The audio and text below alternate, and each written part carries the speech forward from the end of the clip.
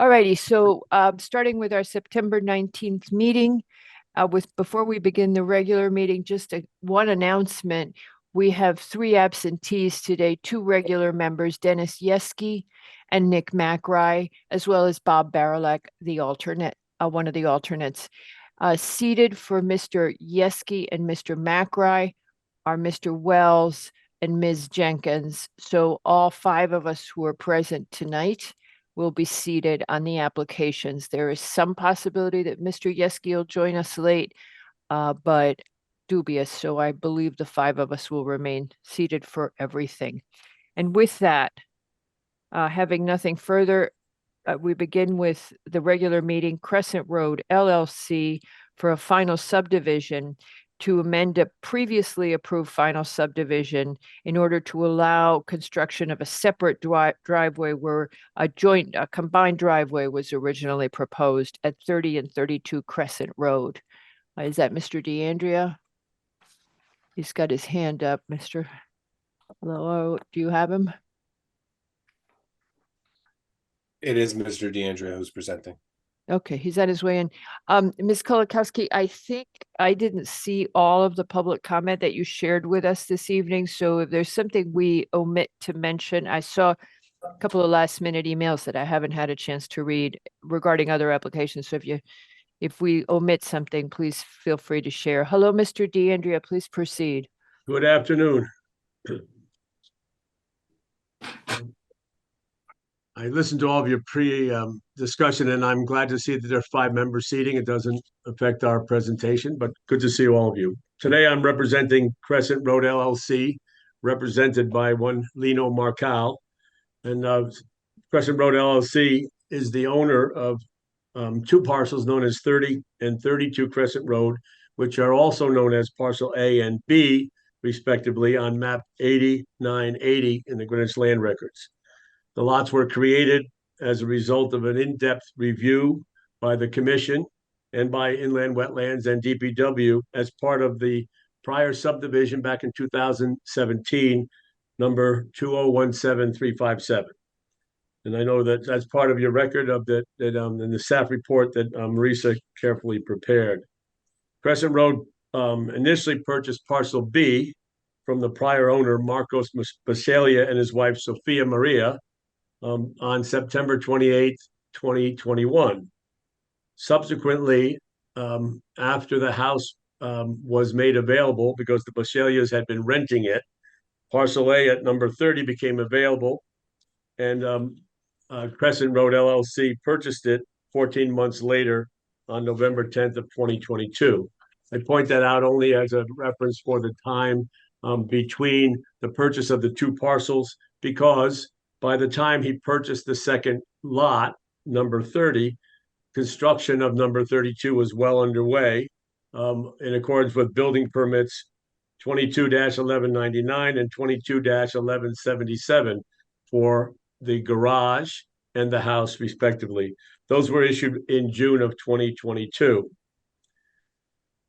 I should add at this point that the construction of the new home and the accessory garage were completed in accordance with the approved site plans dated March 23rd, 2022. As you know, or just for the record, when we have a lot in a subdivision, the lots are required to be returned to staff for review by staff at P&Z as well as the other departments, in this case, particularly DPW.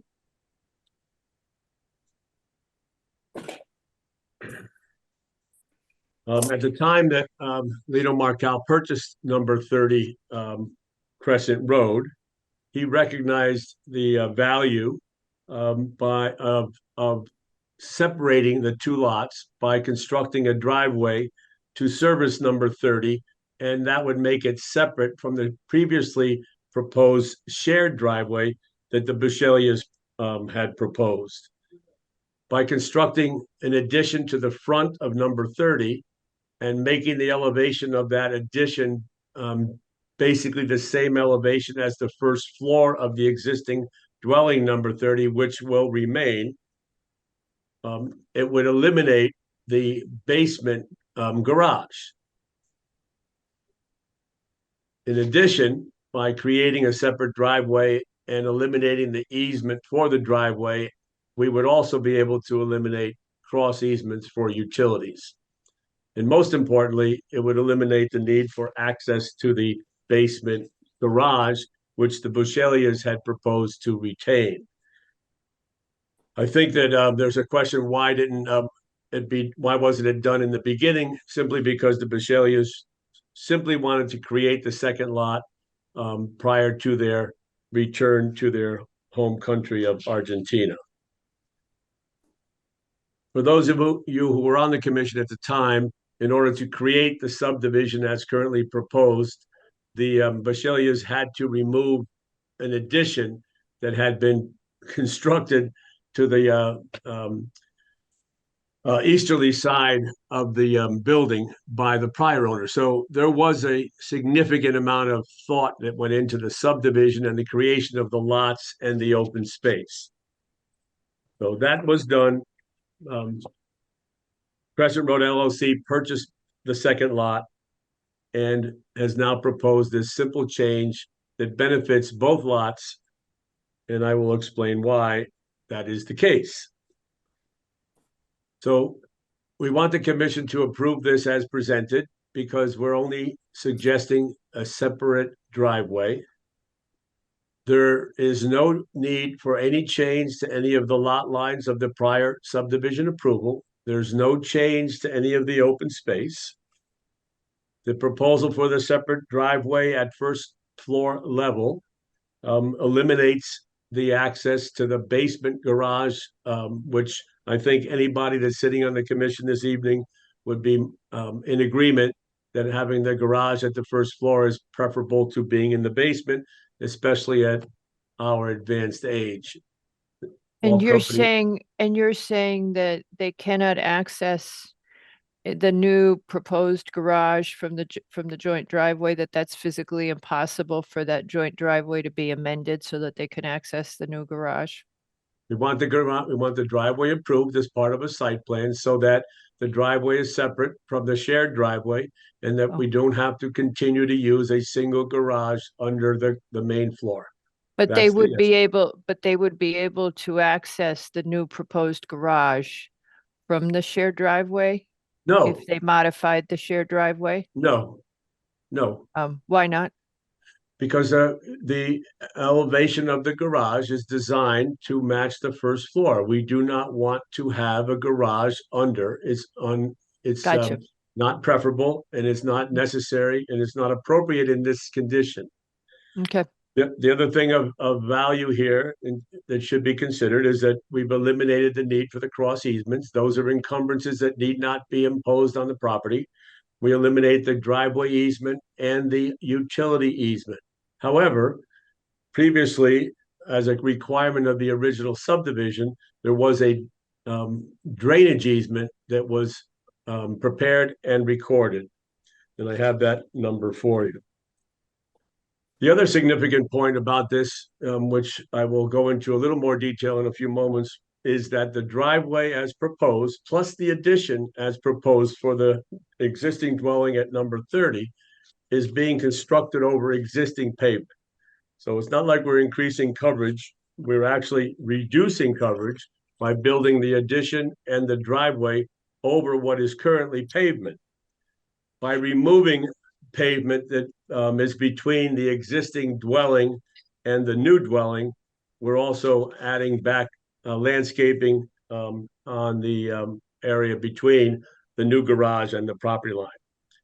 The other benefit of the proposal is that we are able to reduce the slope of the existing driveway that would have been shared by building the driveway as proposed on lot number 32, which was part of the original approval.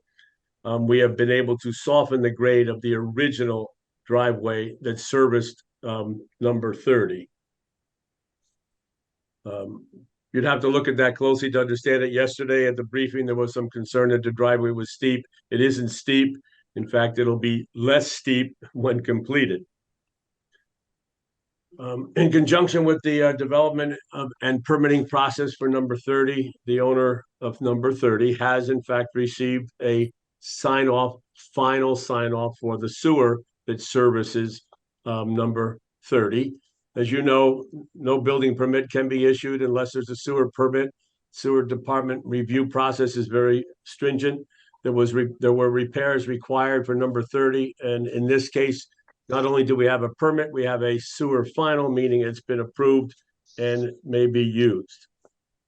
The applicant has applied for a highway permit. The highway department policy, as you know, is not to issue a permit until the Planning and Zoning Commission has made their decision. So pending the approval of this commission, the application will be approved by highway.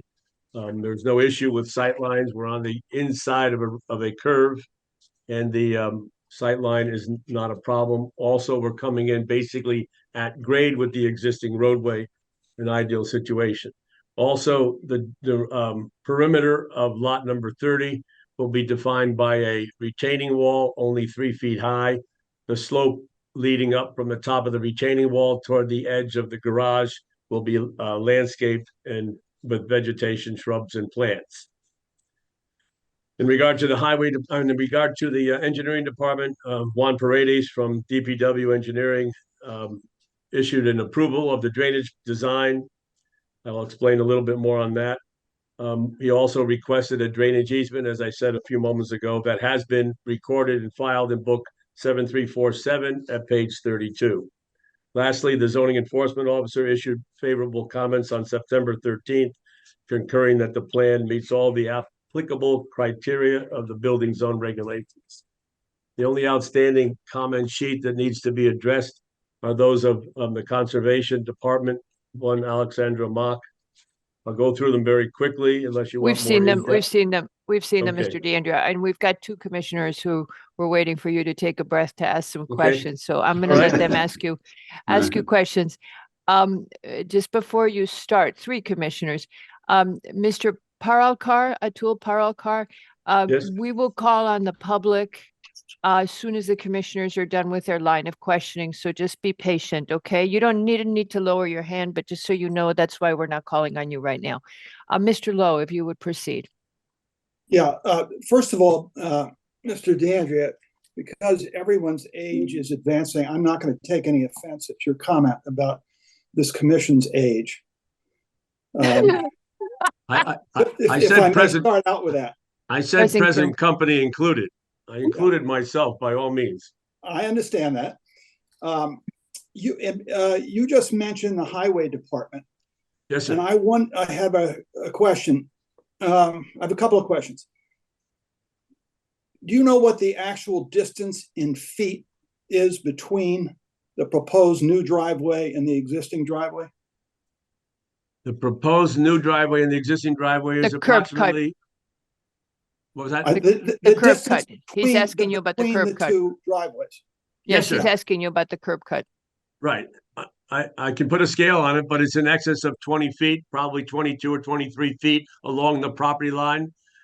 There are Town of Greenwich regulations put out by the Highway Department, initiated by Mr. Lloyd Hubbs back in 2006, specify that two driveways on adjacent properties can be as close as 2 feet, 1 foot from each property line. Is this driveway, both are, the existing driveway and the proposed driveway, are they positioned on a slope at a curve in the road? The driveway, the existing driveway is being retained, and it was being retained from the outset to service lot number B, or parcel B, on 8980, and that's number 32. So that driveway has always existed to serve number 32.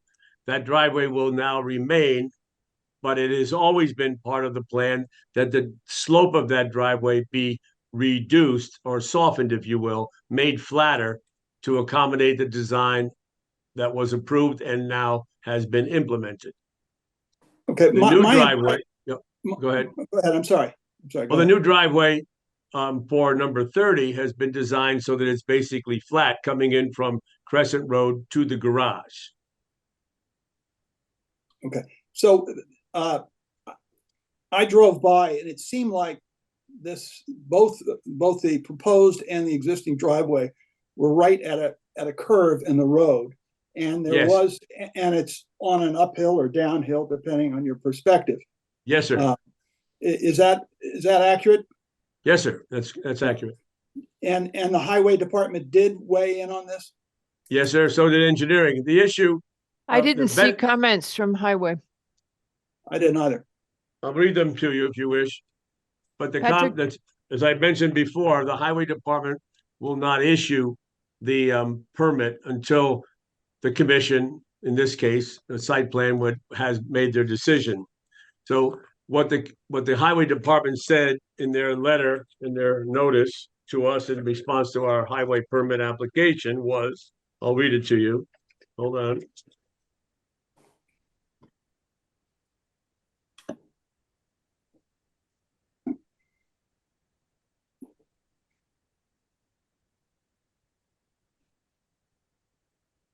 Thank you for waiting. This is dated on March 2nd. Your application has been reviewed. Highway approval to be granted upon completion of engineering division comments. As you know, engineering department has issued favorable comments On the only drainage. on what the highway department does is review the site plan. And when you apply for a highway permit, you are also referred to DPW. DPW reviewed the drainage report and the highway application.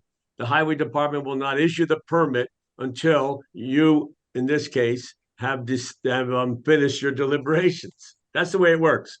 That's the process, and that's the policy of the highway department. I will answer Mr. Lowe's question that I know he's asking. On the curve, on the inside curve, the advantage to anybody there is that you can see in both directions. So you're on the concave side of the radius, so you can see in both directions with no obstructions. So that's an advantage being on that side of the road. There's absolutely no difficulty or problem having this second driveway. First driveway is on a slope leading up to the street. If there were any, deficiencies, or if you wanted to make the world perfect, you'd have a dead level driveway. But we don't have that opportunity. And now we have a modest slope driveway made less steep than it had been when it served number 30 dwelling alone.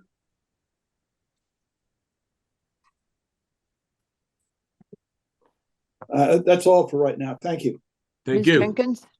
I believe you're next, Ms. Jenkins. Yes, please. My hand up disappeared there for a minute. I didn't want to give up my place in line.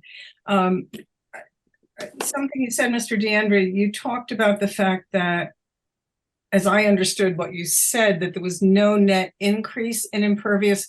Will part of the existing driveway to 32 be removed then, so that the amount of impervious is the same with two driveways as against one shared driveway? Yes, that's absolutely correct. Yes. You'll notice if you look at the original existing conditions plan, the driveway extended up to the edge of the existing house.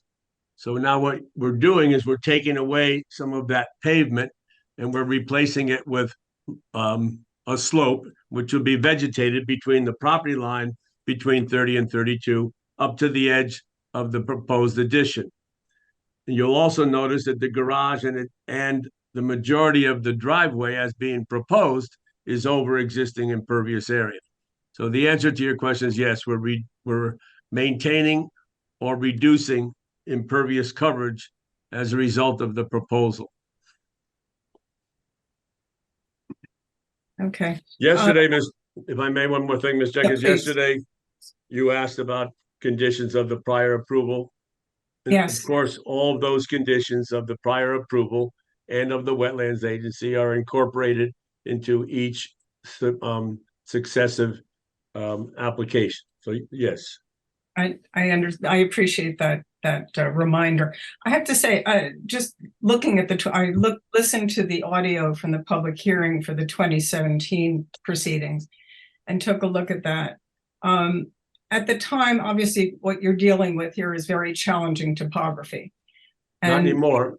Well, not my reference is to. What do you mean by the not situa- no, anymore? I'm sorry. In 2017, there were issues that you had to deal with, and I know that you sought variances and redesigned the use of the properties on this subdivision.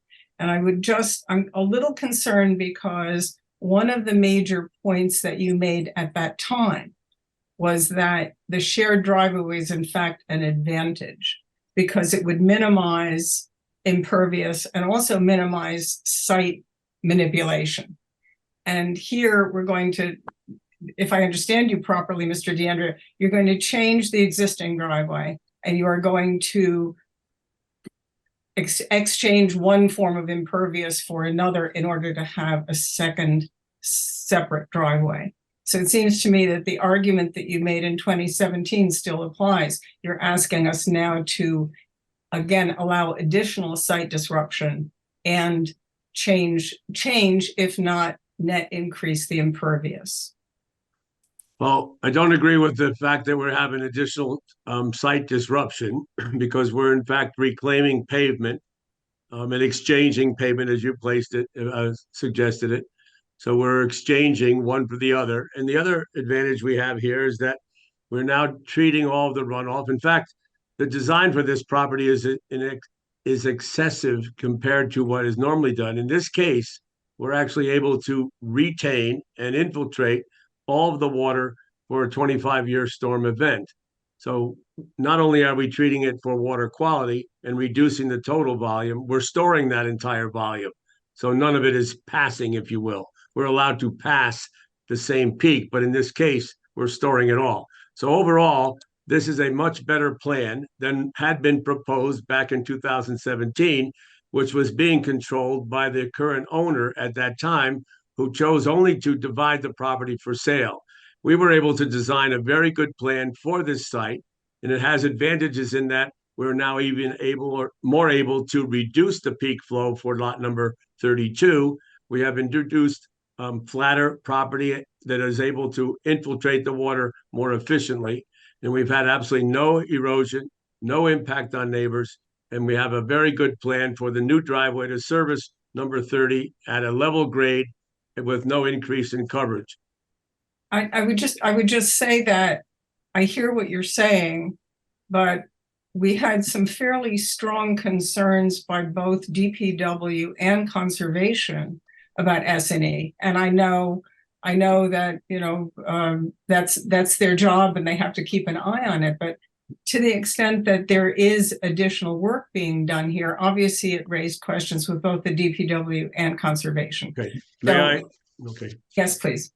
May I respond? So Please. At this time, I think it's appropriate then for me to respond to the Conservation Commission comments to correct the record and make a little clearer for you to understand. So initially, there were 5 comments in the conservation response. The first one was that the majority of the construction of the garage and driveway is over current impervious pavement. Alexandra suggested that the active vegetative ground cover, in quotes, the active vegetated ground cover she refers to as lawn. So what we're proposing is that we're going to build an addition and a driveway over existing paved area, and we're going to add more vegetation, and the existing or the active vegetative ground cover that she refers to is in fact lawn, which normally she would say is not appropriate. What we're doing is taking that small section of lawn, about 450 square feet, to the street side of if you will, of the driveway, and we're converting that to permeable pavers to infiltrate the runoff that would fall on that. So that's a positive, not a negative. And again, the active vegetative ground cover that she refers to is in fact lawn. It's not wooded. It's not vegetated. There's no shrubs. There's no plants. So we are better now than we will be better than what's there now. I did point out that in the second comment that she makes, we are actually storing all of the runoff generated during the 25-year event. So that, again, is a positive in that we're replenishing the groundwater supply. Okay, so why does I think I'm Okay. I'm go not, ahead. you're not helping me. I think Ms. Jenkins and I are struggling with the same thing. So the conservation's first comment this time around is the proposed two driveways will result in a larger area of pavement. That's Now you're incorrect. saying, That's incorrect. Yeah, if I can interrupt, go ahead, please, may I Ms. interrupt the Jenkins. chair? Of course, you may interrupt the chair anytime your little heart desires. I'll hold you to that, Madam Chair. Mr. DeAndrea, there was nothing in the application materials that indicated that there is an existing paved area that corresponds to the paved area of the proposed driveway. I have to tell you that because I went over that trying to figure out how Right. conservation was reaching the same conclusion I was, which is it didn't look like there was a driveway in front of the house. It looked like the driveway, in fact, peels off from the existing driveway to reach 30. If you had the opportunity to look through your staff report, I believe you have a copy of map 8980 in there. And if you look at that, you'll see very clearly the extent of the pavement that existed prior to the development. And that extended well over in front of the existing or the original number 30. All right. So when we build the garage over that pavement, we are in effect not having any impact whatsoever. So as I said to you, what we are adding in this is about 450 square feet of permeable pavement over what's currently lawn, not what would normally be considered an active vegetative ground cover. All right, it's lawn. And we're returning that to permeable pavement to infiltrate the runoff. Now you can see that Pat has just put up the original subdivision plan 8980, and you see how extensive the driveway is as it extends over in front of the existing dwelling. And Pat's cursor is now tracing that. You also see that there had been an addition to that easterly side of the original dwelling, and that's now gone I in understand. favor of landscaping. I'm sorry. I'm sorry if I'm struggling in making you describe this more than once. But Okay. so you're saying that the existing pavement is going to be covered by a garage. So that's net. Is that Yes. correct? Yes, that's correct. But you are saying that you are installing permeable pavement. I appreciate that. Permeable bricks or whatever they're called. But in fact, you are replacing landscaping with something that will have a car driven over it, whether it is water soluble or water permeable or not. Is that not correct? So That's correct. And now So there's one more aspect that I can show you. Okay. Now, when you look at the current plan of development, you'll see that the area to the east or southeast of the proposed garage addition is also being covered with dirt, which is going to be vegetated. So the loss of that 400 square feet to the west side of the driveway near the street is compensated even further by the reclamation of the pavement to the east side of the garage addition as proposed. Okay, so it sounds to me like you are going to be doing some removal of existing, well, in order to build a garage, obviously there's going to have to be some site renovation there. Will there be any grading at all with respect to the new driveway? Any grading, any fill, any Absolutely. change in that Yes. topography? Yes, absolutely. The garage addition will be brought down to existing grade and then filled up. You know, the walls will come up to support the floor of the garage, which is intended to match the elevation of the existing first floor by design. Okay. And yes. So if I could just interrupt Mr. DeAndrea for a second, Ms. Jenkins, he's going to be as forgiving as I am, I'm sure. In number 5 of the conservation comments, she says the proposed activities will result in grading on a steep slope. Conservation staff had received a complaint in the past from a neighbor downslope about sediment entering his property and soil erosion, et cetera. So the Yeah. request to site monitor was echoed by DP. She makes that's her following comment. She makes that as a recommendation, as does the Mr. Paredes of DPW. So both of them are commenting on that. Go ahead, Ms. Jenkins, and followed by Levy and LaRoe. You summarized my comments very well, Madam Chair. Thank you, Mr. DeAndrea. May I comment, Madam Chair? Yes, yeah. Okay, so- Just reading what conservation said. No, no. So I was going to paraphrase the comments so they made sense. So if I may just continue real quickly. Number 2, she suggests positively that we're doing a good job by infiltrating the runoff. So number 2 is good. Number 1, I've already addressed. We're only increasing by 400 square feet of permeable pavement over lawn, but we're also reclaiming pavement to the east side of the proposed garage. So that's a 0 impact. She claims in number 3 that we have not re-established the vegetative cover, which is incorrect again, because if you were out to the site, you would have seen already how much landscaping has been done around the existing dwelling, recognizing that the building process is still ongoing. One of the reasons that the one of the reasons that the construction on the new home has not been completed is because, honestly, we've been waiting since February 15th to get to this point. So we filed this application on February 15th in all good faith as part of the normal subdivision review process. We were not advised until July 7th that the staff felt and the commission supported that we should be applying to you for this driveway. So you can understand that it's basically been in limbo since February 15th on the completion. But for those of you who did visit the site, as I have done in several occasions, numerous occasions throughout, and also yesterday, I will tell you that there is not one bit of evidence of any erosion onto the adjacent properties. The walls that were constructed by design intercept runoff from the development.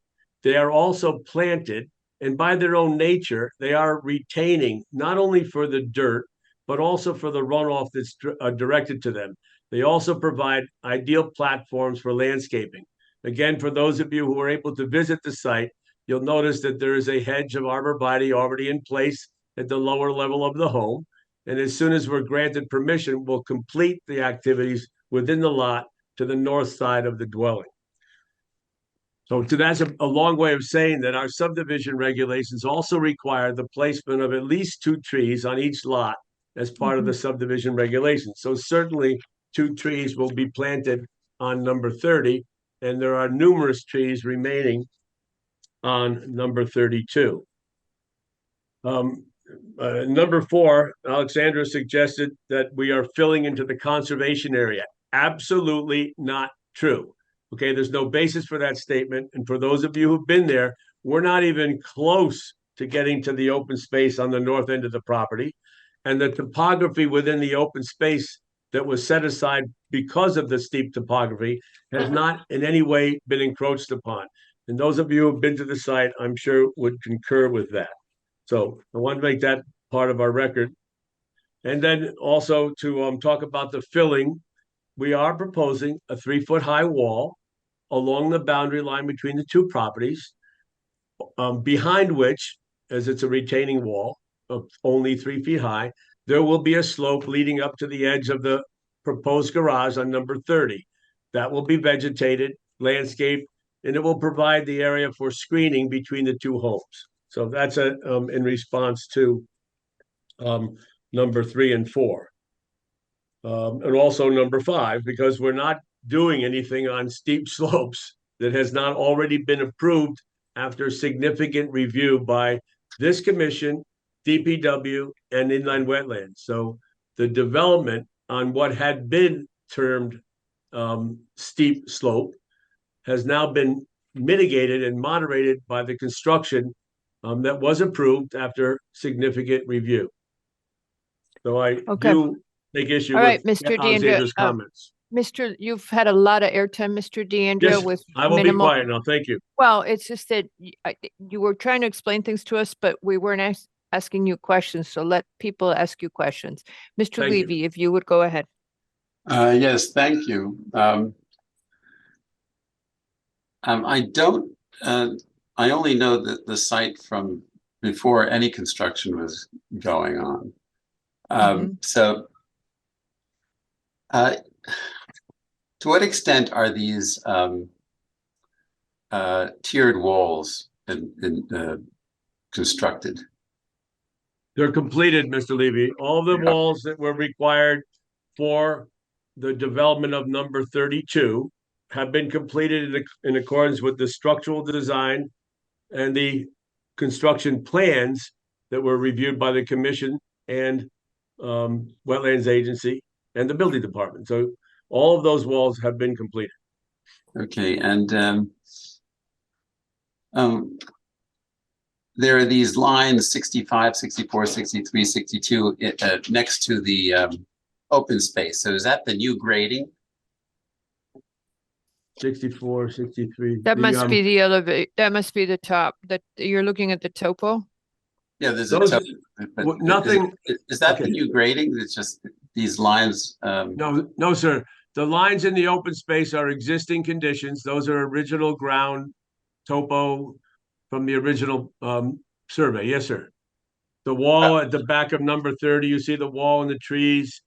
Those are original, so to speak, as is Well, Pete. there are these lines coming off of the lower wall that are 65, 64, 63, 62. Okay, over here, you're talking to the east of number 32. So Yes. Oh, Yes, to sir. the south of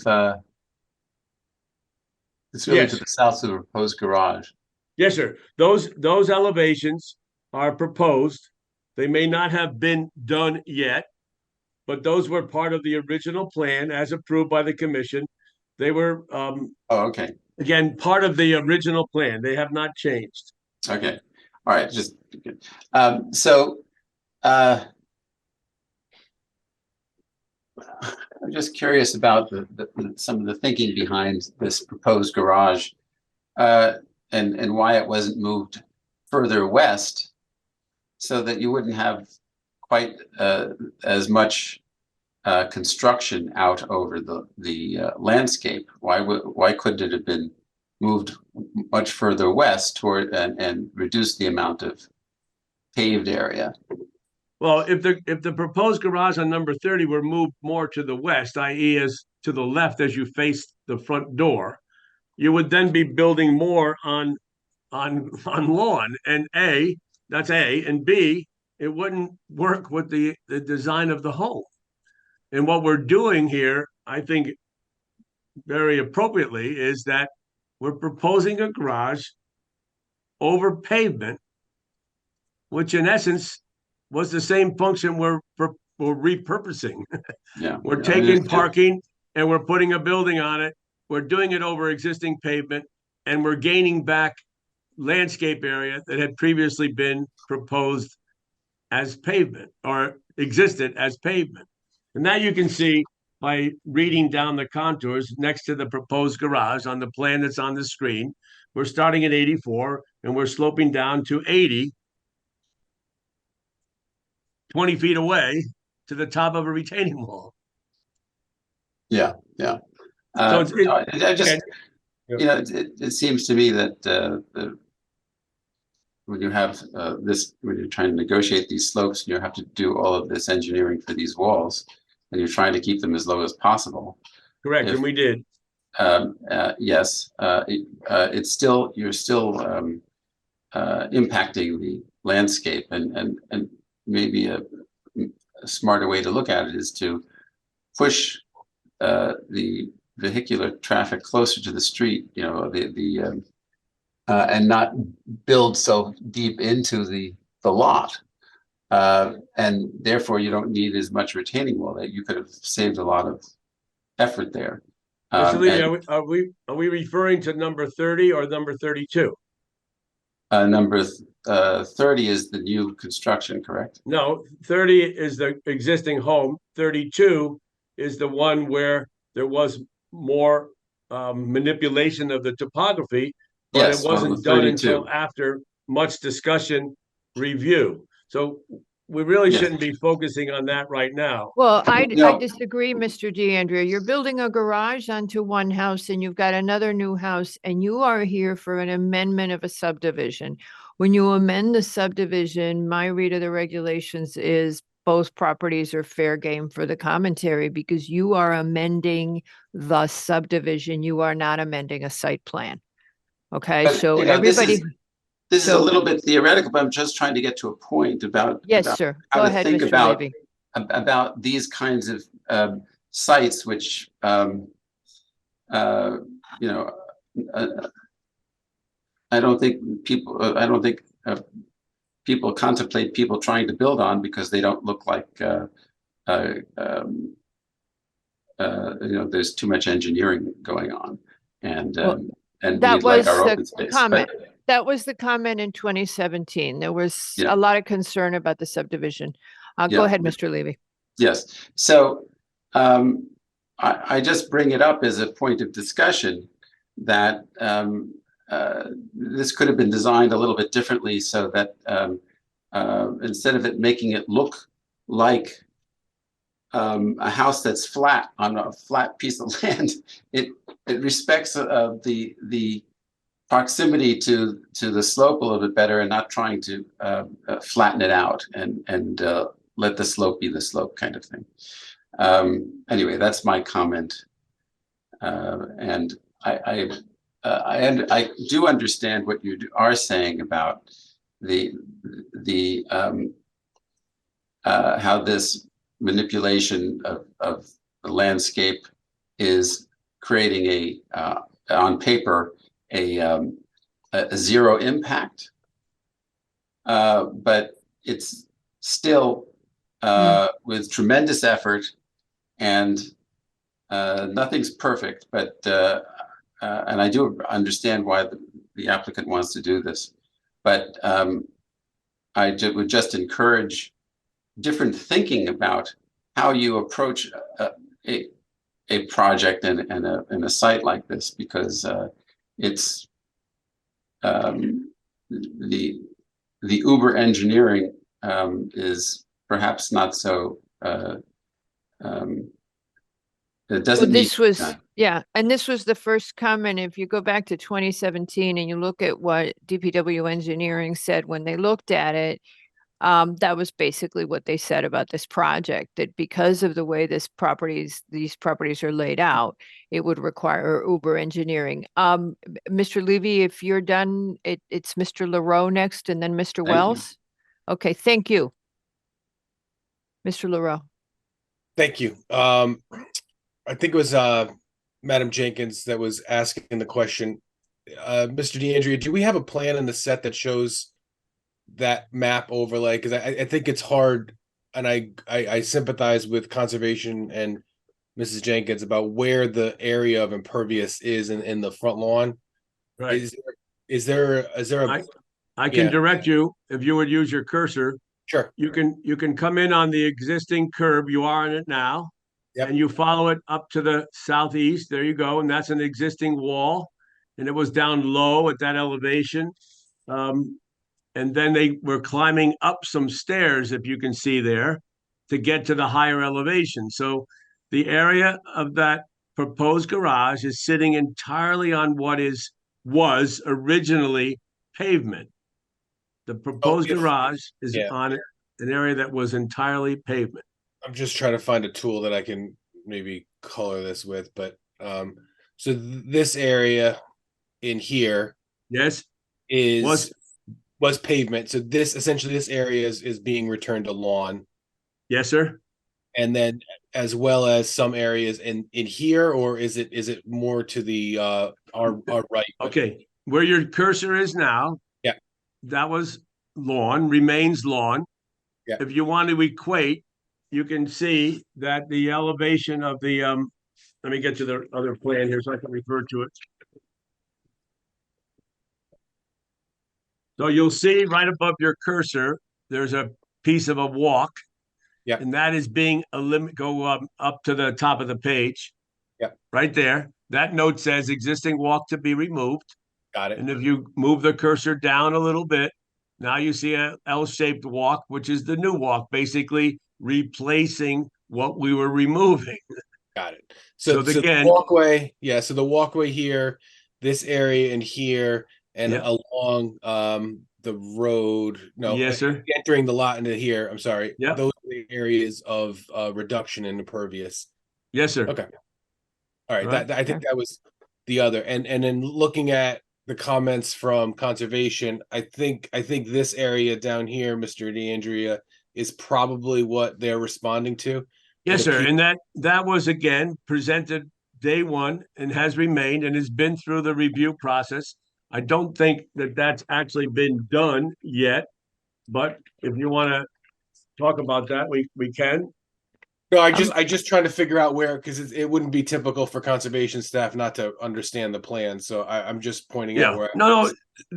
She's saying we're filling on steep slope. We haven't filled, so And then my last question is, Mr. DeAndrea, what is done on 32 and what is not done? Okay, just I can answer. Yep. Yeah, for the commission's benefit, Yes. you've been referred here for the change in the driveway. Yes, And sir. but there's also a lot of work that's going on or has been going on. So, I appreciate that we're looking at plans that are in progress, but again, some of this work is complete and not being changed or not being asked to be changed. So if you don't mind just Right. walking through what is done right now or what's been already approved and built and then where the changes are, I think that may help. Okay.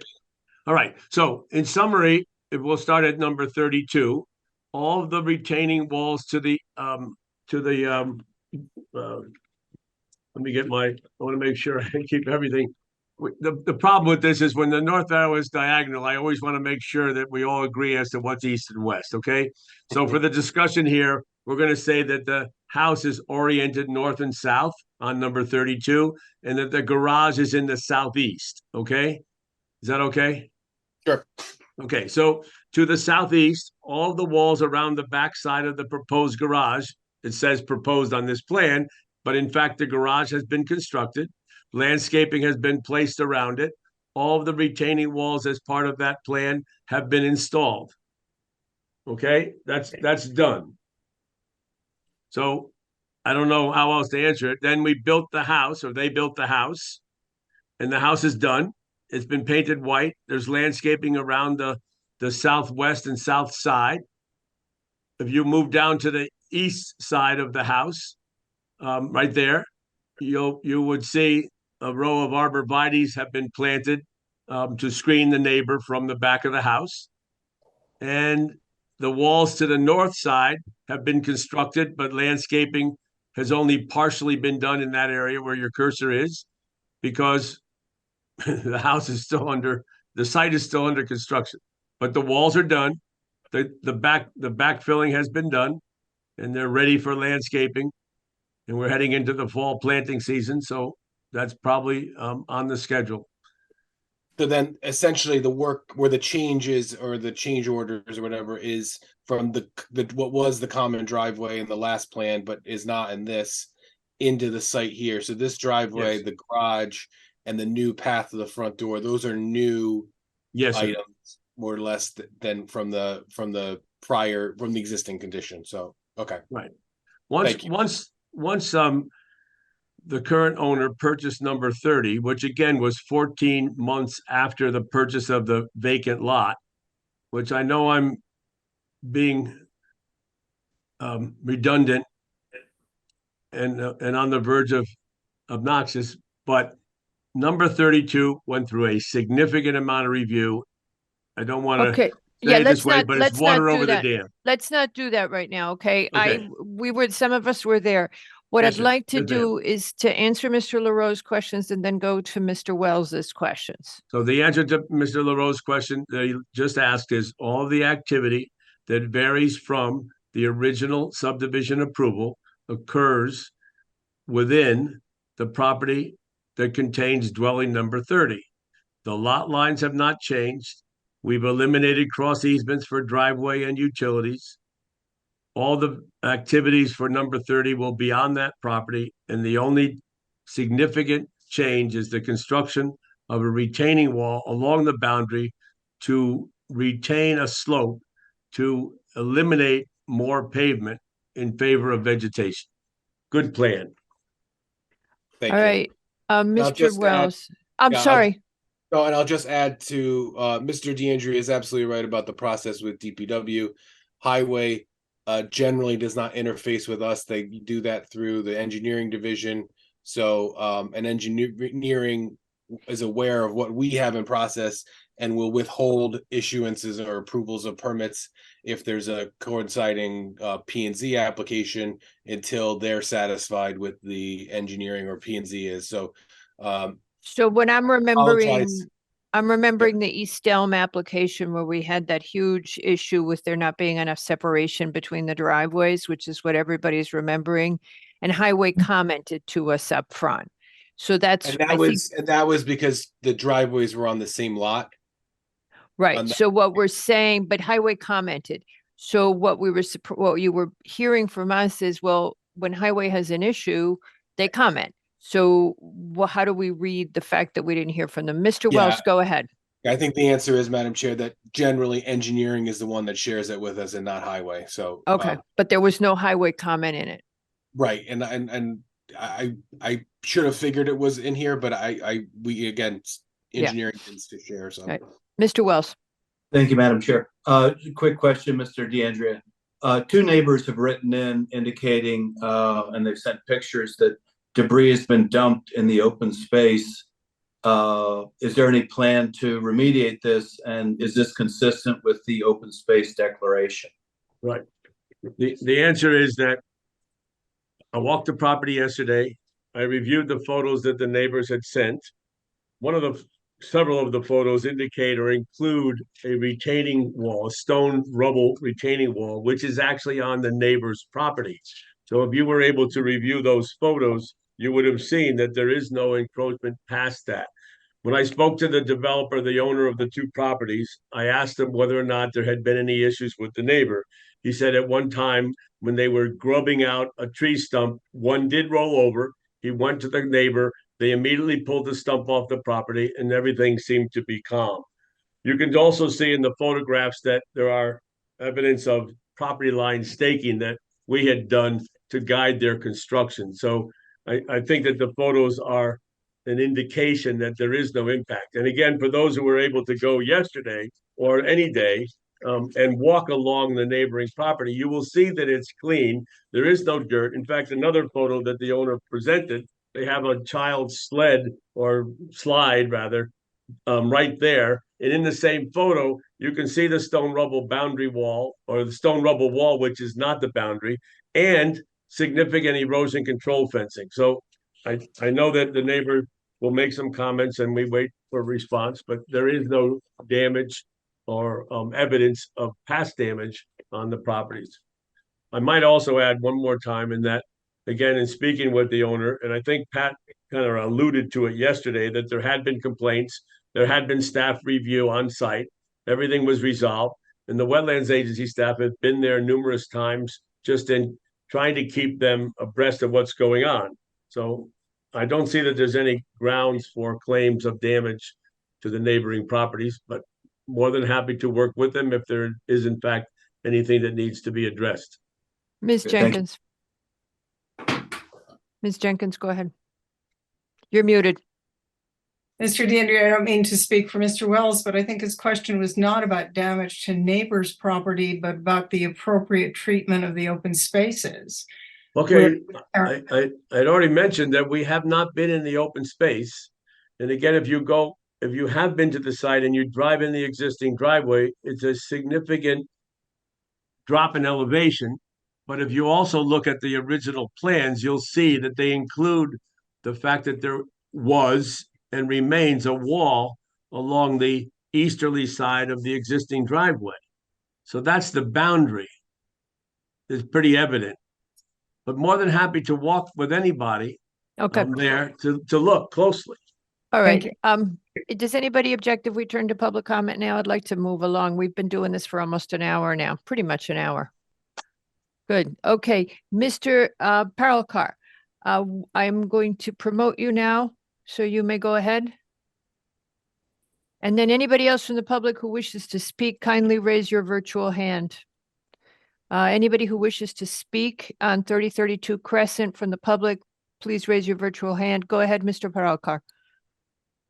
Oh, I see your Hello. conference room, but not you. I'm sorry. There you are. Hello. Assuming everybody can hear me, and Yes, we can I hear just you. want to. This is my first time. I'm a resident, so first of all, thank you for the We don't opportunity, bite, don't Madam worry. Chair. But I appreciate the opportunity, Madam Chair, and of course the rest of the commission. As a resident and a concerned resident, this means a lot.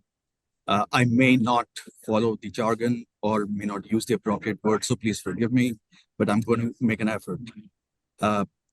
With comments from respected Mr. DeAndrea, I think he ended with talking about past incidents, so I may want to just start there and then move onwards to the five other points that I want to bring about.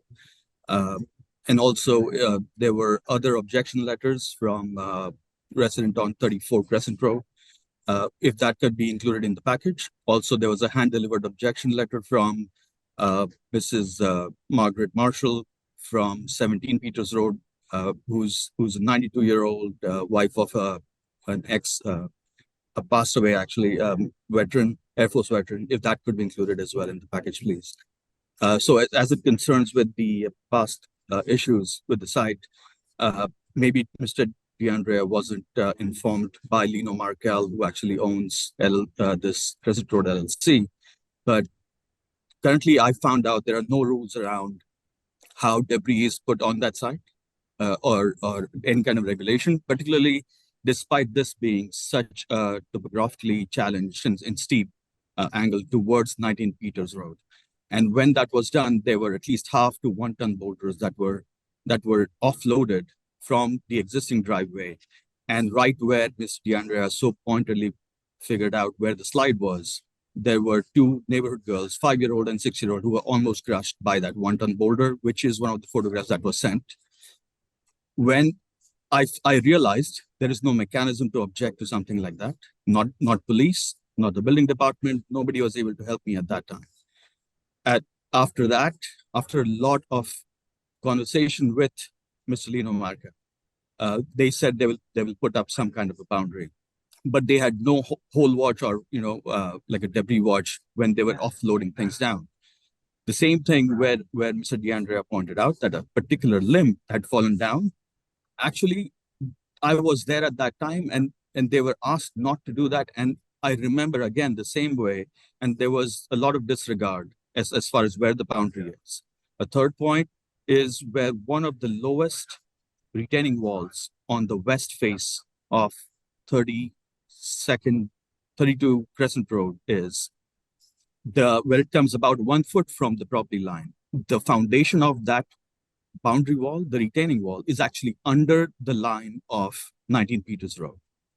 And that is a clear violation. You can actually go there with a survey. And as Mr. DeAndrea pointed out, I'm happy to walk with him because that is an objectively identifiable violation.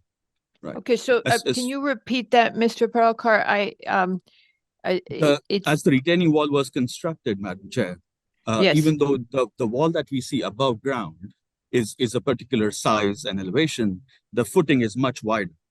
And because the retaining wall is very close to the boundary line, the footing of that retaining wall is actually in the side of 19 Peters Road, according to those survey stakes that were put in. And they did this very surreptitiously by actually digging in under that earth, basically, and not showing it to us. But then I had seen it afterwards, essentially when the stakes started falling through. The other piece about the issues of the debris was actually not on the east wall, but actually on the north open space where a lot of these debris are laid out. There were, in fact, in the past, wire fences, rusted wire fences, and tree trunks just dumped there. It doesn't matter whether they are there now. It is owned by Crescent Road LLC, and it is still their responsibility to keep it appropriate for the neighborhood.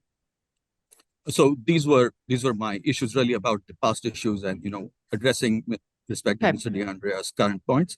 As far as the 5 points, my first objection really is when Mr. DeAndrea pointed out that in this particular modification, they are adding this extended garage in front of the 30 Crescent Road house and the permeable driveway that is being expanded in front. So the roof area of that expanded garage now negates the driveway modification that they're making to the original driveway on 32nd Crescent Road, or which was the shared driveway. And Mr. DeAndrea very clearly said that garage expansion then nets zero that driveway modification. I think what we are not focusing on is that there's also an expansion on the backside of 30 Crescent Road, which adds more roof area. And what was existing there is actually a deck. And in my conversation with in-person conversation with IWWA in 2022, I was explained that a deck that allows rainfall to go through and seep in is treated, if not equal, almost better than a lawn. So any expansion on the backside actually indeed adds more surface drainage, not net zero, because only the front is the net zero part.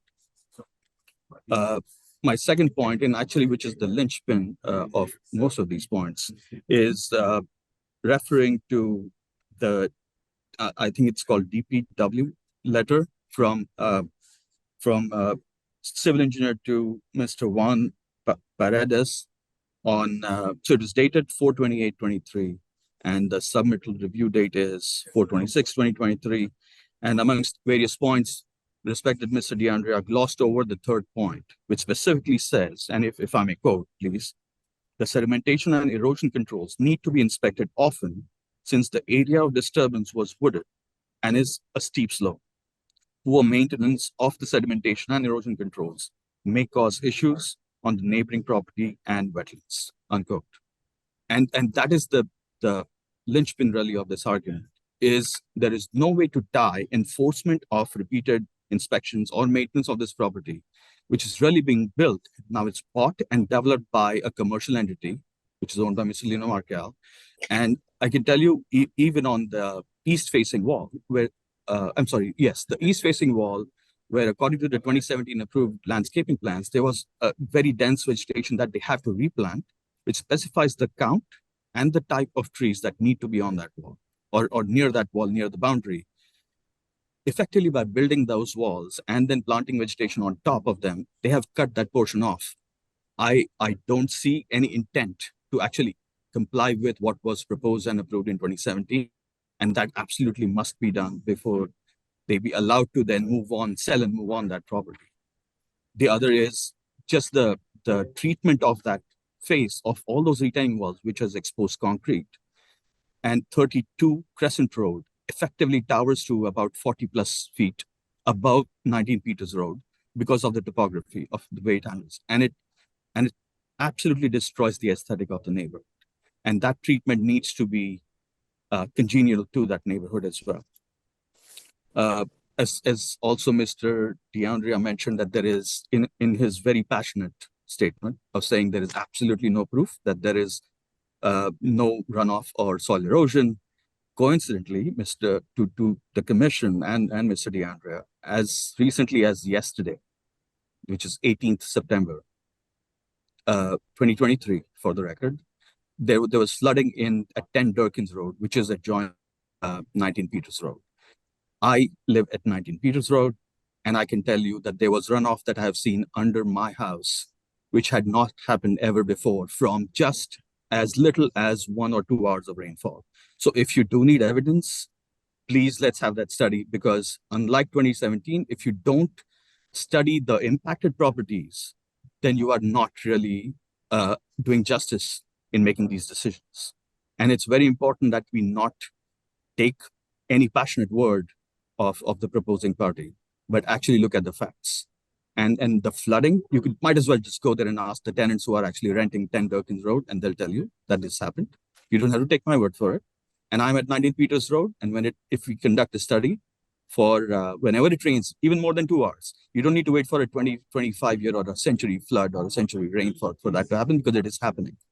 Right now, even though these walls are constructed, the retaining walls, I'm sorry, there was also in 2017 plan a particular perimeter drainage, and there were catchment areas shown on that. Those are not built. And I don't see intent as well. And without these steps, I personally, again, with all due respect to our town, I feel the 2017 approval was not looked at in totality of the impact that was happening to the neighborhood properties or any study in the neighborhood properties, but conjecture from 32 Crescent Road. And I think any approval, one, needs to be with the study to adjoining properties. Two, the inspections or the need for these inspections and maintenance needs to be tied as a covenant to these two properties for development as well.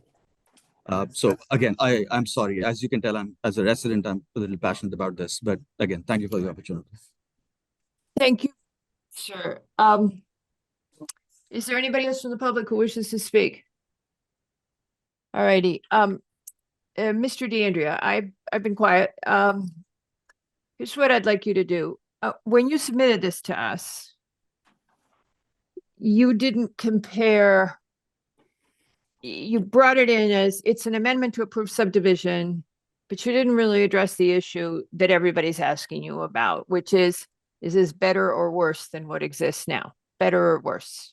Ophthalmologist question, where we started this meeting. So what I'd like you to do is the stuff that you've been talking to on the record, what you've been laying out for us, give us exactly what the change in the impervious is, because that just it was not clear to us in the application. Then give us what happens with the grading, what happens with the fill. Address the conservation comments one by one. You've said she's wrong, she doesn't get it, but actually say the fill for the garage does not impact the conservation space. Address whether there's a change in cut relative to the original proposal, because where I focused since last night was on reading all the original documentation.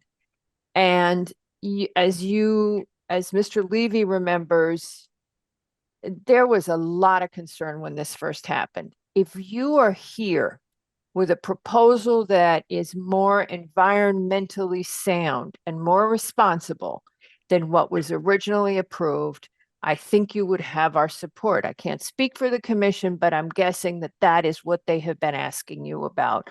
What is the impact on the neighbors? What's the impact with steep slopes? What's the impact with runoff? All of those questions. So if you could go back and say, look, we've had a chance to think about it and give us numbers. You know, this is a very hardworking commission. I don't need to tell you that. We do our homework. So give us the data. And then if you would address that list of concerns you got from Mr. Peralcar, who, although he apologized for not knowing jargon, I'm not sure I would believe him that he doesn't know the jargon. So I thought he was very knowledgeable. And if you would just come back to us with facts versus that original one, because that's where we're all struggling. And I, for one, I'm trying to get there, but I'm not totally there yet. And I feel like I don't have enough information to close, and I would ask the commission to be patient with me while I get more information. Now, do you guys want to overrule me? I will stand down if you disagree. I think you've articulated a degree of discomfort. Because I just want more data. I'm data driven here. Give me the facts, lay them out in front of me in black and white. This is why this is a good plan. That's a better plan than what you previously saw, and why you should be comfortable with it. Boom, boom. Change in impervious. Here's what we're doing. We aren't doing any more cut. We aren't doing any more fill.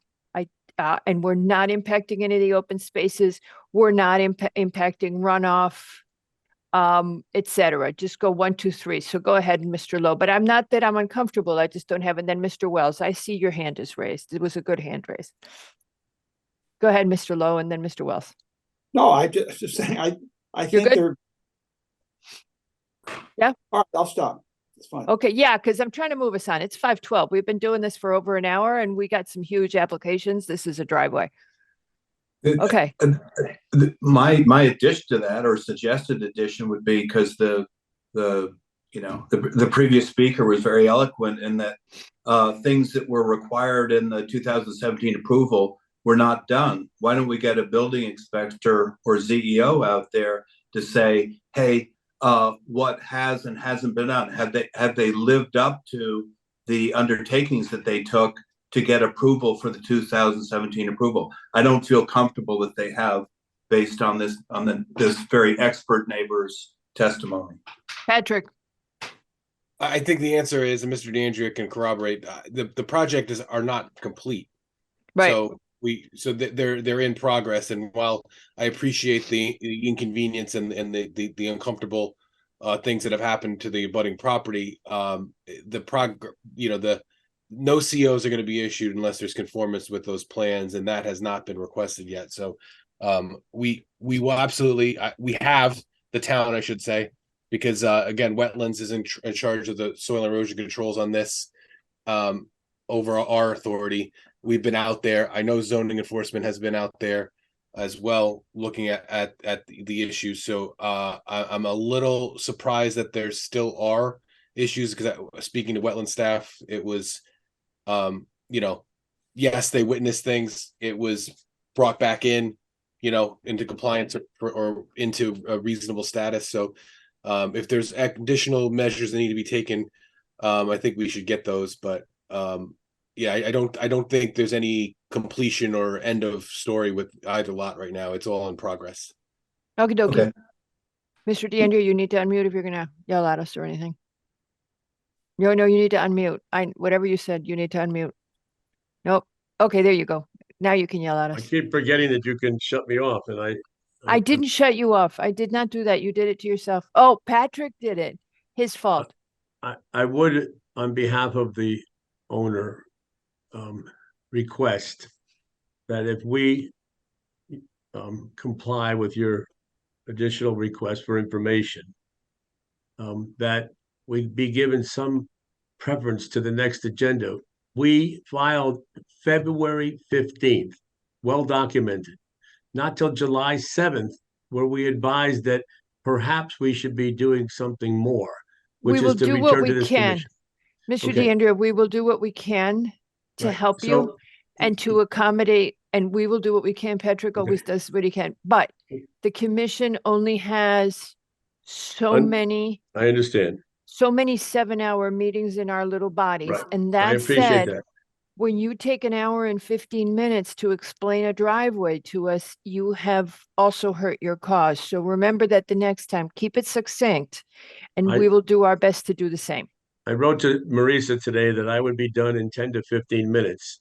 Didn't What tell you the have to truth, do did is you? understand that there were a lot of questions that I don't think were pertinent, but we're going to respond to them.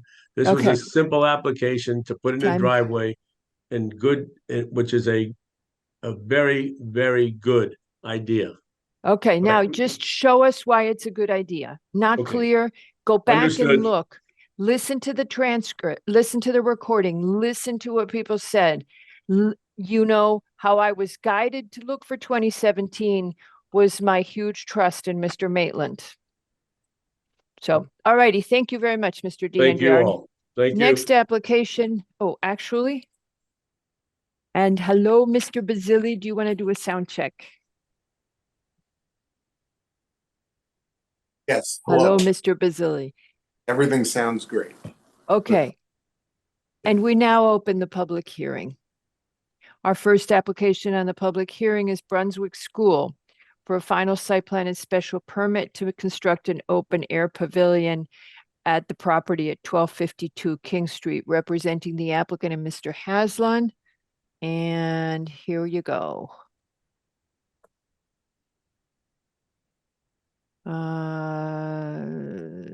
He disappeared. Is he on his way in? There he is.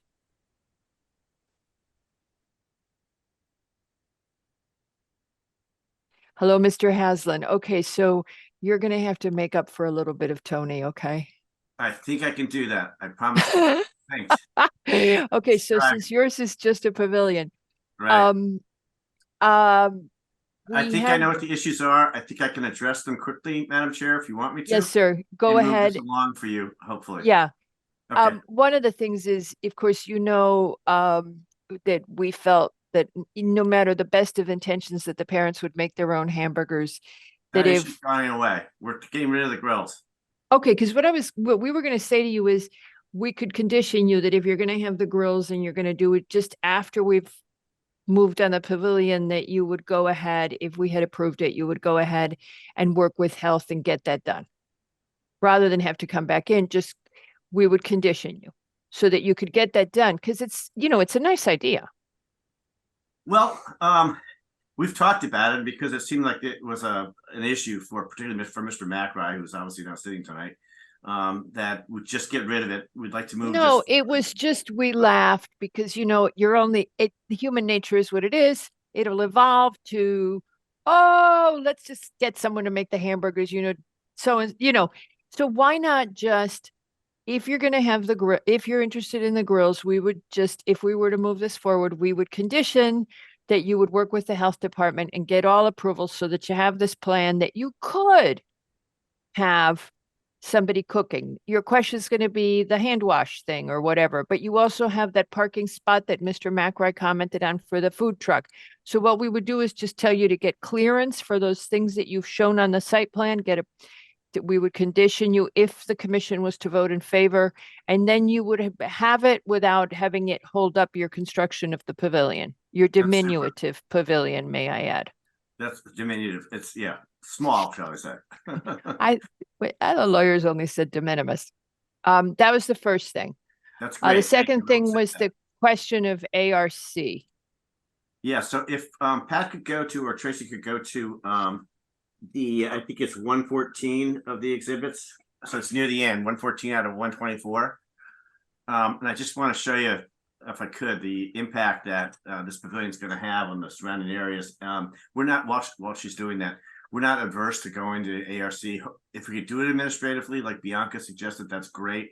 But given the small size of the building, given the fact that it's incorporating elements from the neighboring building, given the fact that you can't see it from the north, you can't see it from King Street, you can't see it from the airport.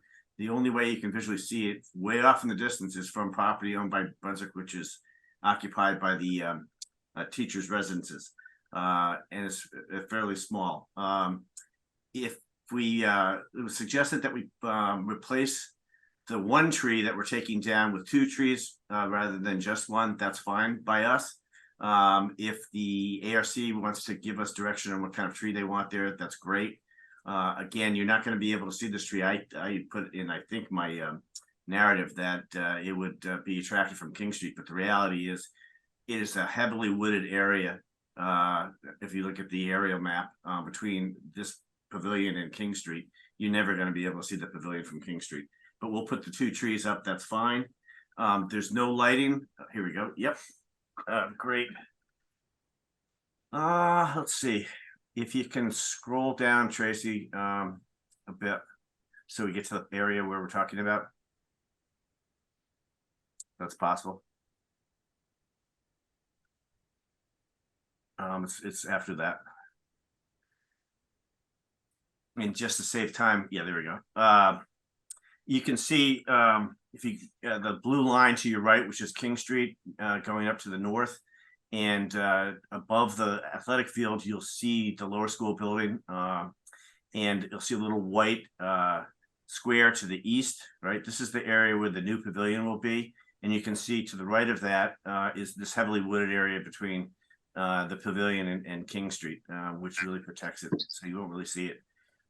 That said, we also are not putting any lighting in this facility at all, so that shouldn't be an issue either. And also for anything for ARC to review. So it'd really just be a question, I think, of what kind of trees would you like? And do you want to take a look at the pavilion to see if there's any element of it that we should consider tweaking?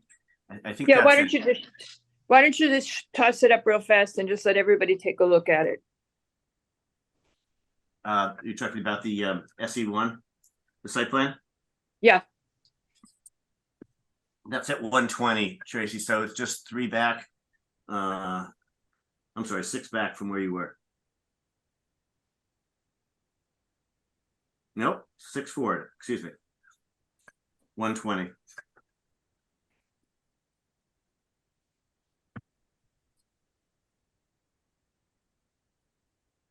I should say too, while she's looking at Kathleen Harrington, the CFO of Brunswick, is here tonight Saw with that. me. Yep. Dave Ginter, our engineer, and Tim Peck, our architect. Trying to use time wisely, Madam Chair.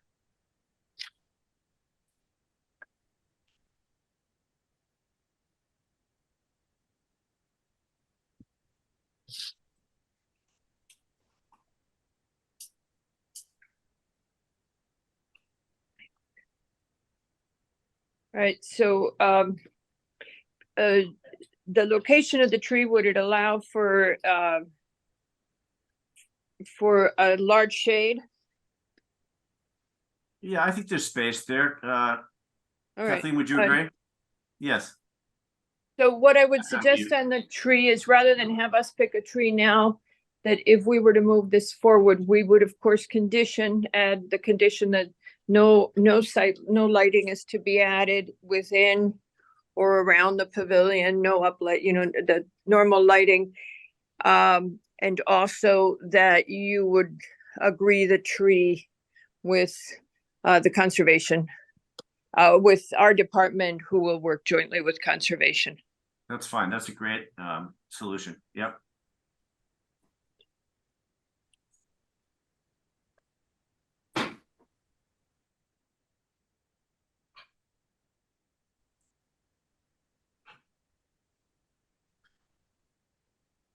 Mr. Levy, did you want to add? Yes. Could you add a little to the narrative? I assume that the proximity to the field is why this is you want to have this terrace. Yes, it's a gathering place for alumni and parents when they're watching games, et cetera. And initially, I think the thought was the grills would probably only be used maybe 3 or 4 times a year. But I think that's still the thinking. But yeah, the idea is to have a gathering place while you're watching a game for parents and alum. And the convenience of having a canopy, a permanent canopy, is because of the weather, whatever.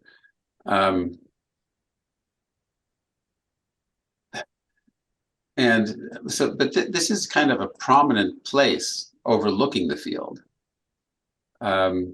And it's in front of the building. So just curious why this is put right here as opposed to there are other places to put it. Well, the idea is that you can watch the game while you're underneath the pavilion. So the proximity to the field is critical. Right, but it's at the end of the field as opposed like, I'm just trying to understand a little bit about because I don't know. I know the campus, but I don't know why. Do people sit up on top of this berm here to watch? Yes. Yeah, they absolutely do. And in that particular corner, there's an affiliation with alumni. So where alumni are coming from all over and usually agreeing on a date to be there, it's rain or shine, they're going to meet. So that's why we wanted the canopy, so that they could still have a gathering place. And they're not, in the school every day. So they're not going to be sitting in the stands where all the students are, parents that are watching. So this is a little bit of a separate area that alumni have been gathering at for quite a few years. That was very interesting. So, all right, just curious. There's something kind of fanciful of having it kind of off on the side like this, and it's a gathering spot. In other words, but it's a known gathering spot. Yes, it is. Okay. Yes, and if we could let Mr. Phillip in, who is our head of school. Okay. Didn't think he'd be able to make it, but he can. We'll let him in, but I don't think we're going to be much longer. So does anybody have any comments on this? Because I have a suggestion, which is, why don't we, Patrick, why don't you take a look when it comes in, when you're ready to do the sign off? Why don't you just take a look at how the pavilion looks, and if you have any concerns, if we were to move this forward, you could always then forward it to an ARC member for an admin review, or if you have a concern, and for now, we'll leave it be. Mr. Wells, did you have a question? No, I'm withdrawing it based on your last comment. So One housekeeping bit, if I may, Madam Chair. There's some no, seating- no housekeeping. There's some seating shown as proposed to the north of the pavilion. Actually, that's the west, I believe. We are not going to put that seating in. So in the final site plan that we come in, we're showing the new tree, et cetera. We will Okay. get rid of that seating. All right. All right, so we will note that the seating originally proposed in the site plan will be removed. That there would be no lighting whatsoever to be added. That you would proceed with the grills on the basis only that you obtain full health sign off for all that you're going to do. That you provide with when you go to zoning permit, Mr. Leroux, that you provide the appropriate elevations so that Mr. Leroux and staff can review the building design. And should they have any concerns, they will refer it for admin review to the chair of the ARC. And that will keep you from having to go to the full ARC. But as you know, there are people on our staff who have architectural backgrounds as well. So, okay. Anything else from the commission? No. Does the public have any member of the public wish to make a comment on this application? This is a pavilion proposed at Brunswick's King Street campus. No comment from the public. With that, does anybody object to closing this application at this time? Seeing no objection, this application is hereby closed, and we go to the next application. Thank you all for making the time. Aren't you glad you didn't have to do the drive? Yeah, thank you. Bye-bye, Ms. Harrington. Bye-bye, Mr. Phillips. Bye-bye. All Thank right. you. Okay, and Mr. Haslam, you're gone too, right? I'll Yeah. be back later. Yep. Oh, well, okay. You say so. Felt, All right. felt like a threat. Sounded like a threat. but All that's- right, okay. Our next application is on the third application in the public hearing. We are still Garfinkel Family Trust and David K. Nichols Trust. This is for a final re-subdivision, 25 Upland Drive to 3 Upland Drive and back between the two properties. It's an equal exchange of land. And Mr. Sandolo. Good evening, everyone. Rob Sandolo from SC Minor on behalf of the applicants, I should say. We're here before you tonight proposing an equal area exchange between 25 and 3 Upland. Essentially, it includes 3 parcels that will be exchanged, parcels A, B, and C. It is proposed to exchange A and B from 25 Upland to 3 Upland, and then parcel C would be going from 3 Upland to 25 Upland. There is good reason behind this. Essentially, what we're trying to accomplish here is, if you look at, we're actually going to begin with parcel C. On parcel C, you see the extension of retaining walls that originate on 25 Upland and move on to 3 Upland. What we're trying to do is get those retaining walls fully on 25 Upland. The reason being is that area and those walls are essentially inaccessible from 3 Upland and not visible from 3 Upland, but are accessible and visible from 25 Upland. Moving on to parcel A. Parcel A is essentially, for lack of a better term, feels like it belongs to 3 Upland. It's essentially their front yard. So in exchange of parcel C, 3 Upland will be receiving parcel A. And then parcel B is proposed for the exchange just to make the whole thing equal. Another thing of note is that parcel A does provide some degree of access to 25 Upland, not for a driveway or pedestrian or anything, more so for like lawn equipment or machinery as needed. So part of it would would include an easement to maintain that ability to access. We do note that there is a sewer line that runs through parcel C, and we're aware that we have no objection to the sewer comments, and are aware that if there isn't a easement in place for that line already, that one will need to be put in place for it. Okay, have you provided the lot shape circle? We did see that comment, and it's not on this map, but we will add it. Okay, And that's not a problem. so we would need to make sure you do that. And you did a lot shape circle, and I can't remember, did you obtain your wetland sign off? We did. We received that earlier this morning and passed that along to Okay, so you've that got will- your green sheet is done, but the lot shape circle you will provide Mhm. as well as everything else. Okay. And zoning. From the zoning criteria, I think that was the only thing that was missing. Does anybody remember anything else that was missing? Patrick? Madam Chair, I'm looking at the map again, and I'm reminded that the parcel A, Mm-hmm. or lot 3, I should say, is there's a right of way to the bottom of this page. I believe it's to the east, and that should be also identified with its Oh, width right. on the That's next. Valley Drive. Yeah. Right. Just because if anybody's looking at this map, it appears landlocked and it's not. So Okay, We'll add so the lot that, shape and the full right of way for Valley Drive. perfect. and yeah, and anything else you mentioned an easement as well? There was a paper road to the east, Yeah. which Pat wanted included. And the paper road, okay. Yep. All right, we've got that. All righty, any other questions from the commission? Yes, Ms. Jenkins. Yeah, do we have to do trees of a 10-inch caliper? Not on a subdivision decision. Yes, it can be The left. the assumption is that we are going to probably look at this as a lot line And revision. revision. Okay, thank In you. other words, neither a sub nor a resub. That is the assumption. I can't say that we will because that would be predetermination.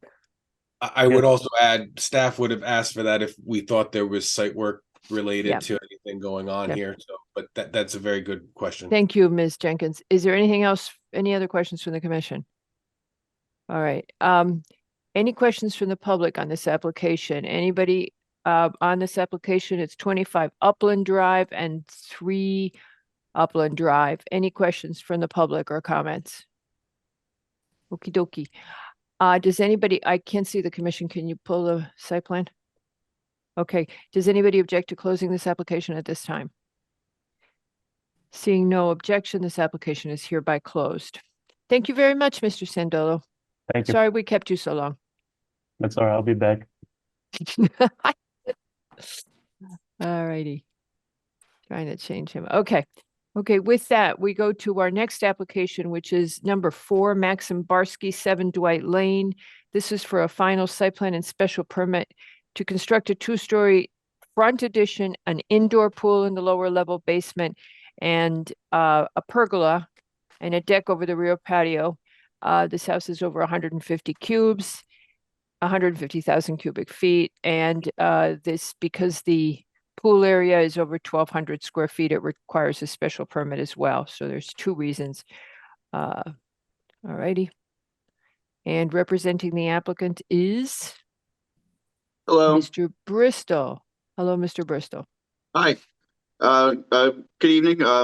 My name is Christopher Bristol, representing the applicant, Maxim Barsky. As Madam Chair had mentioned, this is a site plan special permit application on 7 Dwight Lane for a couple small additions, a couple additions to the existing house. One being a basement addition containing an indoor pool, also a 2-story front addition. It's basically infill. There's a little nook, in the front entryway, so it's squaring it off with a 2-story infill, basically. Also, there's a pergola back over the existing deck. The front stairs are going to be widened. Everything complies with the standards and the regulations in terms of square footage. We're adding about 1,300 square feet. We're adding about 15,000 cubes.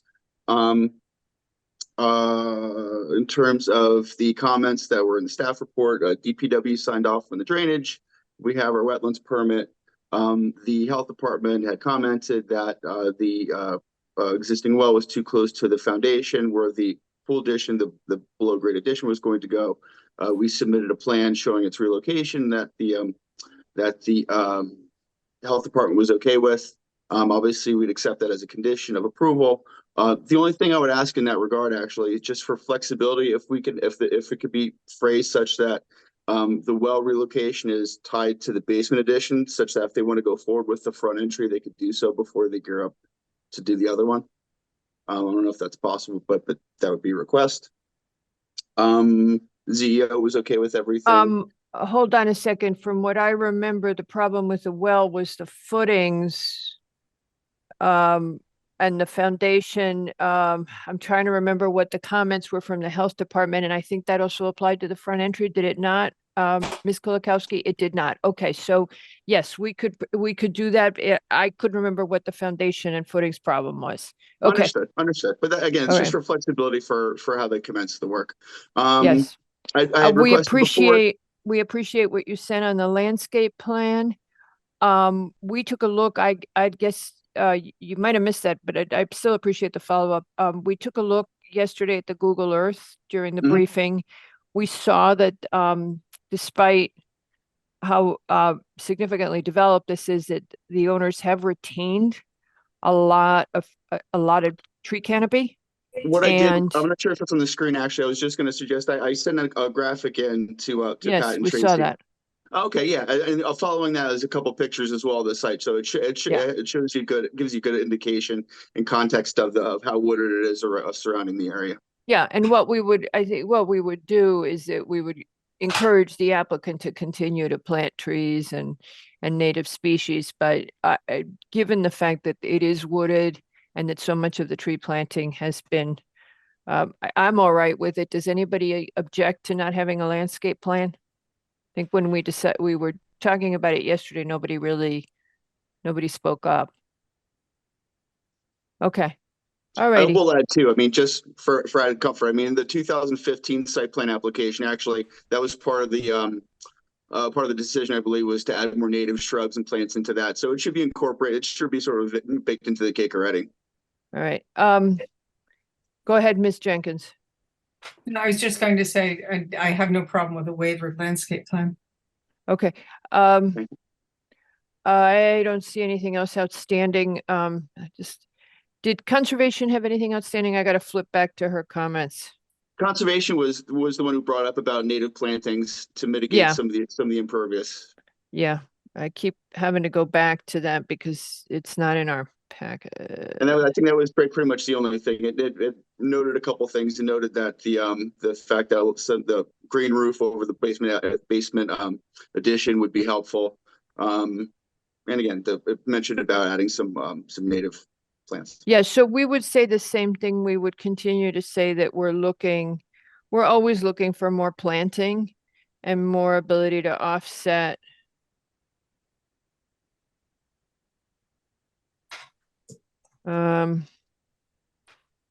Okay, in-ground filtration. Yeah, so she just wants more trees. Okay. Okay, and then she's just asking for more soil and erosion control. Okay, does anybody, Ms. Kulikowski? The only comments we have not received yet are from EMAC. And they only apply to the addition in the front. The front two-story addition, correct? Not the yeah. No, I sent them the narrative, but I have not heard back from them yet. Okay. Mr. Wells, were you able to look at it at all? Did you have any comments? Okay. I didn't have comments. I mean, it came in pretty late, I think. What was it, Thursday or Friday? The narrative. So yes. So they don't have the ability to immediately turn it around. But it is an addition, yeah. Okie doke. Ms. Jenkins, did you have a comment? I did have a chance to look at the EMAC comments. Basically, they're saying that the changes to the facade are going to be beneficial because there will be better rain screening and temperature control, and that the house already has a system, an HVAC system, and this, whatever, at the front, whatever would be tied into the existing system in the house. So it sounded like a lot of concern about, not concern, but appreciation of the changes to the facade of the house, and no comments on the pool because it's exempt. Okay. All righty. Hold that thought. Any other comments or questions from the commission? No. Does anybody from the public wish to speak on this application? This is Maxim Barsky at 7 Dwight Lane for an addition, a 2-story addition on the front of the building, and a pool in the basement, basically. No comments. Seeing no comments, does anybody object to closing this application at this time? This application is hereby closed as I have seen no objections. Thank you. Thank you very much, Mr. Bristol. Good evening. All right. Why did he not go away? Okay, there he goes. All right. Our next application is number 5. And I'll let him get all the way in. All right, our next application is number 5, 9 Glenville Street for a zoning text amendment to amend sections of our regulations 6.1.10, which is requirements for dwelling units in business zones. And Mr. Hegney, and this is originally, just before Mr. Hegney starts, we do not currently permit ground floor residential in the business zones, and this application proposes that that be allowed. And it was originally proposed as a response to neighbor concern about a development at this specific address. However, this text amendment will apply to all the LBR in town and to the business zones in town. So it has to be considered in the context of the impact on the town as a whole. Mr. Hegney, if you would kindly proceed. Good evening, Madam Chair, members of the Commission. For the record, Tom Hegney on behalf of the applicant. Thank you for the introduction, Madam Chair. Now you can talk less. I think I always do. We're proposing to revise section 6-110, which provides for our moderate and affordable housing provisions within our local regulations. And our amendment is to, as the chair said, permit dwelling units on the first floor buildings in the LBR2 zone in certain circumstances based on the special permit standards in section 6-17D. So this amendment is pretty straightforward. We're looking to amend subsection C1B to deal with the LBR and LB. And then in D, we're adding standards which didn't exist, even though the LB zone was also permitted to have a waiver under the, and is under the current regulations. It didn't have any standards that applied to how you establish whether the waiver is appropriate or not. So we're adding that language in, and we're adding the LBR zone, LBR2 zone, not the LBR1, but the LBR2 zone in subsection C. As was discussed at the briefing, this strikes a balance between housing types and continuity of retail uses. There may be certain LBR zones, areas which are suited for dwellings on the first floor, rather than having retail. We believe Glenville is one of those areas which may be more appropriate for first floor dwellings versus Sound Beach Avenue in Old Greenwich, which probably you would not want to, because there is a great deal of retail continuity on both sides of the street. In Byram, I would say the same. There is retail continuity on both sides of the street that you would want to retain. They also have both of those areas have public parking behind the buildings, similar to what we have on Greenwich Avenue. Not to that great an extent, but both Byram on both sides of the street and on one side of the street in Old Greenwich on Sound Beach Avenue allow for public parking in the rear so that you can have this retail presence uninterrupted on the first floor of the buildings in those areas. That's really not the case in Glenville. The main parking area, we will discuss 2 applications from now, is at the shopping center. And during the prior hearings, there were a number of people who spoke against having more retail in Glenville. They thought there was more than enough already, that some stores at the shopping center, besides the Stop and Shop, were vacant, and that there was less continuity of retail in the area because it's broken up. This property happens to be residential currently. Many years ago, it actually had a gas station on it, associated with a garage that's on in the front of the property. This is probably not as much of a walking area as you would have in Old Greenwich, where you'd park your car behind the building and then walk up and down the street. And people generally go from property to property by car rather than by walking. So while we're looking at section 6-17D, the special permit standards, I think there are 5 of those that apply to what you would consider when you're looking at providing a waiver of parking, residential on the first floor of buildings in the LBR2 zone. Number 1, not prevent or inhibit or orderly growth of commercial development. Although there were a couple of people who have commented recently that they think there should be more retail, I think the predominant comments that you got from the neighborhood were that not to encourage more retail in Glenville. And number 6, not to materially affect pedestrian circulation. This would provide, to get rid of a curb cut along Glenville Street, for one, and provide a sidewalk with landscaping on both sides of the sidewalk. Number 7, not materially affect safety in the streets. Angelus Drive is a residential street, having just residents on it, particularly at the beginning, I think certainly works toward that safety issue. Number 10, not to materially affect residential uses nor alter a neighbor's essential characteristics.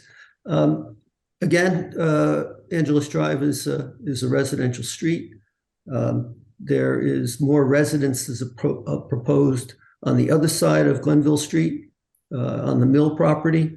And of course, the mill itself was renovated to provide apartments rather than the housing that was put in 40 years ago. The commercial 40 years ago. And then 11, preserve housing stock, maintain, contribute to the diversity of housing opportunities.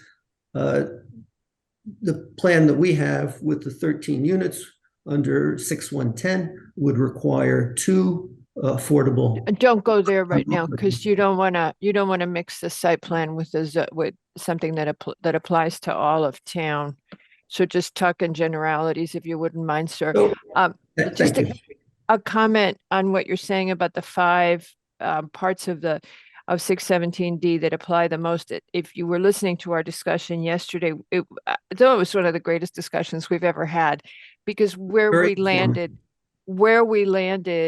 was basically, I wouldn't want to only cite those because what if they get resequenced or reworded, but that we add to your proposed text amendment a paragraph. I almost said sex amendment. Just a moment of levity, but nobody appreciated it. Okay. Especially low. I've never seen such a straight face. This is serious body. Okay, so if you added to that at the opening, if you added that 617D should be viewed within the context of either maintaining retail continuity, pedestrian circulation, or residential character of a neighborhood as most appropriate. So, you know, where we were going was for a commission 10 years from now, help them set how we would want them to be looking at it. Make sure that whatever goes in fits the neighborhood, and here's the filter to place on that. So if you would add that language to the beginning of it. The next thing was, I felt that Ms. Kolakowski did a good job of clarifying, but even then, it's got to be super clear cut. 6110 is so hard to follow as a regulation. I apologize. I think we just made it. It's one of those you can tell a committee wrote it once. If we can make it very clear, if you would integrate Ms. Kolakowski's comments and integrate very clearly, not allowed in the CGBR, you know, waiver in these, applies to these, and just very clear so that anybody could follow it, because you're dealing with the practitioners, and even then, it's hard to follow. We know what we mean, but somebody else won't. And when we get an out-of-town applicant, you don't want to make them crazy. Those are the changes that we discussed yesterday. Does anybody want to add to that? I think they're happy with that. I have a trivia question for you, Mr. Hagney. I got asked yesterday. I know you hate it when I do those. Okay, from when you were on the commission, is there any more history on the evolution of LBR1 and LBR2 than what we all remembered that you would add? I'm going to digress a little, notwithstanding that you've had a long meeting already so far. No, but part of that is we had a moratorium. It was an 18-month moratorium. When was this? This was in 1986, 87. Okay. We should have gotten it out. I've saved it. It's 500 pages thick. It looked at every single LBR zone in town, and it's not just the 10 LBR2s, there are the LBR1s also. And initially, we came up, and oh, by the way, the FAR in the LBR zone at the time was 0.9. Interesting. After a lengthy study, 18 months, we adopted the amended regulations, and I think there was only one or two people who spoke against it. It was probably one of the more thorough things we had done while we were on the commission.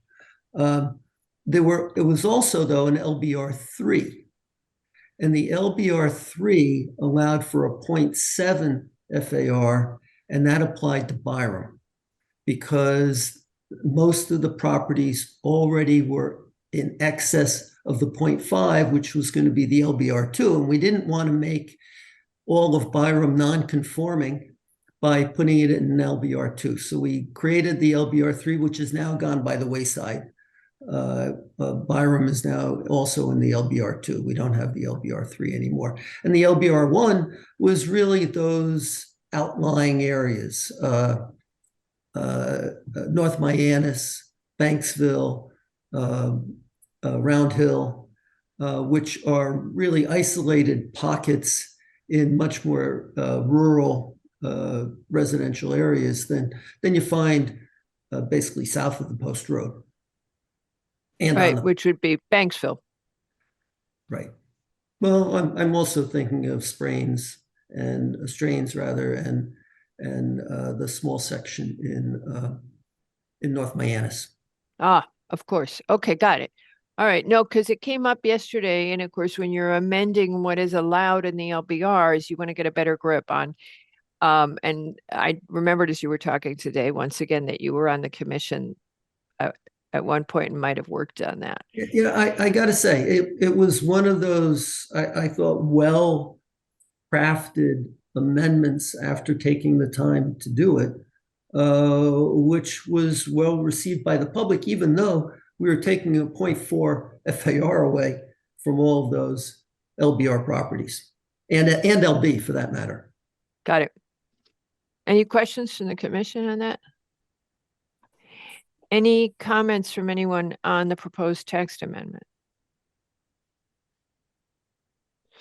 Does anybody from the public wish to speak on the proposed text amendment in Glenville? This is to revise 6110. Pamela Ferraro.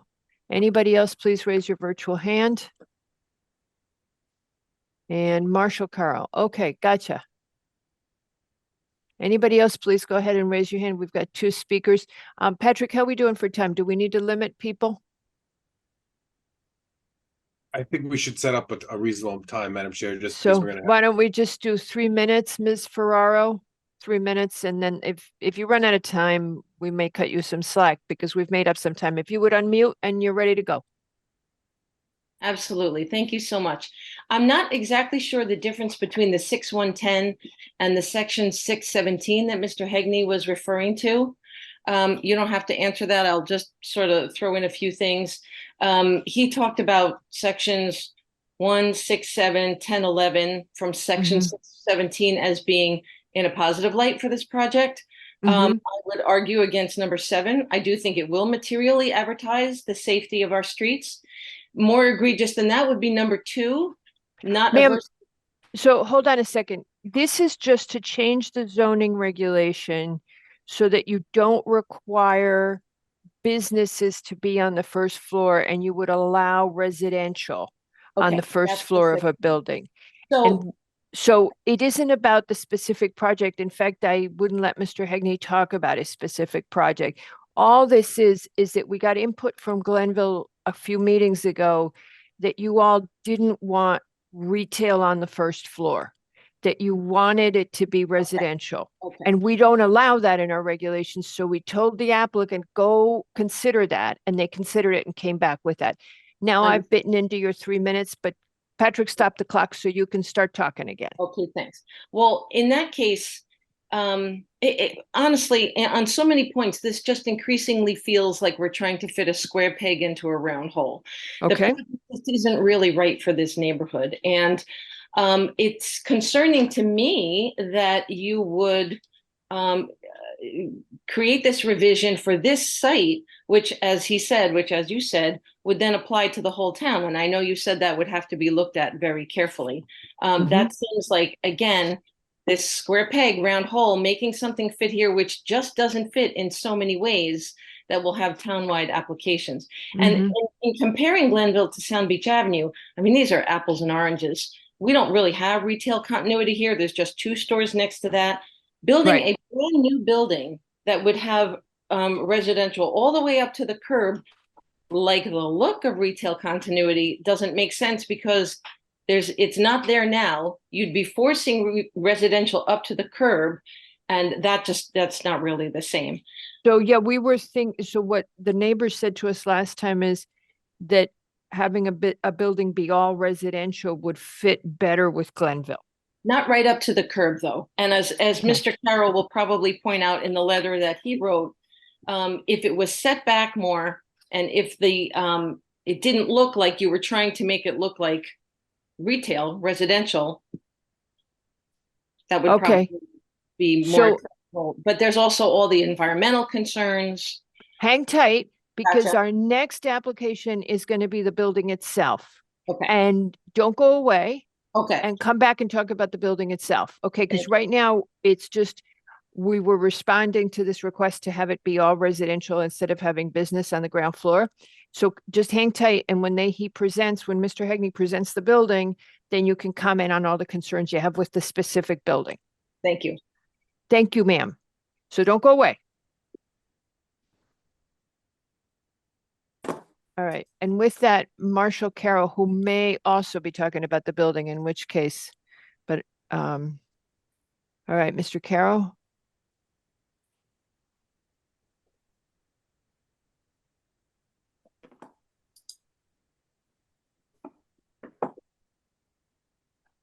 All right, there he is. Okay, hello, Mr. Carroll. If you would unmute, you're all set.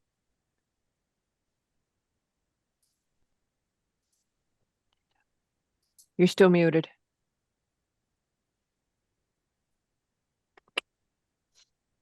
Ooh. Mr. Carroll, if you could unmute. There you How's go. that? You got it. You got it.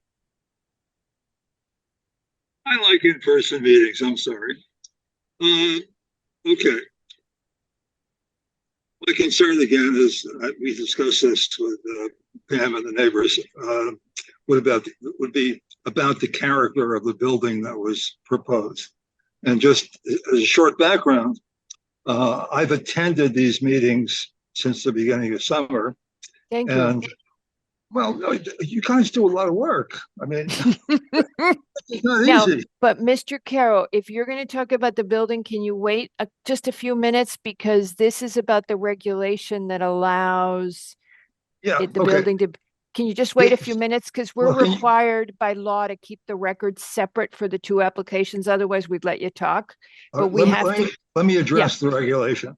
Yes, sir. Okay. That would be great. Okay, there's absolutely no reason to amend the regulation to permit this type of ground floor activity anywhere in town. There's no demand for it. Okay, I think it's crazy, and for our neighborhood, it would be horrible. And Okay. applicant can very easily raise that building up off the street if you want to make it all residential, but I'll talk about that in a few minutes. All right. Okay. So not consistent with the neighborhood. Okay. So you'll come back. Yes. All right. Don't go away. And remember how to unmute. All right. Mr. Hegney, I think that's it for the public comment on the text amendment. Again, if you would make these changes, we would have to notice it and we have to send it back. We don't have to send it back to Westcog, do we? They already said it had no intermunicipal impact, right? Correct, We're Madam just, Chair. If we're, yeah. unless we're changing the areas of the zone or you know, No. being impacted, mean, but it has no intermunicipal impact. They're not interested in, all we're doing is adding a filter for how you would think about it. And then we can run it by the public again. Agreed. And see what people say about it, about having this. Mr. Hegney, did you want to add anything else? No, Madam Chair. I think I know what I need to do and we'll make the amendment and come back to you. Okay, thank you. So this application shall be continued. And now we go to our next application, which is number 69 Glenville Street LLC for a final site plan and special permit. I apologize. This is now a preliminary site plan and special permit. This is for a building at that address at 9 Glenville. And at present, as originally submitted, this is mixed use retail and residential, and that is how it is being discussed. But this will allow everybody to comment on it. Is that correct, Mr. Hegney? Yes, Madam Chair. Although you did come in with an all residential over the summer, on which Mr. Levy especially was quoted somewhere as having a lot of comments. And he probably still has those, but okay, go ahead. I did review those comments before this evening. And he was pretty consistent yesterday, actually, too. He's very consistent. Again, Tom Hegney for the applicant. As the chair said, we've converted this from a final to a preliminary subdivision application. One of the big things that came out over the summer was the need for a revised traffic study. Can't do a traffic study when school is not in session, so we had to wait until last week. We weren't going to do it during Labor Day weekend and during that week. So traffic counts were taken last week by Mr. Adler, and he is in the process of analyzing them and will come back with a revised traffic report, which will refer to our revised site plan, which includes 4 one-bedroom apartments and 9 two-bedroom apartments, rather than 8 apartments and 4,000 square feet roughly of retail on the first floor. So the first floor becomes all residential with 2 three-bedroom apartments. And then the second and third floors would have 3 two-bedroom apartments and 2 one-bedroom apartments. We're leaving the driveways and the parking areas as they are. We are, because it's now not a mixed-use building, there's quite a bit more parking required for the residential use. And we're also providing for visitor parking as well. The plan is submitted to you, subject to adoption of the amendment that we were just talking about, would meet the conditions and requirements of 6110. We meet the floor area ratio limitation. We meet the setbacks. We provide the parking. We meet the height. And we would now, because there are 13 rather than 8 apartments, there are now 2 moderate income dwellings rather than just 1. We saw the comments from the housing specialist, and we'll revise the affordability plan to address those. From a standpoint of height, the existing house is about 1.5 feet higher than what we're proposing for the first floor here. And the first floor here is about 4 feet above the sidewalk elevation. We are to lower it further or to raise it up, probably going to involve more site disturbance. We think this works well, balancing the elevation at the street and the elevation to the north. Other than that, I was just going to tell you we're continuing to work on the facade, provide you with updated elevations and renderings, and we'll come back to you with a final plan once we have the traffic in place. Okay. And I hope that we have a traffic plan that we can show you that does not degrade the level of service. When I asked Mr. Adler about that, he said, I got to look at the data. So we'll have to wait for his analysis. Yeah, the big concern is this problem with Angelus Drive. And it's a difficult situation because it's been made worse by what's the place called? I just blanked. Open Table? No, that's the reservations. Country Table. Country Table. So the big concern is Angelus Drive. And as you know, we have heard from those residents and they're worried about the impact and going from D to E when the town standard is, no worse than C is a source of concern. So to address that and the trips, but just throwing this out to think about, one of the changes in the state statutes with PA 2129 is that a traffic study should include vehicle miles traveled.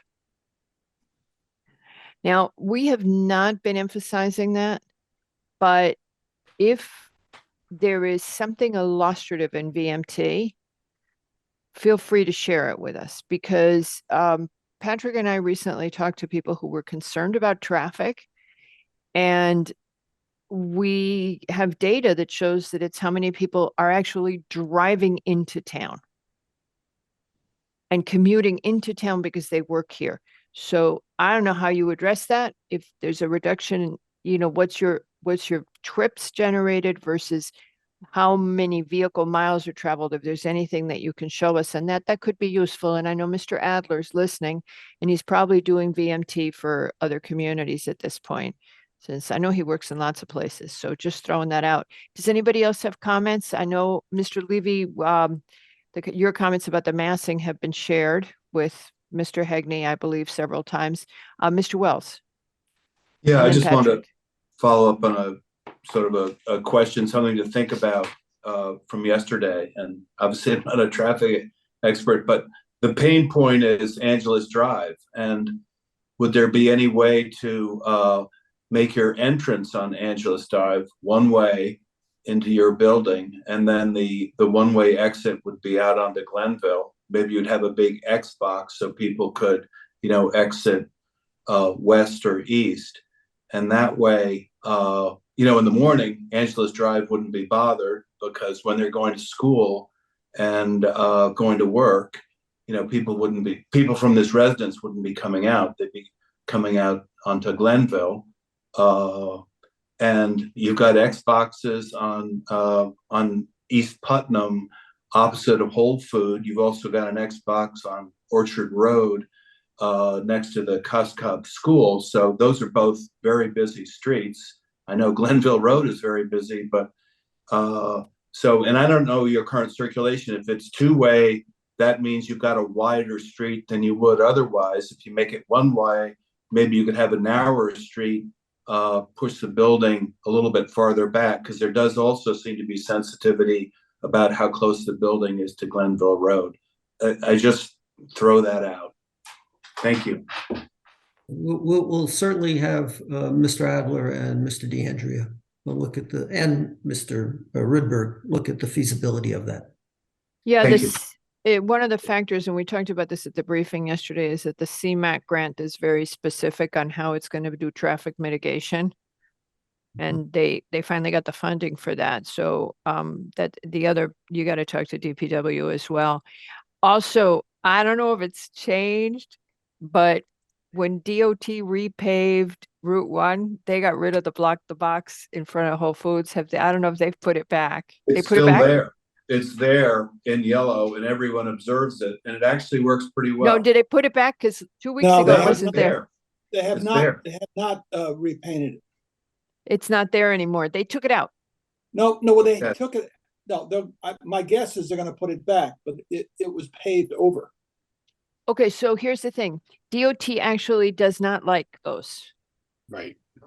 And so if they blocked it out, if they repaved it, a ver, as we say, if they put it back. Okay, well, it's on Orchard Road, and I live off Orchard Road, and it's still there, and that's a very busy I think we were street. talking about Whole Foods, Mr. Wells. I think Whole Foods was the one we're talking about. Isn't that what I said? Orchard Road is not Whole Foods. Okay, I'm talking about two X boxes, one on Orchard Road, where the Cuscob School has its parking lot, the other on Whole Foods on East Putnam Avenue. They're two different X boxes. Yeah, in this and town that I'm aware and of. if Route 1, so if DOT controls something or has input on it, they don't like to block the box, and they're doing the CMAQ grant. I believe it's theirs. So I'm Okay. just saying, but it's worth talking to Jim Michael. That's the guy. Can't hurt. Can't hurt. And we're worried about the Angeles guys. All right, I'm going to go to public comment if you're agreeable, Mr. Hegney. Yes, thank you. Mr. LaRoe, did you want to say something before Madam Chair, public comment? you said a BMT or acronym. I'm not sure everyone knows what that is. Vehicle miles traveled. Thank you. I said it a bunch of times, and then I did the acronym to see if anybody was paying Got it. attention. I don't think I made the connection, so I just wanted to make sure we were. Oh yeah, well, it's that caffeine hit you're missing. Yeah. Okay, all right. We're going to public comment, and Ms. Ferraro, thank you for staying with us. And then Mr. Carroll, thank you both. All right, Ms. Ferraro, you can talk about the building to your heart's content for 3 minutes. Thank you so much. Just to address that, Mr. Wells, we do appreciate your comments about concerns of Angeles Drive residents trying to get in and out. It's challenging enough as it is. I'm very curious to learn what day and time the traffic study was done. Hasn't been completed yet. I'm going to talk real fast. Stop the clock for a second. Hasn't been completed yet because they did it when school wasn't in session. So we asked them to go back and do it when school was in Right. session. So now they're doing a new one. And we're talking to them about what we want them to look at for the new one. They had to make sure it was well into the school year. So that's why. And Angeles Drive is a key concern because that is the worst intersection. Go ahead. And it obviously should be done during peak school travel times, right? The morning times, the afternoons. Yeah. And we did actually ask Fred Camillo if we could have an X, don't block the box at the end of Angeles, this project notwithstanding. And he told us that DOT does not like that. And as far as Whole Foods is concerned, it was that there is still a sign that says don't block the X, but it's not on the street anymore. So I'm not hopeful about that. So yeah, traffic's still a concern. The scope and the scale and the appearance of this project still a concern. The fact that it's so close to the street, the in and out, quite a concern. I'm a little bit concerned, and I don't know where this fits in, but Alexandra Mock from the Environmental Analyst made Yes. a lot of points that say that this is really not, this is her quote, this massive site modification is not only unreasonable, but against the principles of low impact development. She made a lot of points there. Is that, where is that conversation in this conversation? Well, we keep talking to her about that because, well, let me let you finish and then we'll answer you. That's pretty much it. Leston? Yeah. Okay, so the biggest issue that she had, as you may remember from the plan, from her comments, is the removal of the rock formation of the ledge. And we've been trying to get the applicant to not remove the ledge or to reduce the change in the ledge because we try to keep natural rock formations. And so far, the applicant is still working on that. Right. Well, it seems to me that a reduction in this project in size and scope would be in alignment with that because there are definitely detrimental environmental effects with what's planned for right now. So I appreciate all of this. We do not oppose progress here in Glenville. We do not oppose building. It's just this is the worst possible site for this kind of this size of a project and just not in keeping with the character and trying to keep traffic flowing through Glenville the best we can. So thank you all. And if I could just add, Ms. Ferraro, Mr. Levy and I both attended the session that Mr. Camillo had in Glenville. It sounds like Oh yeah, it was very well attended. It was very well attended. Got Yeah. there early, so I was. You got a chair. I was sitting on the floor. But it's very clear, and I shared with the commission and Patrick afterwards, your traffic has increased significantly. You are seeing a lot of people who are commuting into town. We think that that's a source, and the traffic has increased a lot. And that issue has been raised over and over in town. Round Hill has raised it with us, Lake Avenue, North Street, all those streets that represent an opportunity for north-south driving, transit, are objecting to how much traffic has increased. And we're struggling to find solutions. We're talking to our planning region about it because there's a planning group for the whole area, or most of Fairfield County, but it's a struggle. And I think during the pandemic, a lot of people started driving instead of taking mass transit and may not have gone back. And that's another problem. And by the way, they're ignoring the speed limit. For sure. I mean, and it's not just Greenwich. It is nationwide. Mortality per vehicle mile traveled had soared during the pandemic and post. So it was just a whole shift in attitude. So we're working on it, but the answers are difficult to find, but we are trying. Thank you very much. Please keep coming back. I will. Because we're going to work on this. Mr. Caro, if you would go ahead, it looks like you've unmuted.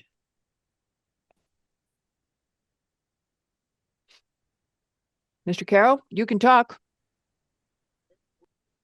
No, you just muted again. There you go. Perfect. You need to get closer to your microphone. Turn up the volume. There you go. Turn up the volume. How's this? Perfect. Okay, we got you. I turned up my volume. You're trying to do what? I turned up my volume, not the computer. Yes. Yeah, your volume's good too. That works. The old-fashioned way. Go ahead, sir. Okay. Looking back at what I've observed since the beginning of the summer. The rationale for the site plans that we first looked at, or I first looked at with this committee, was that in an LBR zone, they had to have retail in order to have apartments on top. Therefore, they shoehorned this building right up on the street adjacent to Glenville. Essentially no setbacks. The commission emphasized that if they included affordable housing, you would be able to look at what they were proposing more favorably, because there, as I understand what you were saying, there's a great emphasis on increasing the number of units in the town. Okay, what we're looking at now is the builders would prefer to go all residential and have more affordable housing if you would permit them to have 13 units in the building and no commercial space on the first floor. And in order to do that, they would need a change in the zoning code to permit residential on the first floor. Do you want me to correct some of those assumptions, or do you want to keep talking? I'm on a roll, but go ahead and interrupt me anytime. Okay, just quickly, it always had below market components. They came in under a regulation that it always has below market. It isn't actually affordable. It is geared for folks that work in town, the pricing of the apartments. So it's probably about 100% of the average income of the Stanford Norwalk corridor. When the neighbors saw the ground floor retail, they said what Ms. Ferraro said a minute ago, that they didn't think it fit with the neighborhood. So we asked the applicant, in response to the neighbor comments, to come in with all residential. So that's been our request based on what we heard from you all the first time. But we're willing to keep working with this. You know, we're trying to do what complies with our regulations, because we're required to do that, but at the same time fits with the neighborhood. So it always had below market apartments, and they proposed the retail, and we said, hey, the neighbors don't really want that. Would you consider all residential? Now, can you continue your role with all that interruption from me? Sure. Okay. What I heard, but on that point, what I heard you say, because you addressed the point at a previous meeting, is that they would need some type of variance to get all residential in the LBR. The zone change, the regulation change, yes. But that would likely be viewed more favorably. And you indicated that you thought that would probably go through. And you suggested in your own easy way that you ought to think about an all residential building, because that would probably fit in. That's what I heard. So, okay, so by law, I can never say that something's probably going to be approved. Okay, they just take me outside and shoot me if I say those things. That's called predetermination, and I can never say that. Okay. I think you couched it appropriately. Yeah, I hope I did. Okay, so let's just say, oh, I think the neighbors would be more receptive to this. Go ahead, Mr. Carroll. Okay, so here's the thing. If you no longer are going to have a retail component, you no longer need the street presence. Okay, you could pull back setback, or, and again, I don't know what the height restrictions are, but if they took their planned building and put it on top of the deck, the parking deck they're going to build, okay, and put the driveway on Glenville Street, okay, leading under the building up onto the parking deck, it would look good. They'd get more money for the apartments, and I think they'd save a lot of money. And by the way, they'd clear out a lot less rock. And we're gonna tell Mr. Hegney to go look at that. Then he's nodding. So Mr. Hegney will explore that, because Mr. Levy on the commission has said a very similar thing. Yeah, and then, but you should also consider. Sorry, I won't answer that. They should also consider. Sorry, okay. They would also consider putting in a 2-level deck with amenities on the upper deck and parking on the lower deck. Again, if you allow the height in there. And I set the building at the far back of the lot. They could have a swimming pool on the second lot. They could get really high-end rents, and it would look good. It would just be a very tall building. And I think they would avoid having to dig down and put mechanicals below ground level. It would make a lot more sense. Well, we do have height limitations in town, and I can tell you that a lot of people feel very strongly about them. But Mr. Hegney is going to look at the setback of the building and whether it could be over more of the parking, because that's really what you're saying. Whether the building could be over the parking, and eliminate the Angeles Drive problem if they put the driveway adjacent to the liquor store, under the building, up to the parking deck. It would uncomplicate everything. Because you don't have to have retail access anymore. No, it doesn't have to be on Angeles Drive. Yep, I gotcha. Okay, he's taking notes. So stay tuned.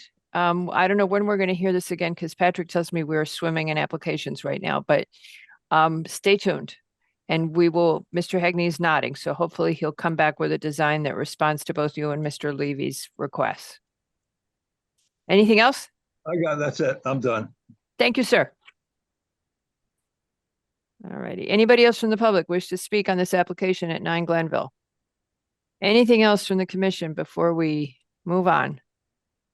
All right. So I just want to thank the public for speaking, and because it gives us a bearing for what we're saying, and that we're not talking into thin air. So appreciate the comments. And I think that there's a project in here somewhere, and we're looking to, have a meeting of the minds here. not that it would probably get approved, right? All right. Okay. Mr. Hegney, you're staying, right? I am. And All thank righty. you. This is a must close. If I can be so bold as to point that out to the commission. I have, of course, had completely forgotten that because you converted it to preliminary. Yes. Therefore, wow. Okay. So I didn't even have my head around that. All right. So does anybody object? You can't object to closing at this time because we have to close the preliminary, which moves Patrick, what? Well, we do have options, Madam Chair. If the applicant and the commission want to make a motion under the move to final, that's fine. If Mr. Hegney doesn't feel that's necessary, we could also ask for withdrawal. So, I mean, I think there's two ways to skin this. Because I don't know what we're going to say to you. Don't have my brain around it, and I'm sorry, but what do we say to you in a move to final? Because you've got the mixed use here. So we're going to move you to final, just saying, and we're going to say, so when you come back for final, maybe do a residential, all residential, or maybe not, depending if the text amendment doesn't fly. That's the tough thing with moving to final. I thought you had gone to preliminary just so that as a signal, and then you were going to withdraw. I'm sorry. My suggestion, Madam Chair, would be that you close Suggest it, away. but not vote. And then Perfect. I can discuss this with staff, and if withdrawal is appropriate, we will submit that. That gives you time to either make a decision or not, and my client to make a decision or not. So we have 60 days after close, right? 65. 65 days after close. What I would say is, if we could get the text amendment settled within that 65-day window, we would have something to say to you on a move to final. That did come to mind, yes, Madam Chair. I'm sorry, that's what I figured you knew. I mean, what were we supposed to say on a move to final? And I was like, oh, he's just going to withdraw this when we're done. No. All right, okay. So there are other alternatives, and I think we can explore them if you just close it tonight. Okay, so does anybody object to closing this application at this time? This application is hereby closed as I have seen no objections. Okay, good. So thank you, because that was a close one. Thank you, Mr. Hegney. Okay, so we now go to application number 7. which is another zoning text amendment. This is to rezone 1.9 acres from a 6.2 acre property at 21 Glenville, and it would go from the RA1 to the LBR2. And Mr. Hegney, you listened to the discussion yesterday. Please proceed. Thank you, Madam Chair, members of the commission. For the record, Tom Hegney on behalf of the applicant. This is actually a map amendment. Oh, yes, of course. I'm sorry. Change a zone line. Currently, the property is both in the RA1 zone. More of it's in the RA1 zone than is in the LBR2 zone. So we've only moved 3 properties down the street from number 9. And this, of course, is more known as the Glenville Shopping Center, where Stop and Shop was. What's driving this proposal is the need to provide more parking to attract a new supermarket as a tenant to fill the Stop and Shop space. That's why we're here. That's what brings us to you, and that's why we're making this proposal. So the supermarket was built in the 60s. New supermarkets tend to be much larger than the 20,000 square feet we have here. They can be 30, 40, 100,000 square feet. We're not looking to change the footprint of any of these buildings. We're not looking to add any square footage, but every single prospective supermarket tenant that has looked at this space says you don't have enough parking. And I guess they must have also visited the Whole Foods on East Putnam Avenue and probably thought the same thing there too. Or maybe Chitterella. But here we have an opportunity. And by adding more parking to the rear in an area that is basically level, except a little bit on the west side where we're looking to straighten out the parking that's there already, we could allow for employee parking in the rear, which frees up space in the front. We're not going to add any more parking spaces than we already have in the front. That's pretty well tapped out. We've done that and increased the number of spaces based on converting the old post office to retail, which we've gone through. I guess it's 3 hearings with you to change it from post office to all retail. Pat or Tracy, if we could bring presentation material up on this. Actually, the thing I would like to share from the get-go is, can we look at the map? Yeah, perfect. So is this your favorite map? Why is that line there? Exactly, we asked that. And essentially, if we go to the next slide, it could be 2. Yeah, this helps because what I was looking to do by drawing this line was to add the level area behind the supermarket to the LBR zone. Now, there are 3 things that will.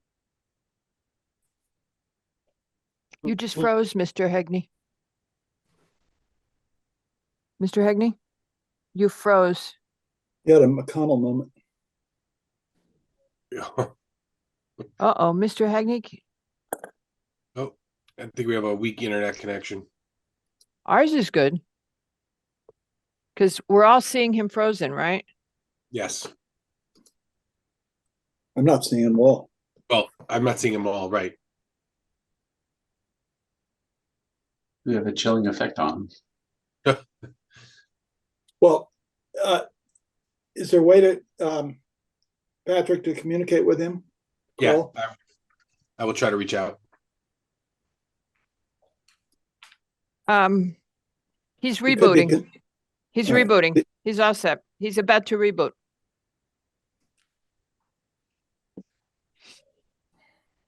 He may have just delivered the best part of his argument. That's all right. Should we go to dinner and surprise him and not be here when he gets back? No. I'm not hungry enough yet. God, that would be so much fun.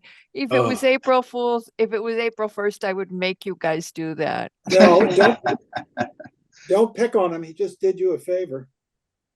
I know, because I really blew that one, didn't I? I just didn't focus on the fact that we were gonna have to do something with a preliminary if we closed it.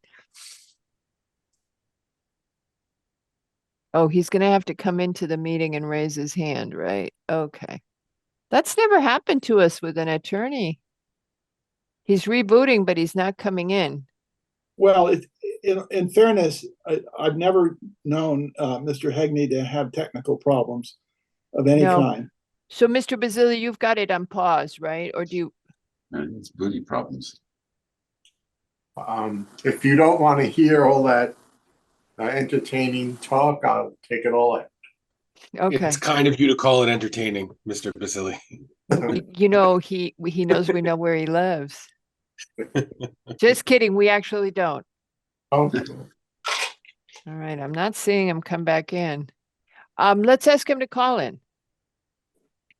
If he doesn't have internet. I mean, we know what he looks like.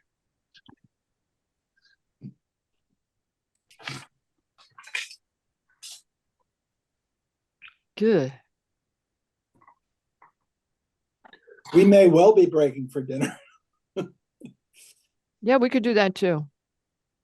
I mean, it's tough for Mr. Basili because he was like moments away from going home.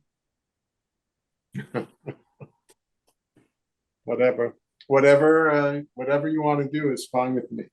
I think Mr. Basili may already be at home. He is. It's just a joke that I always make, and you guys don't ever say anything. Are we we've just heard- supposed to laugh?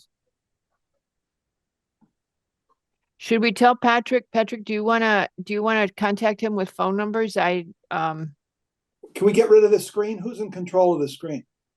Tracy. Now, where'd he go? Do you want to decide the application before he comes back? You guys are no fun. You don't let me to decide the application. I still think we We're should all go in. terrified of saying the wrong thing and showing predetermination. Oh, you said this would probably be approved. No, I did not. Sounds like somebody's been to some training, which is a good thing. Yeah, I'm doing more training this week, you guys. I'm going back to basic again. Should we move No, on to Greenwich Academy? No, well, the problem is, well, Mr. Basili. we could do that. We've got Mr. Basili here is the problem, but I mean, we could just pay him to be entertained by our wit. Time is money. But And are we able to close the public hearing and then reopen it, Pat? No, we can absolutely do that. We can, but again, Mr. Basili is going to be waiting for the reopening. So whether we take the break for dinner now, I mean, I don't think it matters either way, but No, Patrick, did you follow through, try to call him? I'm trying to reach him. He's not picking up. So I'm assuming that means he's efforting, whatever.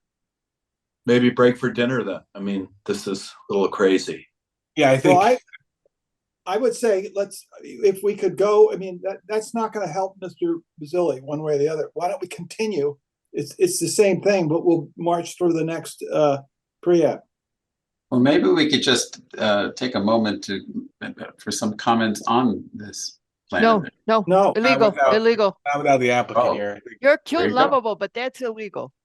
Okay. Well, it's falling on deaf ears, right? So Yeah, no, also we can't unless the applicant hears everything that we're saying. All right, okay, I propose we go to Greenwich Academy. do I have a second? Mr. Basili, how do you vote? Would you rather go eat dinner or you don't care? I'm All right. I'm fine with whatever you do. Whenever we're ready. Let's go to Greenwich Academy and then we're gonna pay Mr. Basili to sit no matter what. So I'll charge double. Don't worry. all right. Wait, but that's probably gonna be very long because they want to tell us all about their plans, right? And the neighbors are all going to call in. Yeah. It's a long. If their response with this new application is any indication, it should be very short. I Let's doubt go it. to, no, They let's gave go us to no- dinner. This could be long. They're gonna tell us about the property they bought in Glenville. Right. they're going to tell us about the busing. Yeah, it could be long. Let's do Mr. Basili. We want you to go make yourself a sandwich. Thank you. Or Chateaubriand, you know. Or a Chateaubriand. I don't have any of that at home. All right, and we're going to go to dinner. Patrick, oh, what do you got to say, Patrick? Any updates? Nothing. No, I just want to let you know I'm here. I'm going to keep calling So, Mr. Hegney. We just I'm wondering think if that, he's lost something at the business, so I'm going to keep trying. so, yeah, I think he's got a power outage of some kind. Yeah, that's what I'm worried about. But I'm going to keep trying. Now, Tom Hegney has raised his hand. Just when we thought we were going to have dinner. Well, you couldn't have left your post anyway, Patrick, so. No, we were just gonna. All right, here he is. Good. Okay, you have to unmute. By the way, is someone really having Chateaubriand for one? That seems like a hefty meal. No, but I would. All right, Mr. Hegney, there you go. Oh, you're home now. I was home before, but I was not as close to the router and I lost my internet connection. So now I am sitting a foot away from the router and hope that works. We're very happy to see you again. If you would like a tech Thank you so secret much. from the untechy, I always hardwire into the router. Well, that would require me to sit at my small desk here rather than on a very large dining table, which is always easier to have when you have 4 things in a row. You need a lot of space. All right. Okay. So where you were was we were looking at the map and we Yes. were all going to leave and go to dinner and not tell you, but you ruined it. I would have caught on at some point. All right. Now, you were So- explaining to us that you were taking advantage. I think you're responding to the fact that we asked a lot of questions about why the funny shape of the conversion of this part of the lot to the business zone. And we asked why it had to be done that way. We weren't as concerned about the back part. We were more interested in the funny line it makes on the side and whether that could have been differently configured. And one of the questions we asked yesterday was, when you do this, you end up reducing your coverage way below what you needed to do in order to be compliant. You bring it to, am I doing this right? We bring it Yes. to a 59% coverage versus Right. what we have now. 75, and you only need to go to 75. So you could Yes. technically leave more of this in the RA1. And Yeah. that was what we started talking about. So we saw that you were working with the flat parts of the site, but we wanted more reason why so much was being converted to business. Okay, go ahead.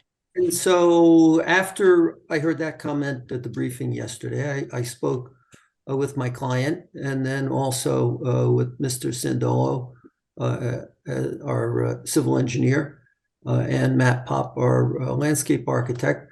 And we are prepared to bring back a revision of this zone line where less of the land will be rezoned from RA1 to LBR2. So that we're closer to that 75. First blush, it looked like it was going to be about 65, but we're looking at increasing the amount of area within the RA1 zone. Right. Just a point of clarification. Yes. Are you going to basically be following the new contour of the parking lot, or are you not going to do that? Yes. That's the one reason why I wanted to talk to Mr. Pop about it. We want to make sure that there's an adequate area within the LBR2 zone for the landscaping that we're proposing. But it basically will follow the line of the curbing for the new parking areas. Well, that sounds like a good idea to me. The caveat is that, are you through with the site plan? Because I looked at it and I thought that it could be a little bit more efficient and a little more rectilinear, and serve you well that way. I did want to respond to that comment also, and Mr. Adler is here because we did retain his services, and it's more of a site plan issue than it is a rezoning issue. Yes. And maybe So let's I'll keep it separate. respond to that. Please, But let's keep it separate. We were prepared to revise the proposed zone line. Frankly, I thought that a straight line was the simplest, and that's why we have a straight line. But also what this does is it allows us to create all of our parking within the LBR zone. Currently, there about a quarter of our parking spaces are located in the RA1 zone, along the westerly side of the property, or the top of the page here. Okay. My only point was that I wasn't sure if you had done, if you were really done with your site plan, because it looks like, at least to my eye, that you could revise it and make it a little bit. Yeah, but what we're saying to you is, and if you followed the existing contours, it might be different than what you might want to redesign. I got you. So the reason that Mr. Levy brought in the site plan is that there's a chicken and the egg in his mind for this, which is when we give you the input on the site plan, that may affect how you revise the rezone, but that's okay. We'll give you the input and then you see how you work that into the rezone. Yeah, into the rezone proposal. The one question that came out of the comments on the rezoning was, well, what are we getting? And frankly, the answer is a viable shopping center with a supermarket. Right. Without doing this, we're not going to have that. Well, the space is small enough to begin with. It's 20,000 square feet. So you can't get every single supermarket chain to be interested in this. My client has hired a commercial real estate broker who specializes in supermarkets to market this space. He realizes that this is a key for Glenville and wants to retain it as a supermarket. But without this parking, none of the prospective tenants that have looked at this site, they say, you get us more parking and we'll look at it. If you don't have that, we're not interested. Okay. So that's where we are. Okay, so the other answer to what do we get from this? Mr. Hegney, why is this proposal consistent with the Plan of Conservation and Development? Because it is providing a viable retail area in this neighborhood that has existed since the 60s. And without this, that will no longer be the case. So what Mr. Hegney is citing is a reference to guiding principle number 5 in the Plan of Conservation and Development, which is to maintain economic vitality and thriving commercial centers. Now, as you all know, guiding principle number 1, which is about maintaining the character of the community, is the most important. The physical characteristics, they are not changing this building, although they are adding the retail. We'll get to that. But guiding principle 5 does speak to maintaining economic vitality. Is there anything else on the, go ahead, Mr. Hegney. Just number 1 of the guiding principles. You're not going to see these parking spaces when you're at the shopping center unless you're looking for that parking space. You're driving by on Glen Ridge, or you're driving by on Glenville Street. You're not going to see it. And I know that there's a public interest in this. Otherwise, Mr. Camillo wouldn't have called me on a Sunday morning and said, "What are you doing about putting another supermarket in this space?" Oh, and that's cute. What I just told you, that my client is working very hard to get a quality supermarket in here. Okay. Somebody want, say, an upgrade from what was there. And that's what we want to do, and that's why we're here. Okay. Ms. Kulikowski also highlighted something that I had forgotten, which is apparently if you go back to the Glenville plan that we did a few years ago, it references a need for more parking at this site. In the staff report, she points that out. So you might want to mention that there is a plan for Glenville that references that this site is short on parking, and it was approved by the commission and was done with the support of the Glenville community. Does anybody have any other comments on this application? Seeing no other comments, we will turn to public comment. Anybody from the public wish to speak on the proposal to rezone part of the Stop and Shop parking lot from RA1 to business zone, from 1 acre to business zone? Please raise your virtual hand. Seeing no comment from the public, we would leave this application open then, Yes, please. pending the revisions that Mr. Hegney proposes. And with that, we would end the public hearing, Mr. Basili, much to your chagrin. Oh, I'm disappointed, but there's always 2 weeks. Bye-bye, Mr. Basili. Thank you. Wait, what? Oh, Mr. Basili, I think it was a joke. I was right? just going to ask, Mr. Hegney whether he was aware of any, and this may not be the time for this, any study on traffic changes since Stop and Shop closed. Site plan. Yeah. Hold on, hold a thought. That's a site plan question. And let's ask him about the traffic when we get to the site plan and not the rezone. Okay, because the rezone only needs to be consistent with a plan of conservation and have no objection from Got Westcott. it. All right. Okay, bye, Mr. Basili. Bye-bye. Our next item is now in the regular meeting.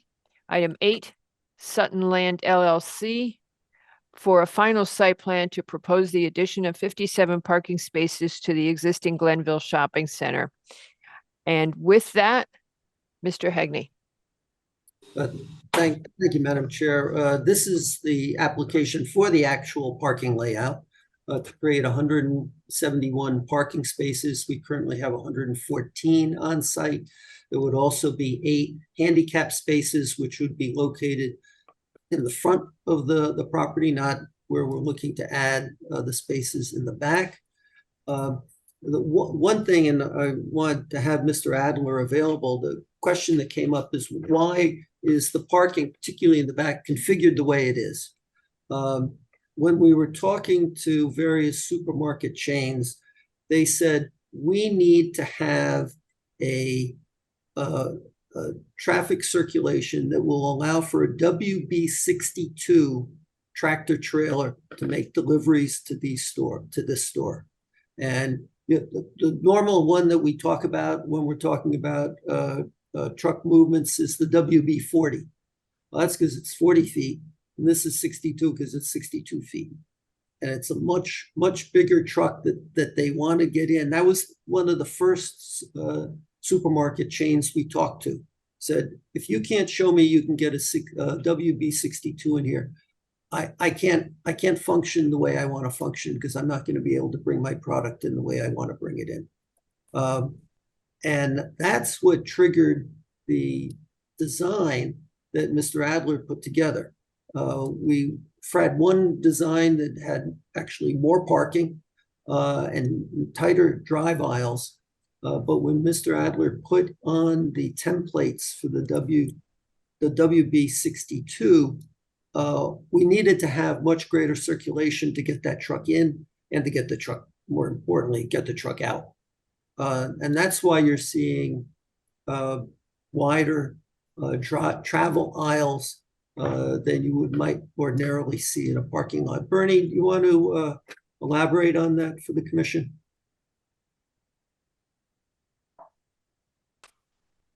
Sure. For the record, my name is Bernard Adler. I'm a licensed professional engineer in the state of Connecticut. And as Mr. Hegney pointed out, we were charged with trying to look at the ability of a much larger off-road vehicle to be able to provide goods movement to this center to replace the existing Stop and Shop. And we did, as Mr. Hagney pointed out, use our templates for the larger truck, which is standard truck turning movement as promulgated by the American Association of State Highway and Transportation Officials. And with that, the back part or the south or the part to the right on the site plan, especially as Mr. Hagney pointed out, for exiting, required a little difficult configuration of the parking. But as he also pointed out before, the back part of this site is predicated and dedicated for employees. So there's not going to be a lot of turnover, hopefully, at these locations, but that as part of our report, you can actually see the articulation of the truck of the larger WB62 as it traverses the site and goes out. Nothing else changes. All the stores are the same as approved. And the only thing that we did was just shift around some parking to be able to allow for this larger truck to articulate. Okay, That's it. Mr. LaRoe, did you want to add something to that? Yeah, Mr. Adler and Mr. Hagney, is there a understood route that this truck will take to get to the site? Because I know I'm assuming it can swing in, but can it only enter the site properly from the southern route or from the west, or excuse me, the east? No. Yeah. It's going to come from Glenville. So that's what I was told. It's a straight access. No, not Glenridge. Mr. Levy, I'm sorry, your mic's on, Mr. Levy. Okay. Okay. Go ahead, Mr. Adler. So so I guess the question is, will the WB 62, is it going to be able to swing in, making be a right-hand turn into the site as well as making the straight in and from the south? Well, the guidance that was provided to me by the owner is that the trucks will arrive in the same way that they arrived before, which is straight in. And the turning movements are in the traffic report, or are they in the site plan? Turning movements are internal on the site. But so Can there's we no throw the site up again? You know, we had the picture with the truck backed into the dock. I think that'll help. Is that okay, Mr. Adler? Will that help you yeah. walk us through it? Yeah. Yeah, I did not include in the presentation material, Mr. But I know we Adler's saw traffic it. circulation. No, but we had a picture yesterday of the truck. We had a drawing yesterday that had the truck backed into, that had a little illustration of It was a photo, I believe, right? Oh, it was, you're right. yeah, Madam Chair, it was the aerial photo. It that was had- the aerial. That's right. I'll right. see if I can find that from Google, but yeah. So I guess my question is, No, here it is. Here it is. There's the Okay. truck. There Yeah. you go. Okay, so that's what we were looking at yesterday. There's the 18-wheeler right there. Right, and that's not a 62. That's a 40. 40. It's a 40. Okay, well, look big to me. All right. Okay, so they're going to come in from the front. Mhm. All right. Straight in. Okay, straight in. Mhm. Okay, they're going to loop around to the back, and then they turn in the back. Wow. Correct. Well, they're making two turns to get back there, right? They're making the left around the old post office building, right? Yes. Yeah. And then a quick right around the main building. They're making a left in front of the old post office. And then right there, right, and then they go straight back, and then they pull into that dock and back into that loading area. He probably is not pulled all the way in. There's no other conflict, so he didn't bother. But then he will turn to the right and make a loop in that parking lot and come out. That's right, Patrick. So he will follow that to come out the same way he came in, come back in front of the post office and go out straight.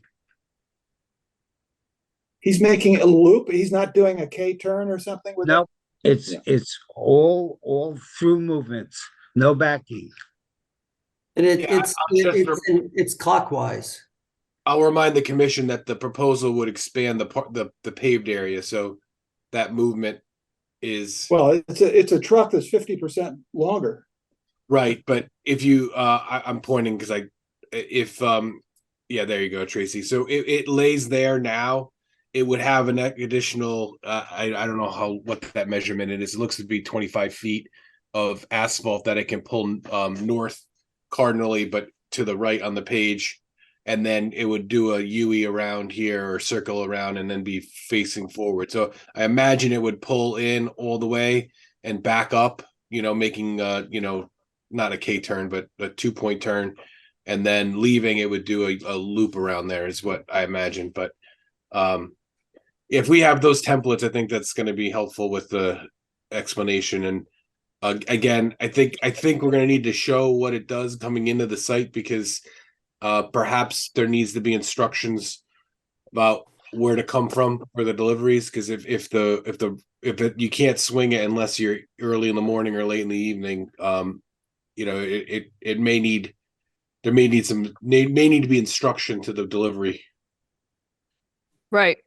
And do you guys remember, I'm blanking on what Nick's concern was with the rear parking and the truck circulation yesterday? But there was something he wanted us to share something about how people get, if you're in that area right now, how does one get to the front of the building? Not for I understand there'll be a door for the supermarket tenant, but the 4 tenants that are there adjacent. That was it. Is there a plan to get around the building that way? Actually, I met with my client, Mr. Sandola, out at the site earlier today. Wow. And you can actually walk around that east side of the building now. You can get a sidewalk in there, right in that area.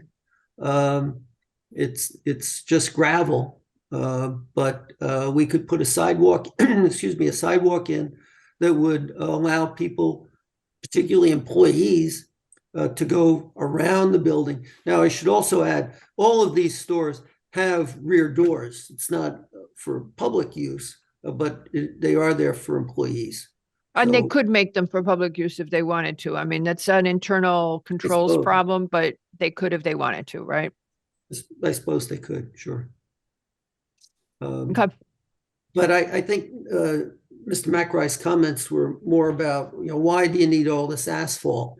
And the templates that Mr. Adler has put together that were part of his parking and circulation report clearly show that. And what we'll do is I'll have Mr. Sandola put those templates on this map so that you not just have the arrows of circulation for vehicles, but also for the trucks. Okay. All right.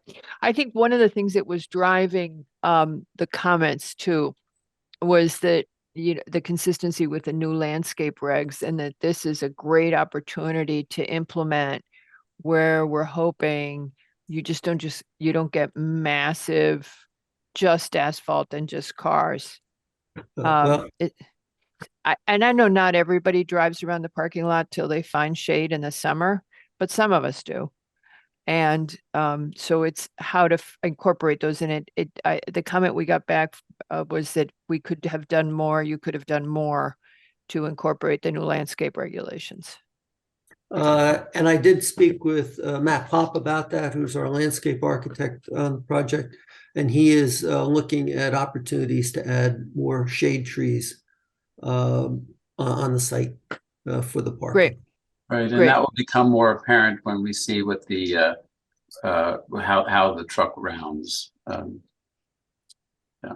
Madam Kolakowski.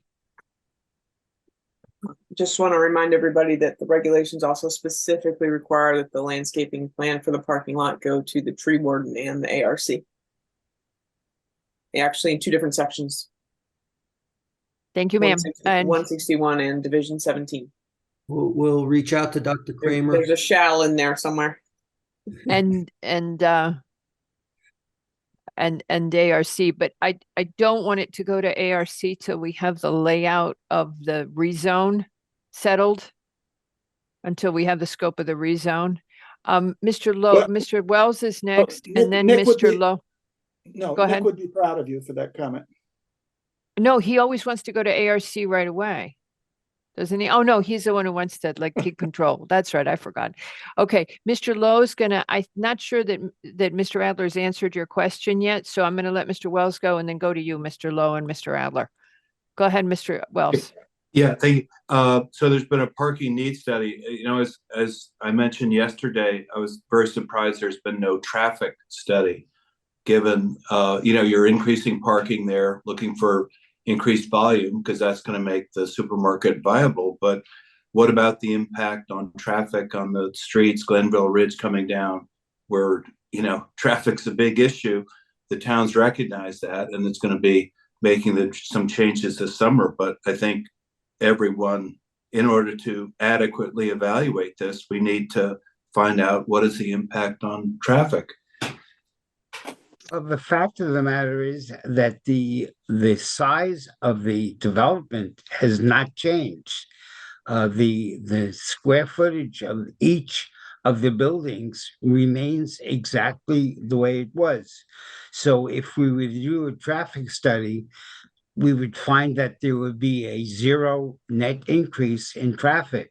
There's the only thing that increases traffic is the size of the building, rather than parking. Parking is a different phenomena, and this is really trying to satisfy the demands of the new supermarket who's looking to come in. So we try to maximize the number of parking spaces available. Yeah, I completely disagree, and that is not logical. Your owner would not be increasing parking unless he expected additional people to come there. Otherwise, why have it? So there are going to be more people. If you have more parking, there are going to be more people coming there, hence more vehicles. So you can't, maybe your theoretical basis is it's based on the number of square foot, but in this case, you need to take into account the increased parking. You need to go to your potential supermarket clients who are going to be occupying the space and saying, hey, based on increased parking, what's your volume going to be? Right now, the volume's zero. The building's empty. What is your expectation in terms of volume? And you do your traffic study on that. It's unacceptable not to have a traffic study. But if your traffic study is based on how much square footage you have and the uses on your site, and those aren't changing, what exactly is that traffic study going to show? If that's your assumption, then you've got flawed assumptions. You need to reevaluate your assumptions. But hold on. You guys, there's rules for this, and I'm surprised Mr. Adler's not lecturing on this. There's a book, and he says what the trips are. It says what the trips are for a supermarket. And it basically says what a supermarket therefore requires based on the ITE. Now, which is the trips. Now, What happened? Hold on. What happened to Stop and Shop? It closed in part because it didn't, probably in part, I'm guessing, because it didn't have enough inventory, because it didn't have enough customers, because it didn't have enough parking, and you're at a chicken and the egg. But I think Mr. Adler can answer the question you guys are raising by saying, by taking the parking needs and spinning it to the direction you're raising, Mr. Wells, which is, here's where the failure was, and this is what will come into this property based on addressing that failure. And that's what we're asking you, Mr. Adler. So certainly to look I mean, at, we know that the use failed at this site. Let us just assume, for purposes of this exercise, Mr. Sutton could probably tell us there's 10 other reasons why the use failed, as in Stop and Shop failed to run the store well or whatever. Let's pretend it's because there wasn't enough parking. By adding 57 spaces or whatever, this is what we expect will occur. That's, I know you're good at that. So that's all you got to do. I think that's what they're asking you. What is the offshoot? I know you're going from the same use to the same use, but we're asking you, what's the impact? Because remember, we're addressing how is this site plan going to function? Did that work for you, Mr. Wells and Mr. Lowe? No. I know, Mr. No. It Okay, does be not work honest for about me. it. I question, I understand the use of square footage, but that doesn't account for if you have a brand new shiny toy and suddenly demand spikes. And it may not be a brand new shiny toy for a long time, but it may attract way more attention, way more traffic. And I'd be curious if anybody had conducted a traffic study since. Why are you giving me hand signals? Because what I'm trying to tell you is that we're a little limited on if there's the same use going into a site, we can't apply different rules than were done previously. Okay, Patrick, can you, or Tracy's? Okay. I'm just saying, as a practical matter here, and you can go ahead and tell the people of Glenville that, oh, no, this is X, Y, and Z. We're not going to have this. But as a practical matter, it is possible, I believe, that to expect that there might be an increase. And we should be in the position to comment on that potential and that impact, the potential impact on that neighborhood. And that's why I asked, has there been a traffic study since that store closed? And, you can talk about the square footage, but there's no activity there. So that's great. Okay. So to put it in Mr. Adler's terms, I'm going to give this a shot, Mr. Adler. So when we used to do, you guys are going to hate me for this. When we used to do a service station redo, when we would overhaul a service station, we would then calculate what our throughput increase was going to be in gallons at that station for the fact that we were increasing the queuing capacity or we were redoing the station. And we had formulas that we did. So what they're trying to do is say, once you address the limitation of this site, what can you expect the consequence to be? And that they have to do that, and I'm trying to caution them on that, the very narrow remembering that this is like use to like use. It's staying in the same use group. It's the identical use, and we can't impose conditions on them that are on the applicant that are different because the use is not changing. And that's the key you got that we're trying to say to you guys. The use isn't changing. So nothing we learn can lead to different conditions. I'm going to be quiet now. Mr. Adler, do you want to answer? And then we're going to let Wells, Levy, and Jenkins go.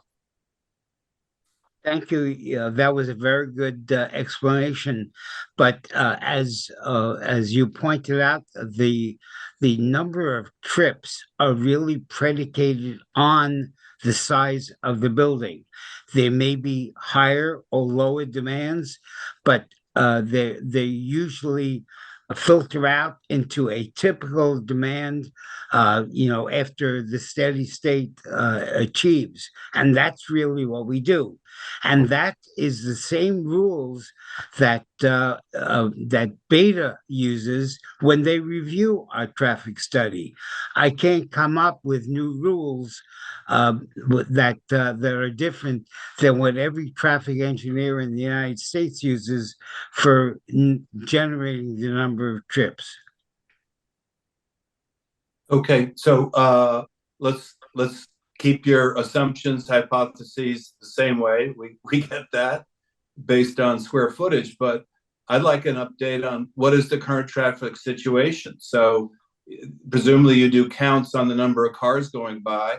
So let's see the level of service coming in and out and the adjacent streets in Glenville based on, you know, your supermarket and the shopping centers up and running. Let's see what it is. Is it D? Is it E?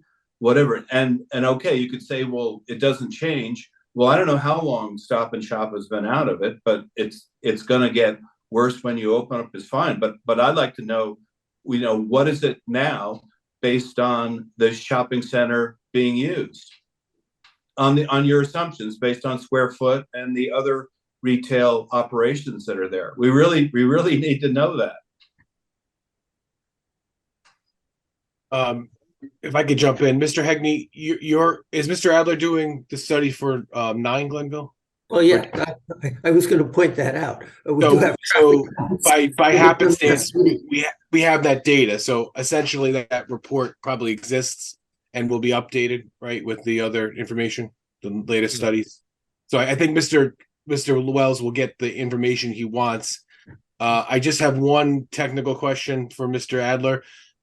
If there is an underparked parking lot, generally speaking, wouldn't the trips in and out of that be higher because people will go in, look for a spot, and then get frustrated and leave?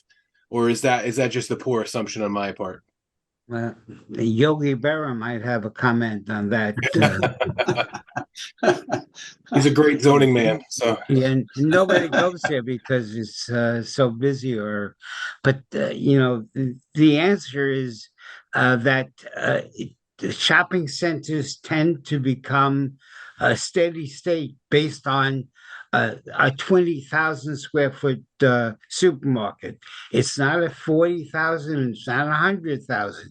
It's a smaller supermarket. It does not generate the number of trips that a larger supermarket would generate.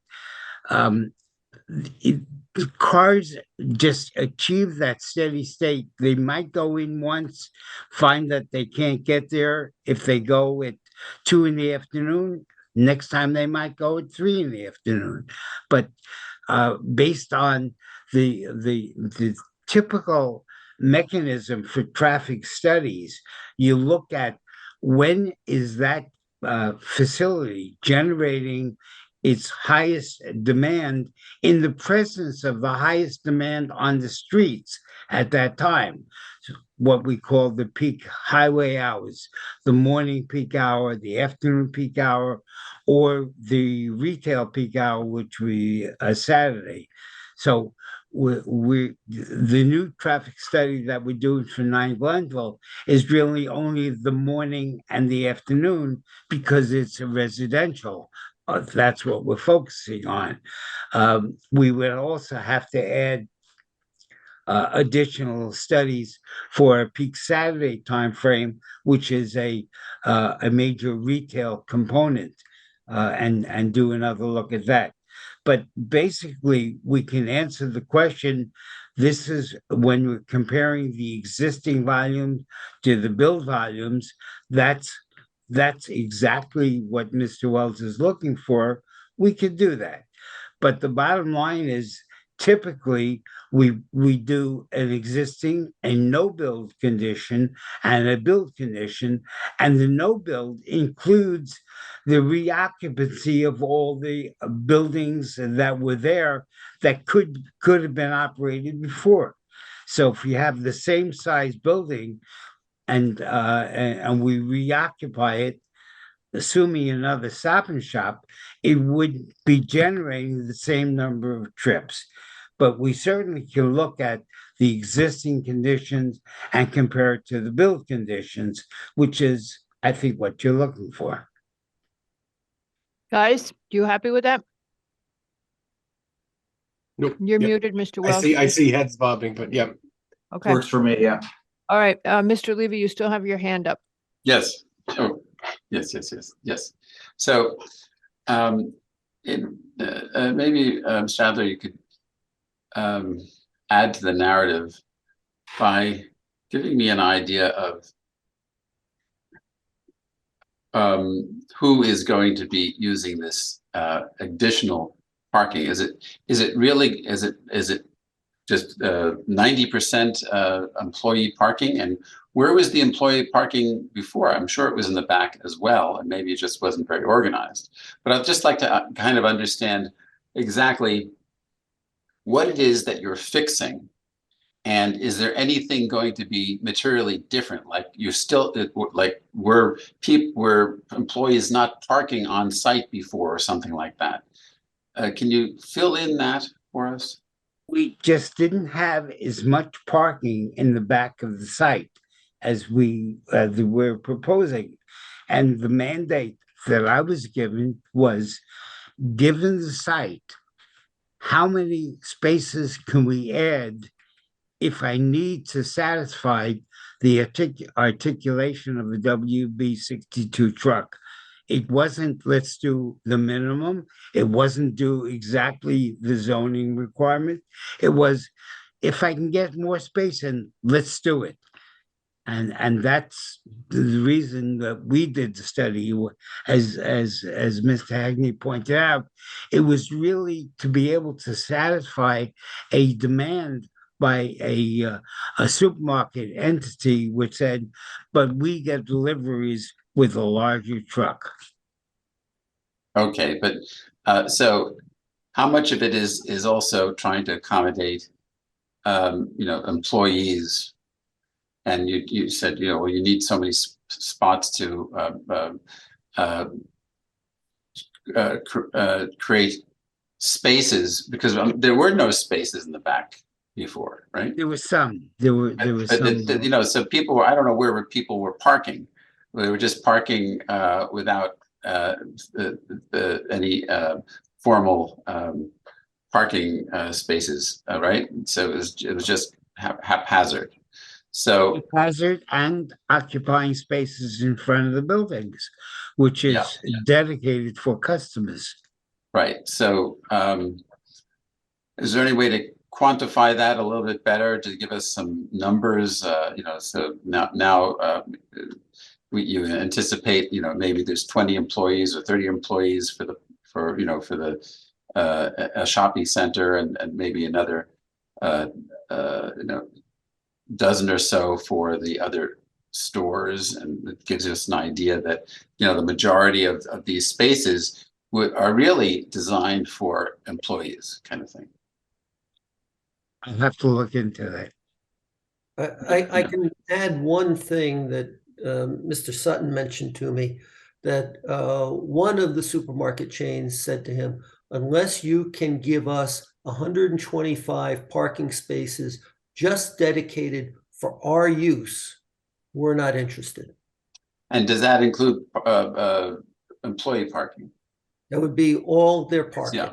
Yes. Okay. They wanted 125 spaces.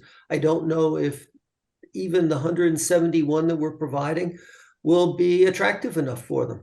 We're not intending to say only parking for Stop and Shop.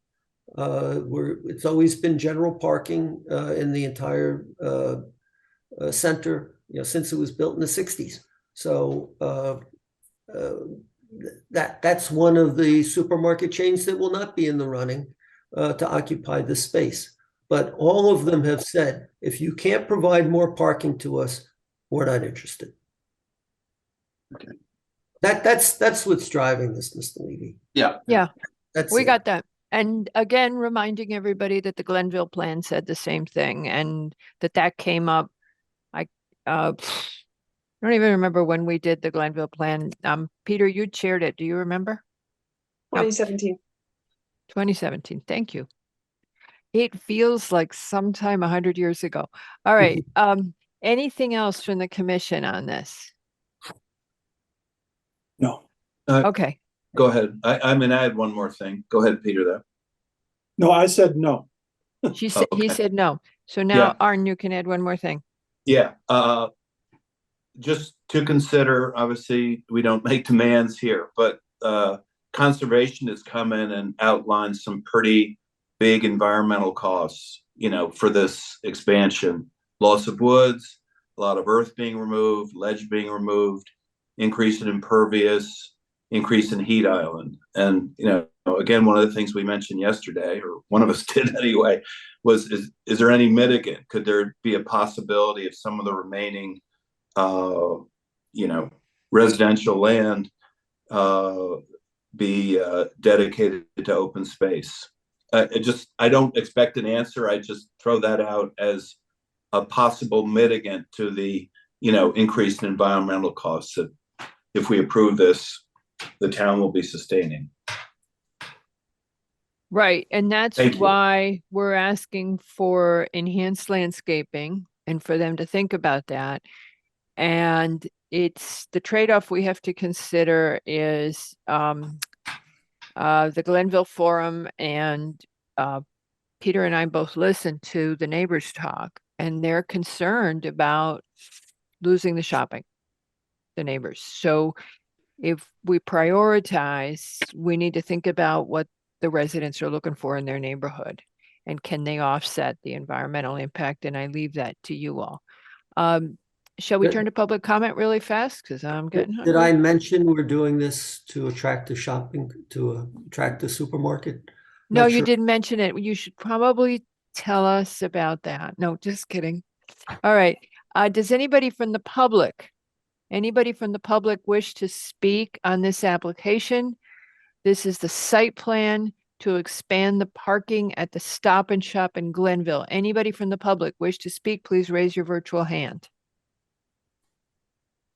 Seeing no speakers, we will Break for dinner. be, okay, so I may ask one speaker to come to the next meeting. yes, well, you do have, the property owner is here. I don't think he's planning on speaking. I was thinking of perhaps one of our elected officials might want to weigh in on this. Yeah, and I mean, we know how the elected official feels. Peter and I shared that from the Glenville meeting. But I think the important thing is more than the elected official is we have heard from the Glenville community, and we serve all the residents here. And we know the Glenville community wants to have a good store in their business, in their town center. And we know that preserving the vitality of the village is key. And Mr. Sutton shares that as well. Well, that's good. I'm glad he feels that way since he owns the property. Good. All right. Seeing no further questions, we would continue this application. Yes, please. Thank you very much, sir. Bye-bye, Mr. Adler. All right. Okay. 7:30 on the button. I know Patrick's sign always says 7 in the agenda, but we never make it 7. We make it 7:30. Is 10 of 8 good? Okay. All righty. If you don't see me, just have a good party. I'm going to stop the recording. Okay, Tracy? But just, we have to remember to restart it. Just pause it, Madam Chair, because Recording otherwise it's stopped. going to create. Yeah. I just paused it. I'm smarter than I look. I know. I've been on planning and you zoning. said stop. Thank you. I know. I knew. Okay. Thank you. All right. And I'm sending you a text. 8. You said 8 or 10 to 8. Sorry. 10 to 8. Yeah. 7:50. Yep. By 9:29. Okay. Just sent you an email, Patrick. Just making sure we're square on dates. Thank you. I think so. You know which dates I'm talking about, right? Bye. Yeah. I'm gonna Nope. go eat.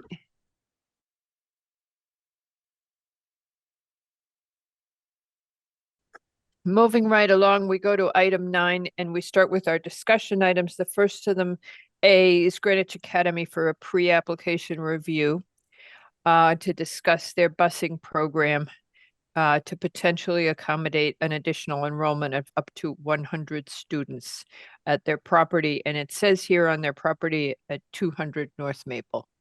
And with that, Mr. Haslam. Good evening again, everyone. Chip Haslam for the applicant. Unfortunately, when you go dark when you're calling up the participants, I can't hear or see you during that period. So when you're making the introduction about what the matter's about, it's always, we don't hear that part, just so you know. Oh, when you're moving through cyberspace from the attendee list into the panelist mode, right? I should wait. Yeah, I should wait until you're all the way in. Okay, that would be thank helpful, you. just so we're on the same page about what we're going to discuss any given night, etc. I usually say, and here's a foolish attorney. I know. Making a lot of money. Start this sentence off as, do you agree, right?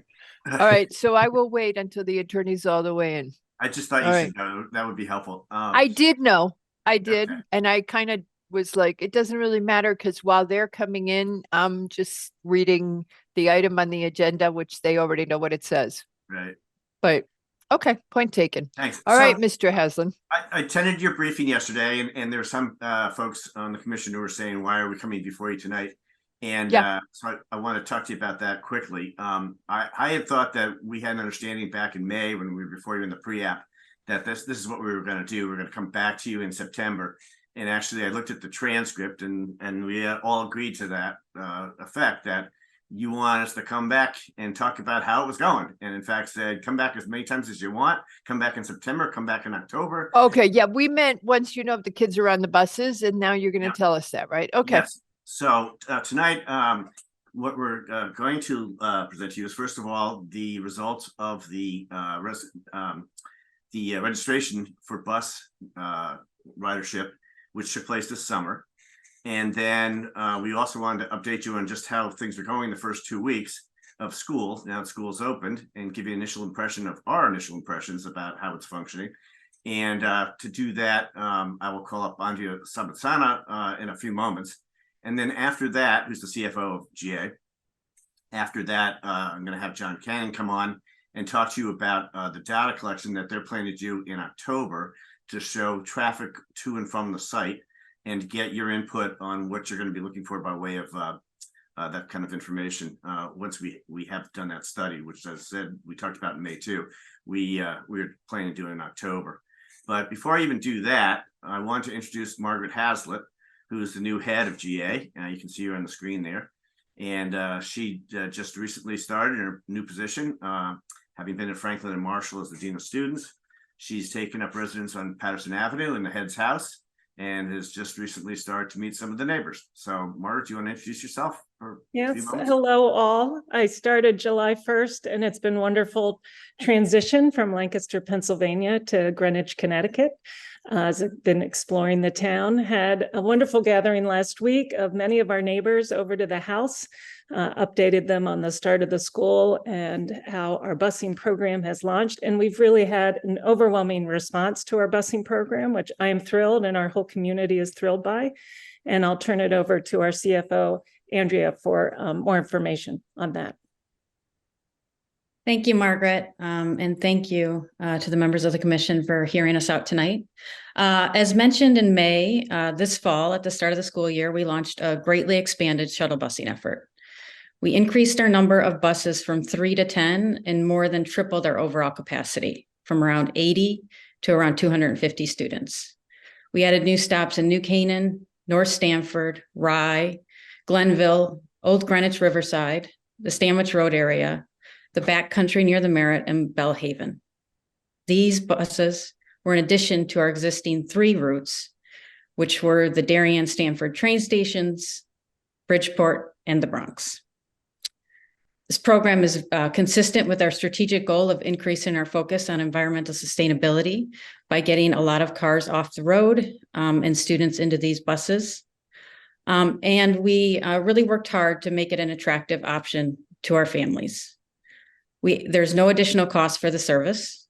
We focused on very convenient routes with shortened time frames with no more than 1 to 2 stops each. We had gotten a lot of feedback from peer schools on what works in some of these busing programs, and this is kind of the direction that they gave us.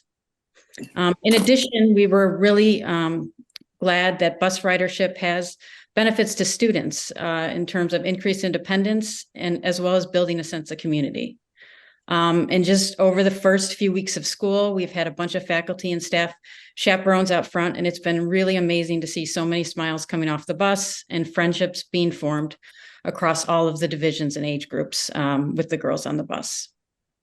I'm really happy to share that we have had over 215 students sign up to ride the bus in some capacity. That comparable number last year was 75. This includes 185 students on GA buses and 30 on town buses, which are really primarily from the Westchester area. So nearly triple the total enrollment. In terms of people actually riding the bus in the morning and those riding the bus in the afternoon, during the first 2 weeks of school, we have seen around 125 students riding GA and town buses in the morning over the past week, week 2 of school. So a lot of interest, as we said. And we hope to see an upward trend as families settle into school, get used to the new program and their routines for the school year, and hear how convenient and fun the bus is to ride. So an overall increase of around 90 students, as a comparable number to last year was 35 students. And again, we hope this number increases slightly, but already a really great result, getting a lot of cars off the road. In the afternoon, we see around 60 students take the bus. These are primarily lower and middle school students, as many upper school students are in sports and extracurriculars, and they have very staggered dismissal based on these commitments. So traffic is not as large of an issue in the afternoon as it is in the morning. And it's really due to the upper school commitments and staggered dismissal as to why the ridership is a little bit down in the afternoon. Another thing I just wanted to point out, we have done quite a bit of logistical planning at the school at both morning drop-off and afternoon pickup to ensure the buses and the traffic flow smoothly. We have faculty and staff chaperones at both. We've appointed bus captains in the afternoon, and we're using a series of colored tags and designated areas for each specific bus at dismissal to be sure loading is as efficient as possible. And it's really worked well. All the buses are lined up right at 3:50. The girls come out from lower, middle, and upper school. They're lined up at their flags and get right on the bus, and the buses leave. And again, we've learned a lot of this from our peer schools who we surveyed as to what works best. We've been in very close touch with our partners, with TAG, the Transportation Association of Greenwich, Royal Coach, and Ruby Rides, to be sure that these buses are on time, which is really key to having a successful program. So we've had weekly calls with them to make sure that we have the same understanding of when exactly they're leaving and coming, and that our families are happy with the pickup times. Another thing we did was we moved group 7 and 8 to the lower school lot, which has also helped to reduce traffic closer to the Maple, Patterson, and North intersection and ensure that any backup of GA traffic does not spill into the street. And observing this over the past 2 weeks, it really hasn't. It has improved quite a bit. We also eliminated the need for 3 to 5 very large town of Greenwich buses to stop at GA, who were previously just dropping off 1 or 2 students, because now our new bus stops that we have and our internal buses accommodate those students as well. And as I said, it does appear from us, and we've heard from a few neighbors, that traffic in the morning is better. And Kimley Horn will be evaluating the same, as we said, as John Canning will describe in a moment. We continue to see this as a win-win. We want to make sure that we're doing this correctly, that there's no negative impact to traffic for the neighborhood.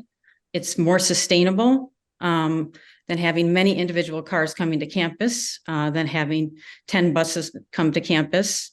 And it builds community and independence for our students. With that, I'll turn it over to John Canning to report on the plan to evaluate the traffic impact of the busing program. Hold on just a second. Mr. Odyeski has a question for you. Yeah, I remember the program. I might have missed it, but the numbers you talked about, was it mandatory that you take a bus? There was some discussion on the last meeting because you are talking to your peer schools. I don't think they require it, but there was some discussion about making it mandatory because when you go do all the traffic counts and everything, if it's volatile, that may not help our traffic analysis. Did you guys decide whether it's strictly voluntary right now or mandatory? We haven't made it mandatory, but we did require signups, and as part of the signups, we gave priority to those who are riding the bus consistently. So there were individuals who said they would only ride occasionally, and then there were individuals who said they would plan to ride the bus consistently. And over the past weeks, those riding GA buses hasn't shifted. It's been about 100 students typically. Yeah. Okay, I was just curious because you talked about that possibility whenever you came in months ago. Thank you. I had a question. I'm not sure that it makes what the impact is on traffic numbers, but I just wanted to share it with you.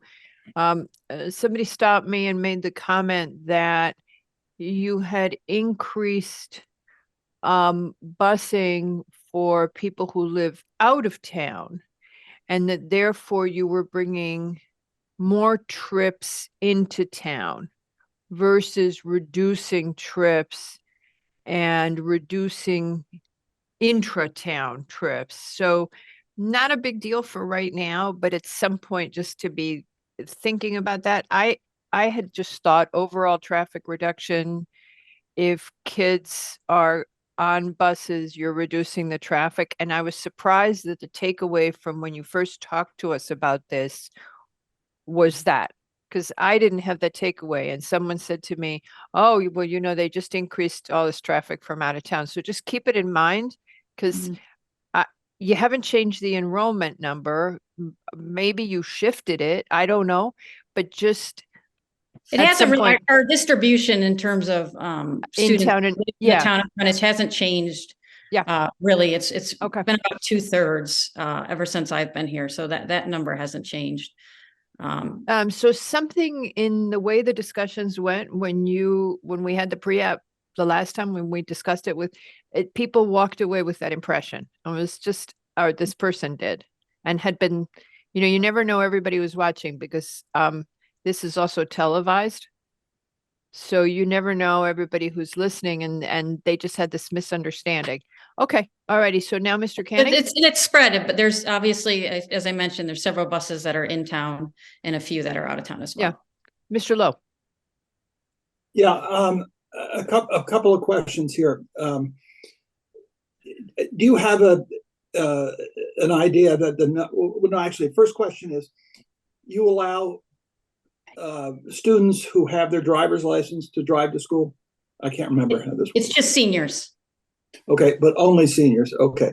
And then does the incidence of bus riders among the various grades, does that sort of fall within what I would describe with some sort of a weird bias that along predictable patterns, that maybe it would be a greater incidence among younger kids and perhaps a reduced incidence among older kids who might not find, notwithstanding your great efforts to make it seem like this is the cool thing to do, kind of thing. Have you seen any patterns? Loser cruiser? You know what, the biggest response has been from our middle school students. Yeah. Okay. Perfect. Right. Perfect. Great. Okay. If they think it's cool. Right. All right. Right. Your highest enrollment. Oh, it's also your it's your highest enrollment in the program. Okay. No, I meant our highest bus enrollments is middle school. Got it after I figured out what you meant. Okay. Thank you. Alrighty. So Mr. Canning? Is John on, or are you covered for him? I'm covered for him. Can you guys hear me? Yes. Oh, okay. Hi, Veronica. Hi, my name is Veronica Prezioso. I work for Kimley Horn as well. Work with John Canning, traffic engineer, professional engineer in the state of Connecticut. So I just wanted to give you guys a brief summary of where we stand. Last time we were before the board in May, you had asked us to come back to discuss and get everyone comfortable before an application is actually filed. Chip and Andrea have just told you where we stand. We don't have any new data yet, but we will have an analysis next time we're before you. We're proposing to conduct updated counts of the school driveways during both pickup and drop-off periods and compare these volumes to the previous volumes that we had studied in January in order to document the impact of the increased bus ridership, as was discussed. We'll also count the number of buses and the number of students getting onto and off of each bus to identify the actual ridership on a typical day. We're just before you tonight to share these plans with you and see if you think there's any additional data that you'd like us to collect. So I'm here to answer any questions or discuss the matter as needed. Mr. Wells? Yeah, I guess the elephant is in the room is the 54 acres that you purchased on, Glenville Road, because obviously that's going to impact you fundamentally. And, the initial negative is I assume you're going to have shuttle buses between 200 Maple Avenue and your new athletic facilities to bring the students down there and then back. So I know it's premature. You haven't even gotten your plans, but it's something that's going to be in the back of our minds. So that's a possible negative. The possible plus is maybe you can use that property to reduce the traffic on 200 Maple. Maybe when the women go there and finish their athletics, they can depart from there, either be picked up by their parents or the buses go there. Maybe your 100 seniors that are going to be getting their BMWs could park them on Glenville Avenue, shuttle them back, and then they're going to go back for their athletics and then they leave. I'm just saying that it would really help. You can't do it now, but at some point, those 54 acres are going to be an integral part of your operation, and it's going to be in the back of our minds. And if you do have any plans, it would be helpful to share them with us, because right now we're looking at like half the pie and not the whole situation.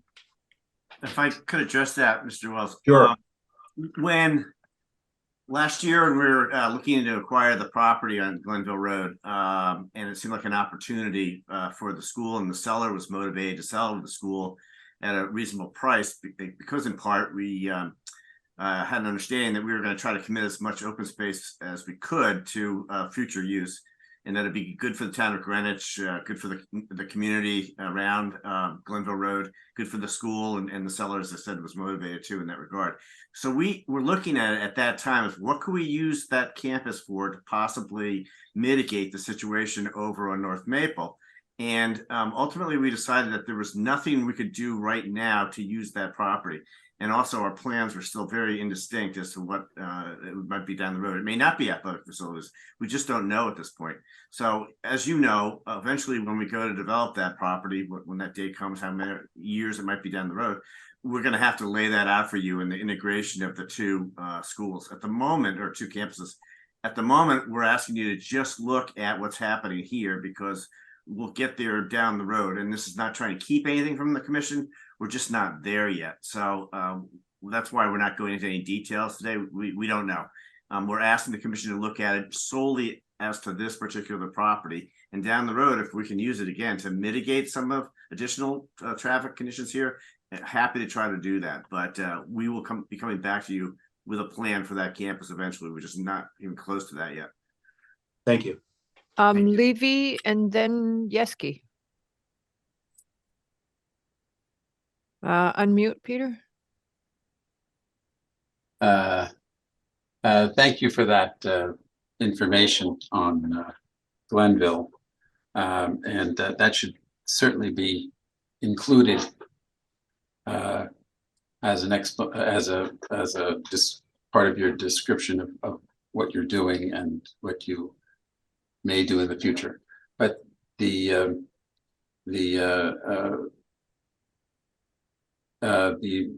new busing scenario, I wasn't sure what how many you were expecting to include in the busing. You have 100 now. Are you anticipating, or are you hoping that a certain number participate in busing? What is your capacity? The capacity's 250 if all buses were completely full. We are hoping for, we have about 125 students riding right now, as I said. And we are hoping to get around 160. And that's just based on our signups and who said they would ride consistently. So we think there are people who are just getting used to their school routines. And we're hoping to, see an increase in that number. So anecdotally, do you see a reduction in the traffic? We feel like we have seen a reduction in the traffic. Is that and the reduction is just shorter lines? Is that what you see, or what is it that you're noticing? Well, there's not really a case where the upper school is backing up into the street. It's so the traffic around the circle is flowing very smoothly. And I think shorter lines, the lines prior to that were very long. It would sometimes back up all the way from Putnam, to So hate when the intersection. schools get out anywhere in town, it's always problematic. And the town is just as guilty, not blaming anybody specifically, because we've redone a couple of schools and done it badly. So bad when schools are, Mr. Yes. Yes. Do you have a follow on? I do. I'm not sure how deep we want to get into this, but does Peter still want to do something? Mr. Levy, did you have a follow on question? I'm sorry. No, it was me, Madam Chair. Your microphone went in and out at the last sentence. No, I'm done. Okay. No, I would, I guess my question goes to this. You've already done a bunch of traffic studies in the past. I'd love to hear where you're planning. And what I mean by that is, you had North Maple, the preschool, which we approved eventually. You had the lower school redone, and I think you did a traffic study there too. How big of an area, and I guess I'm talking to the traffic lady. I'm sorry, I don't remember your name. How big of an area, because you have an intersection at North Maple and North Street that is extremely unique in this town, and it can really back up. So how far out from the school are you planning to do the traffic study? Just not the head count coming into the parking lot, I would hope. Well, that's really direct. Yes. Veronica, right? Yes, Veronica. Yeah, right. So right now, in order to do an apples to apples comparison, we are counting the driveways in order to kind of quantify the reduction in volume of traffic based on the increased ridership of the buses. And as you see fit, we could always discuss potentially. Well, that's what I'd like to discuss. Are you planning to, when you do your traffic study, are you planning to expand that out into neighboring streets, feeder streets, that intersection there? I mean, that's where some of the bottlenecks may occur. Well, so the first thing is to determine whether or not there is a reduction. Hopefully there is. And okay, in let's that assume case, there is. Yes, and I believe you. There's going to be a reduction. Yeah. So in that case, if you do count the bus traffic, though, right? A bus is a one tick, right? Yeah, we're counting buses as well as vehicles. But no, so if the queue doesn't extend past the driveway and into the street, then it doesn't technically go into the other intersections, right? So then ideally it doesn't negatively impact the other intersections. No, I understand that, but the queue is only one part of a traffic study. What we're really looking for is the impact. Well, what I think you're looking for is that you're going to lower the traffic counts in the whole surrounding area around Greenwich Academy, including those intersections. That's what you're really after, just not the queue. We agree. I've been over to, I went back, and you guys done a wonderful job. You weave people through the parking lot and everything. It's great. But the traffic counts on North Street, North Maple, I forget the name of that road. that runs into all that. Those two stop signs coming down North Maple off Lake, all the surrounding roads and the intersections get rated in a traffic study. So that's where I was wondering how far out you're going. I So- think Right. if I may just address that, Mr. Yeski. I'm sorry, Chip. Our thought with that was that we may not be able to change the levels of service that dramatically at those intersections. Yeah. What we're trying to do is to minimize the contribution that GA makes to the problem. That's what we're trying to do. We can't solve the problem for everybody and all the contributors, including other schools and commuters and whatnot. But we're trying to show that we can minimize the contribution that GA makes to the problems, and that's Right. why we're thinking of focusing. No, I understand that, but the way you're going to do that is, if you're going to do a traffic study, you're going to do it maybe now, and again, when the buses get more frequent. You want to make the case to the town, to P&Z, that you are helping the ratings of all the intersections, right? If the ratings don't change and the volume's the same, you're going to have a hard case making it that you're contributing. Does that make any sense? I mean, you can't say, well, the queue, so you solve the queue on the road. That's good. That's good. But the bigger issue is just overall traffic. I'm not suggesting you can get less people outside of Greenwich Academy to not be on that road, but I am suggesting, I think you're suggesting, that you hope that there are fewer Greenwich Academy people clogging up those intersections at key times, right? So right. So that's the whole point of us doing the updated counts, because we are comparing them to the previous counts in order Right. to see what the volume Well, of that's traffic good. will be at the intersection compared to the past. So ideally, if the volumes are lower, it'll have less of an impact based on the increased bus ridership. So Yeah, yes, absolutely. we will Okay. do a traditional traffic study and show the improvements at the intersection. And that, thank you. I just was asking because unfortunately, I'm on another school committee, and is a debate about how many intersections you should be looking at, and I was curious how many you were going to look at. It's amazing how much you learn in that stuff. You know so much more than the rest of us now. Mr. Well, no, we Lee- also we required it of every other private school, like Country Yeah. Day. We've talked about Brunswick. We required we required all this action for them, and they've done it. And as far as I can tell, the traffic's better off. And I'm hoping Greenwich Academy goes. We'll see. We'll see what the counts are. Okay. All right. Is that it, Mr. Yeski? For now, Yes, just for I now. was late to the meeting, so I had to ask. John, an you're making abundance up. of questions. No, we're good. We want you to make up for lost time because we're starting to ebb. Mr. Levy next. Yes, thank you, Madam Chair. It does, I mean, my understanding of it is that there's a mathematical relationship to and an effect on those other intersections as a result of removing cars from the road because you're now busing. So if there are a number of cars that are no longer coming to the academy, it means that there's a number of that same number of cars is no longer going through any of those intersections. So it does make sense. So I don't know how important it is to quantify that because it's mathematically a sound inference to make those assumptions. So can you explain that more precisely, Veronica?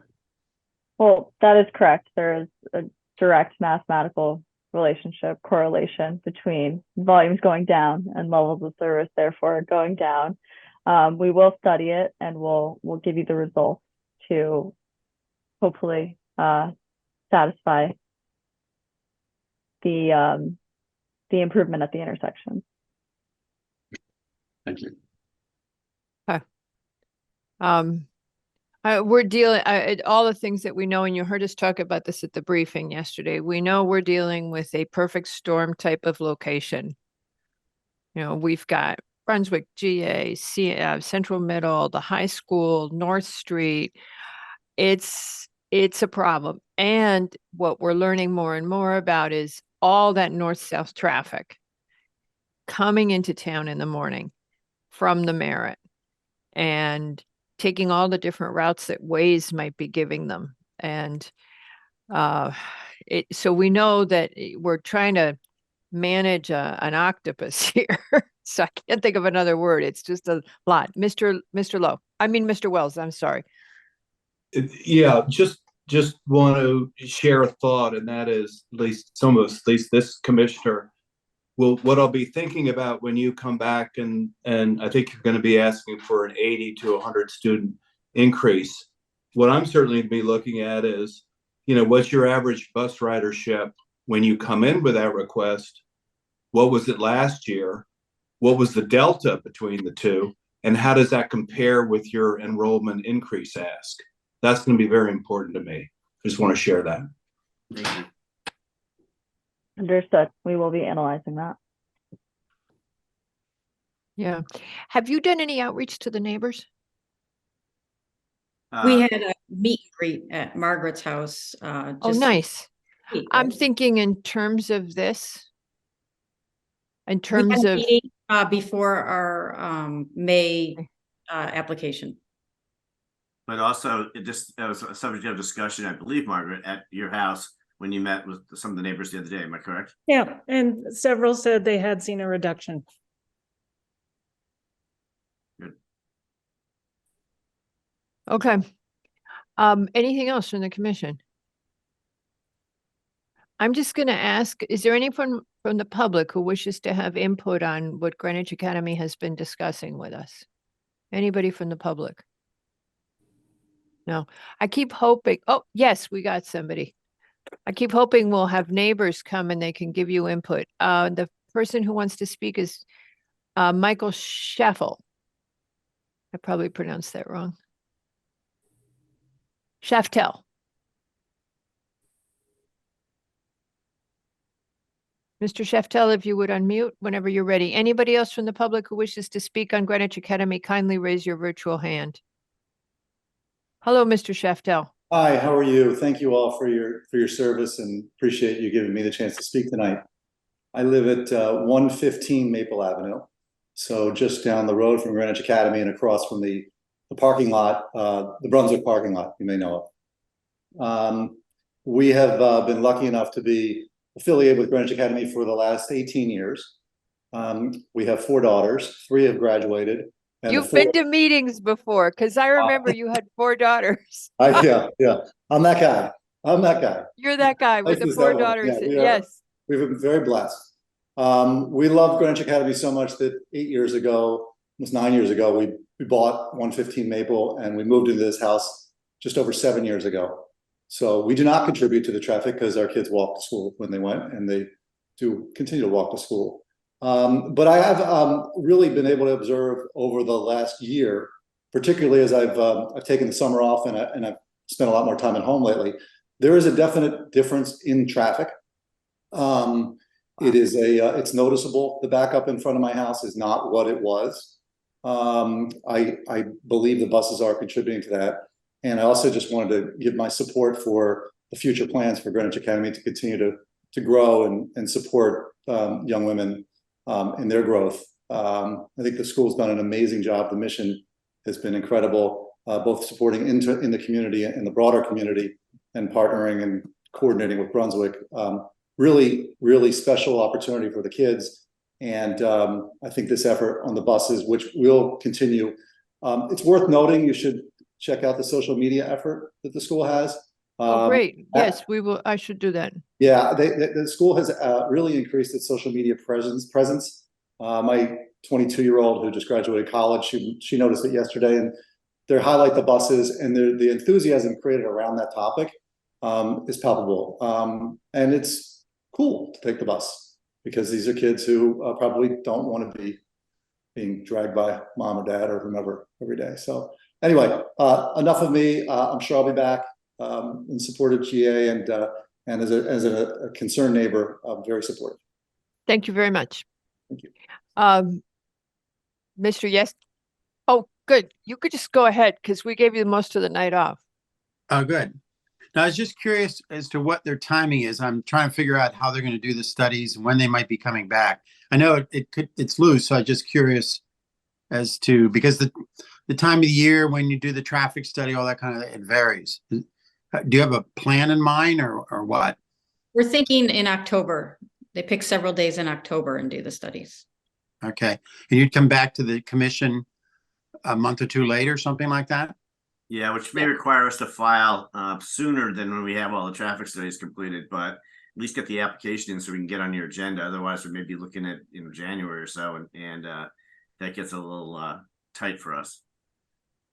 It sounds like do we have a lot of applications coming? Yeah, this is a very odd thing because Patrick and I had this whole conversation about how it was going to slow down and it's all so Right. much better.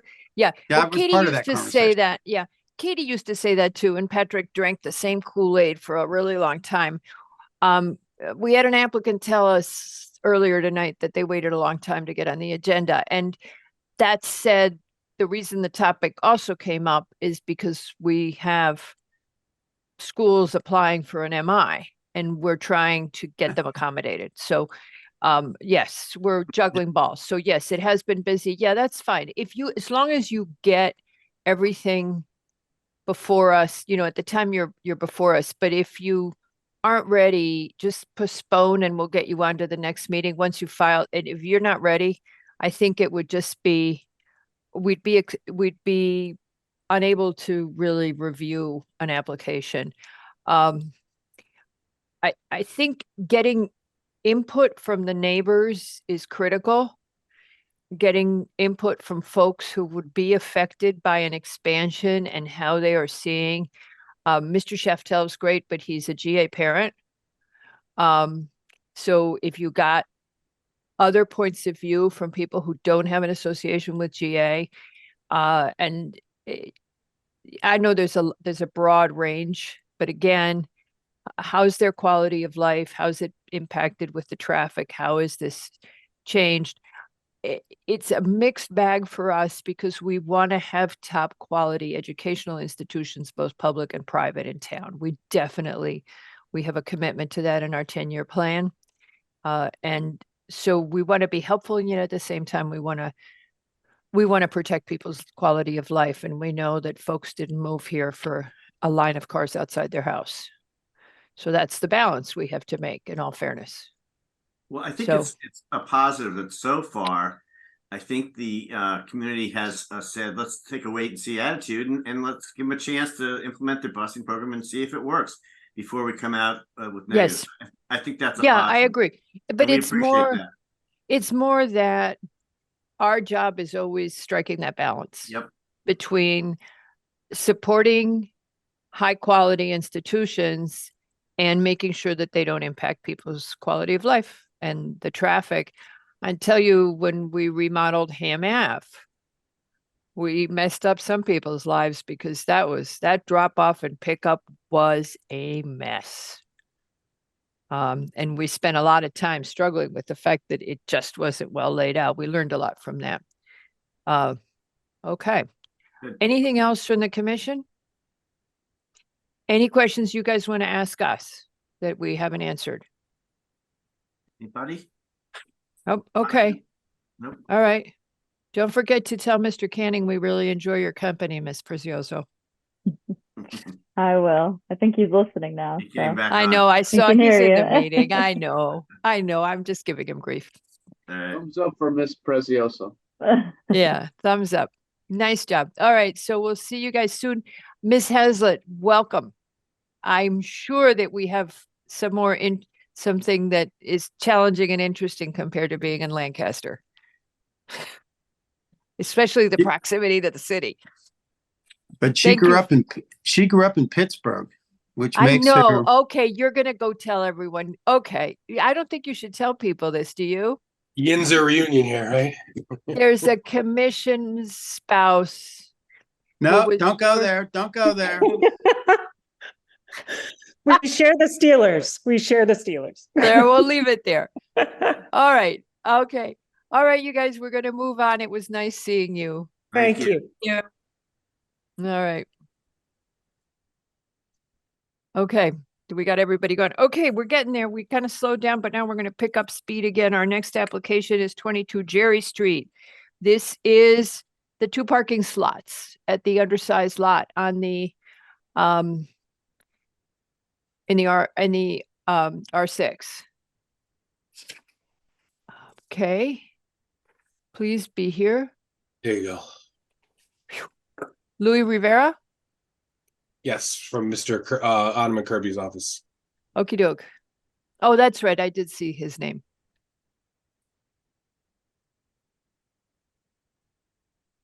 Mr. Rivera, you just muted, so if you would unmute. There you Hello. go. And if you can Hi. turn on your camera, that's great. If you don't want to, we do prefer you to, though. Okay. I could use my phones for the camera. Yeah, that's fine. That's what we do sometimes.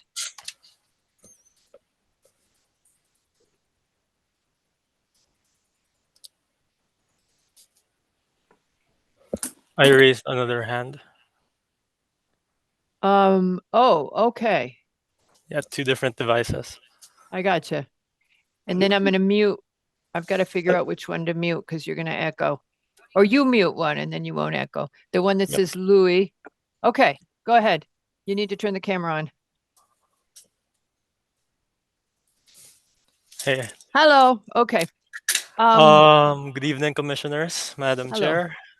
I am Louis Rivera from Ottoman Kirby, and I will be representing Stephen and Tasyang Lam for the pre-application review of 22 Jerry Street.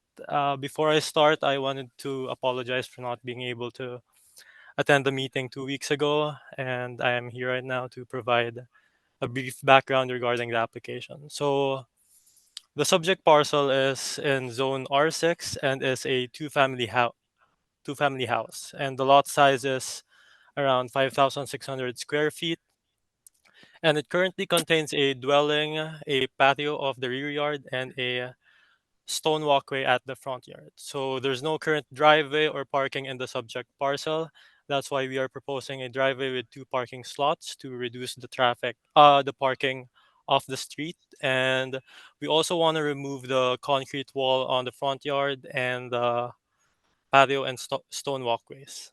So this proposed development will also include site grading. The drive-in parking slot is approximately 649 square feet, and the patio and walkway to be removed is approximately 271 square feet, with a net increase of impervious area around 368 square feet. Okay, Mr. Rivera, if I could just ask you some questions. Why are you proposing this? The client has concerns on the parking because she said that there are limited parking slots on the street of the property, so they wanted a private parking on their area. Is she having trouble renting the units? She owns the units, and I'm just curious. So she's trying to provide parking for the tenants because there isn't enough on-street parking. What we looked at yesterday on this is, yes, they would, I don't know how much zoning you speak. But what we looked at yesterday is that you would be reducing your non-compliance, your non-conformity in parking by adding these 2 slots, but you would be increasing your non-conformity in another area, which is you would have front yard parking. And we saw that you also have to eliminate a lot of rock ledge. The client has to eliminate a lot of rock ledge to do this. And we weren't sure. We wanted to know if there was another way that it could be laid out to reduce the impact on the ledge and how much cutting you were going to have to do of the stone. yes, okay, go on. Go ahead. You got my question. So on the site plan and the survey plan that we did, we created the entrance to make sure, because the client was really hesitant on removing the ledges in front of the Good. property. So what we did is we designed the entrance based on the existing walkway. Yeah. So the stairs would be removed, but no ledges would potentially be. How would they do the driveway if they can't, if the ledge is still there on the two sides? There's no way that you can drive on with the way the ledge is configured right now. Can we open the site Hold on plan? a sec. Yeah, I'm gonna do you one better. If you'll give me 2 seconds, I'm gonna go to the, I think we all are gonna remember what the site plan looks like, right? I'm just getting closer in. All right, hope I do this right. All right, so what we were looking at yesterday, is this ledge. Okay, now, wait a second. My screen's not sharing yet, is it? Hold on. All right, here we go. All right, so this is what we were looking at yesterday is your ledge. So you're going to have a driveway that comes up on this side here and another, and you're going to have a 20-foot wide opening in here, right? Yes. And then once you're up this 20-foot wide opening, you're going to go to the left to one slot and to the right to another. And the only way that we saw you could do that is you're going to have to cut all this ledge that's in here. You're going to have to cut that. So we were wondering if there was another way that you could lay that out, because we saw 20 foot here, then they go up to the left or up to the right for their two slots. Is there another way you could lay it out so that you don't end up having to blow all of this? The only opening we're seeing on the survey is on the right side of the property, but the spacing and the turnaround radius would be very limited for the cars to use. And we could also expand the concrete for the driveway. Okay, so here's another thing to think about. When you make that 20-foot wide opening, that driveway, you are essentially removing 2 parking spaces from the street. 20 feet wide driveway means 2 parking spaces. So you are losing in street parking what you're gaining in on-site parking. So it doesn't increase your overall parking. Do you see what I'm saying? Yes. So I'm just not sure this is a solution for the problem. It's going to be very expensive because you have to eliminate all this ledge. And then you're not going to let anybody park in your driveway, or are you going to let, you're not going to, I mean, I guess there could be, okay, somebody got the site plan now? Because I think it's time to now go, but let's go back to the site plan. Tracy or Patrick, can you poke that up? Oh, perfect. So now you've got the site plan, you've lost the 20 feet of parking in the front, and you have these spaces. I suppose, and we were talking about this yesterday, you could let some of your tenants park in the middle. It'll look terrible. And they would have a third spot in there, but they'd have to move. So I'm not really sure this solves your problem. And just because you're going to lose parking on the street, if this is really, if the mouth of your opening is 20 feet, it doesn't really solve the issue. So Mr. Levy? Yes, thank you, Madam Chair. I was looking at this a little more closely, and I think I think we just need a diagram showing how the cars would go in and out. And I don't think the 20 feet opening actually helps you. I think it could be, 12 or 15. My point exactly. Because you don't have to make it that big. Yeah. You don't need somebody coming in while somebody's going out, and it wouldn't work anyway. And my probably. point, that's my point exactly, is if the opening is 20 feet wide on the street, a driveway that's 20 feet wide on the street is essentially, oh, call it 1.5 car lengths, right? What do we normally do for 18? Yeah. So you're 9 by eliminating, 18 is a yeah, is a 9 by 18. bullet. So you're doing 9 by 18. So, okay, so I'm exaggerating saying 2, but you're losing more than 1 parking space. And if you had compact cars, it would be close to 2 parking spaces. So you're losing in street parking what you're gaining in on-site parking, and I just don't see the point of And spending on. it would just, not in consideration of the cost of the project, it would make a lot more sense and be much more propitious of just to use this the wider setback area and have some kind of in tandem parking. If you could come in directly from the street and park tandem there and preserve your front front porch and the area back there and not touch that. But Okay, so Tracy, hold that, whoever's screen sharing, hold on, because I'm going to go back to the other one. Okay. So back to this, if you just had 10 feet in here somewhere and the cars did tandem, you might be better off because at least you would save on street parking.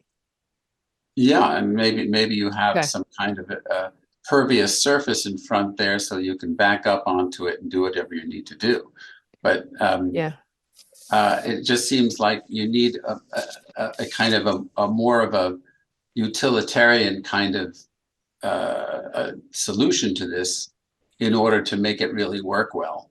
So Mr. Rivera, we're not giving you zoning feedback on this. It's so much that a little bit what we're saying to you is we would have to allow parking in the front yard, which our regulations don't allow, because in theory, you're reducing a parking deficiency.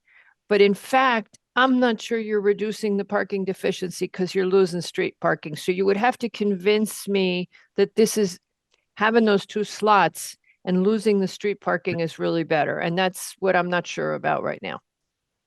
Mr. LaRoe.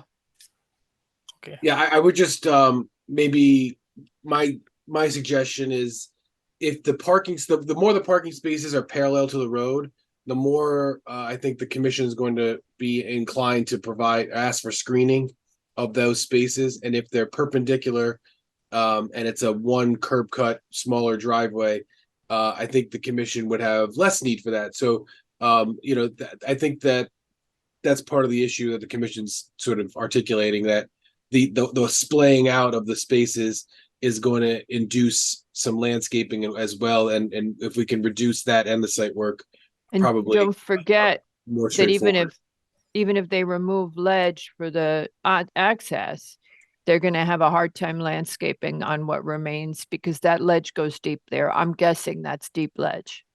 So Mr. Rivera, I mean, if you want to go ahead, you just have to convince us that this is actually an improvement because we're not seeing it yet. But we're always willing to listen. We're just telling you right now, we look at it and we say, big wide driveway, you lose on-street parking, you're parking in the front yard, which we require you to screen. You really can't screen. Can you just go back to the drawing board and think about this some more before you file the application? Yes, okay. We could definitely explore some options regarding Okay. the layout, but the priority of the client was to have an assigned parking space exclusively for them. That's why they wanted parking within the property, because right now they're having conflicts because some neighbors of them are also parking in front of their property. I understand. And we would be sympathetic to that because the street parking goes to everybody. Good point. I understand that. But I'm just not sure you're improving the overall situation, and we have to think about the whole town. We have to think about everybody on that street. Okay.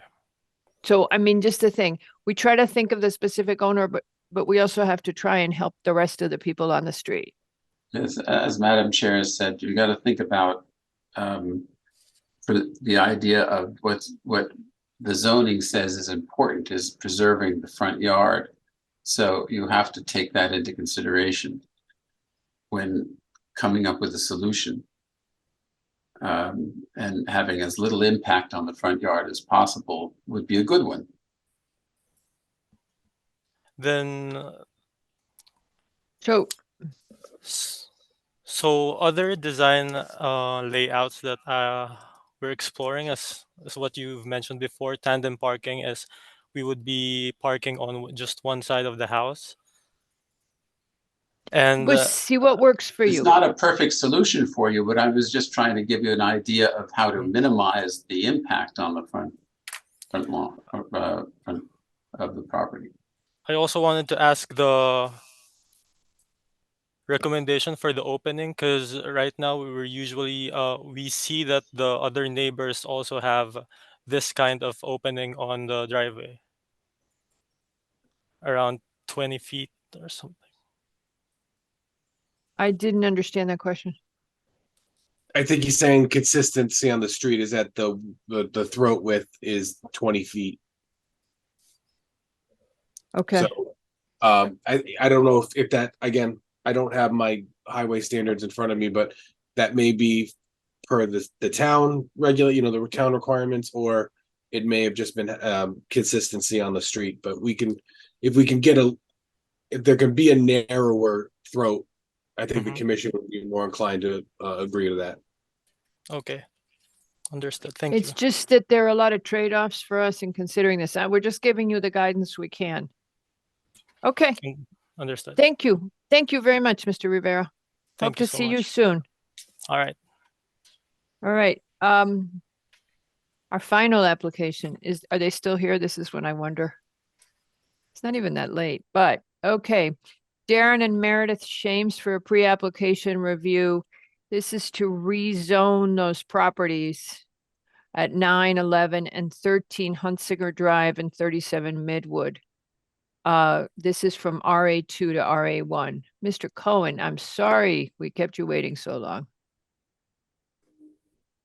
Good evening, Madam Chair, Mr. Commission, Ms. Cohen here to talk a little bit about the pre-application for Mr. and Mrs.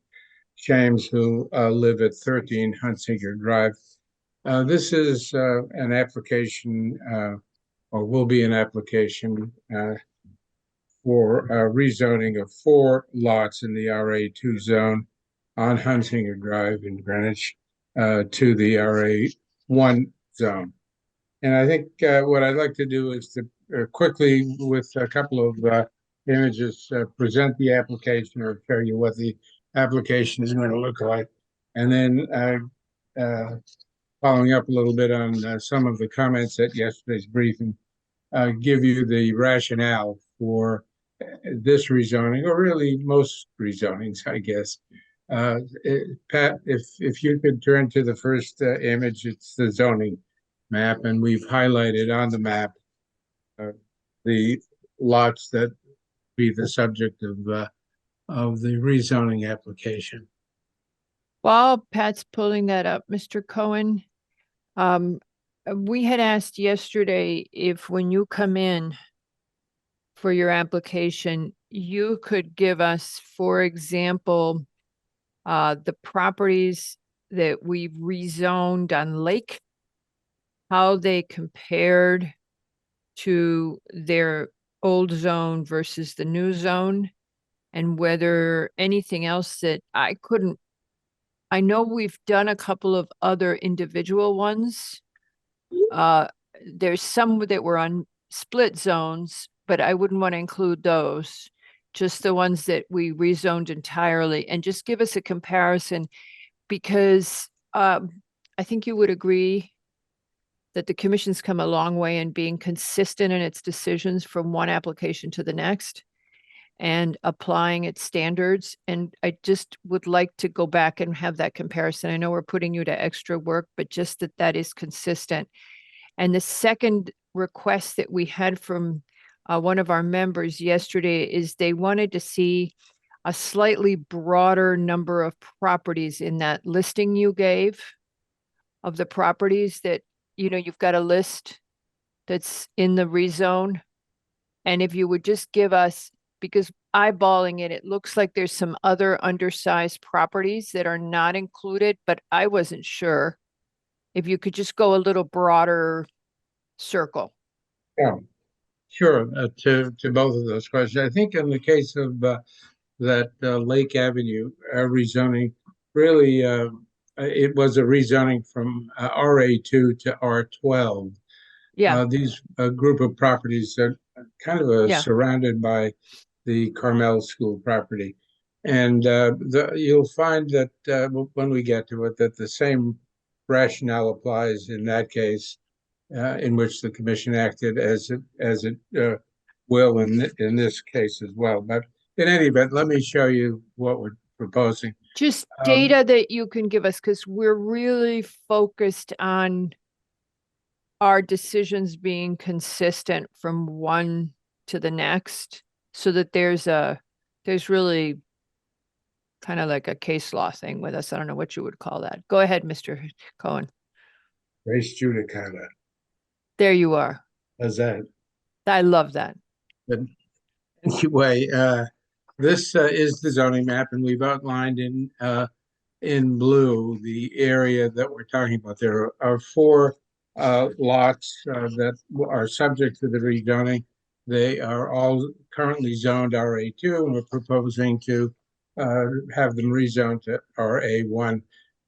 These lots were originally RA1, and then in the kind of comprehensive rezoning, which took place in 1957, that red line down Midland Avenue down to past Hunsinger Place was established as the zone boundary with RA2 on the right, RA1 on the left, and it sort of made sense because it went along the street, and generally speaking, the size of the lots were changed, were recognized in major part by the new zoning line, except that 4 1-acre lots were caught in this rezoning in the RA2 zone. Well, some are 1.5, right? There's 2 of them that are 1.5. I'll show you exactly what they are in just. I mean, you've got a couple that are 1 acre, but 1 something, but you've got a couple that are 1.5, and that's what I was curious about, because you can understand why a property that size would be caught in between. Let me show you in the last image the answer to your question, Ms. Albin.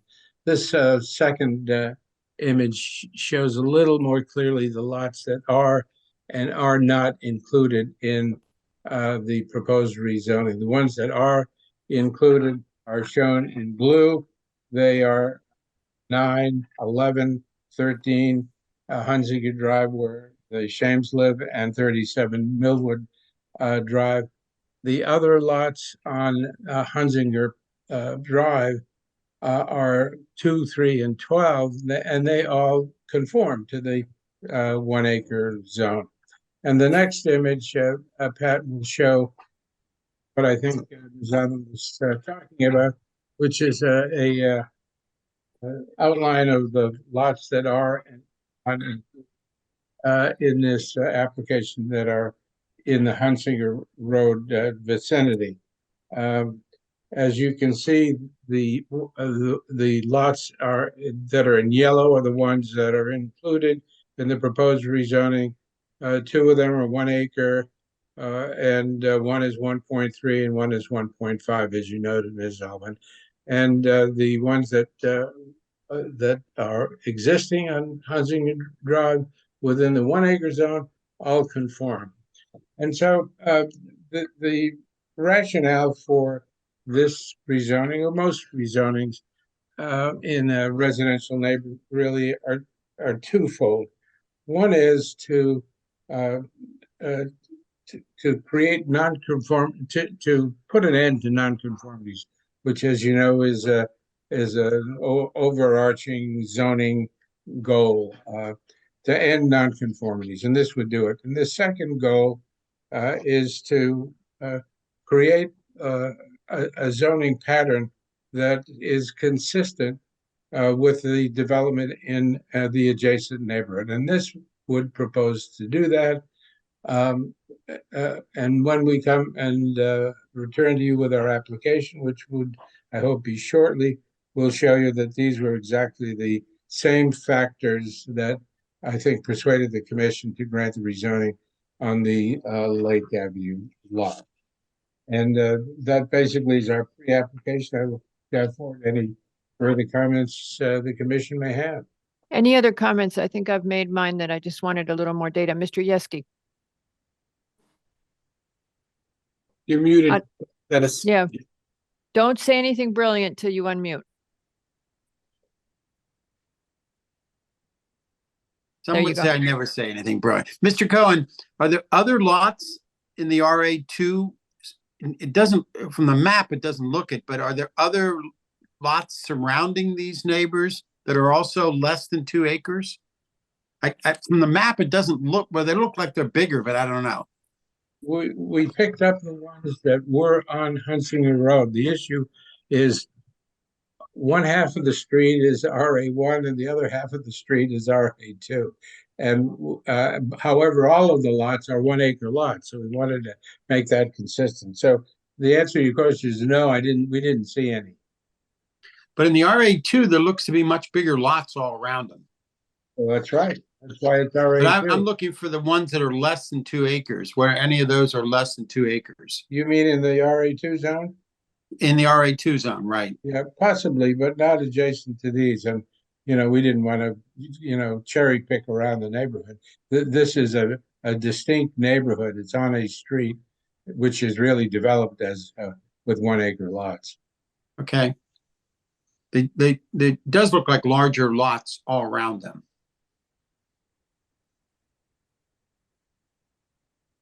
Yeah, all probably all conforming to the 2 acre zone, which is why the commission in 1956 put the line there with this one glitch. Okay, but that's why I was asking you, that's the same question. I think we automatically ask that question. Can you just take a sweep of the broader circle of properties? Yes, I heard you, and we will. Yeah, and I think that's really what Mr. Yeski's saying. Is there anything else we should just give us the whole data? Yep. Okay. This is not spot zoning though, right? No. No, we're contiguous. Yeah, You these can are tell that- contiguous. You can tell that I beat them once about spot zoning, right? Oh, she beats us all the time. More than one. Mr. Wells, did you have a question? Yeah, just one question. Mr. Cohen, are all 4 property owners in favor of this zoning change? I'm not sure. We've given them all notice. We've heard that one is in support, and we haven't heard back from the others. But given the fact that they'd all be benefited by this application, I don't know why anybody would object. Well, they objected on Lake Avenue. There was an objector to that change, but anyway. Didn't want it. Didn't want the extra. Yeah. I did not want the extra FAR. So just telling you, you might want to reach out to them because they showed up at the meeting and they were very unhappy. Just so you know. I don't know if you remember if you were at that meeting. Okay. I don't think propitious to get some input from those people. Yeah, that's what we always say, talk to the neighbors. Anybody else have comments or questions? Okay, we're running out of public here, but I'm going to ask, does anybody from the public, Ms. Cronin, for example? No, just kidding. Does anybody from the public wish to speak on this application to rezone the properties on Hunsinger and, just blanked, Midwood? I think Ms. Cronin thinks that Mr. Cohen didn't do a good job representing her work, but that's the difference. She likes to keep her eye on me. Yeah, she should. Okay, no further comments. Just give us lots of data and also that our decisions are consistent with past precedent. Will do. Okay, thank you, sir. See you soon. Yeah. All right, so that ends our regular meeting. Oh, no, on the regular meeting, we have approval of minutes. I hereby move approval. All 8 people were at this meeting, so we can do that one. Do I have to take a voice vote? I always forget from meeting to meeting. No, right? If you want to approve a block of them, I think we can do that. Now I'm going to do one by one.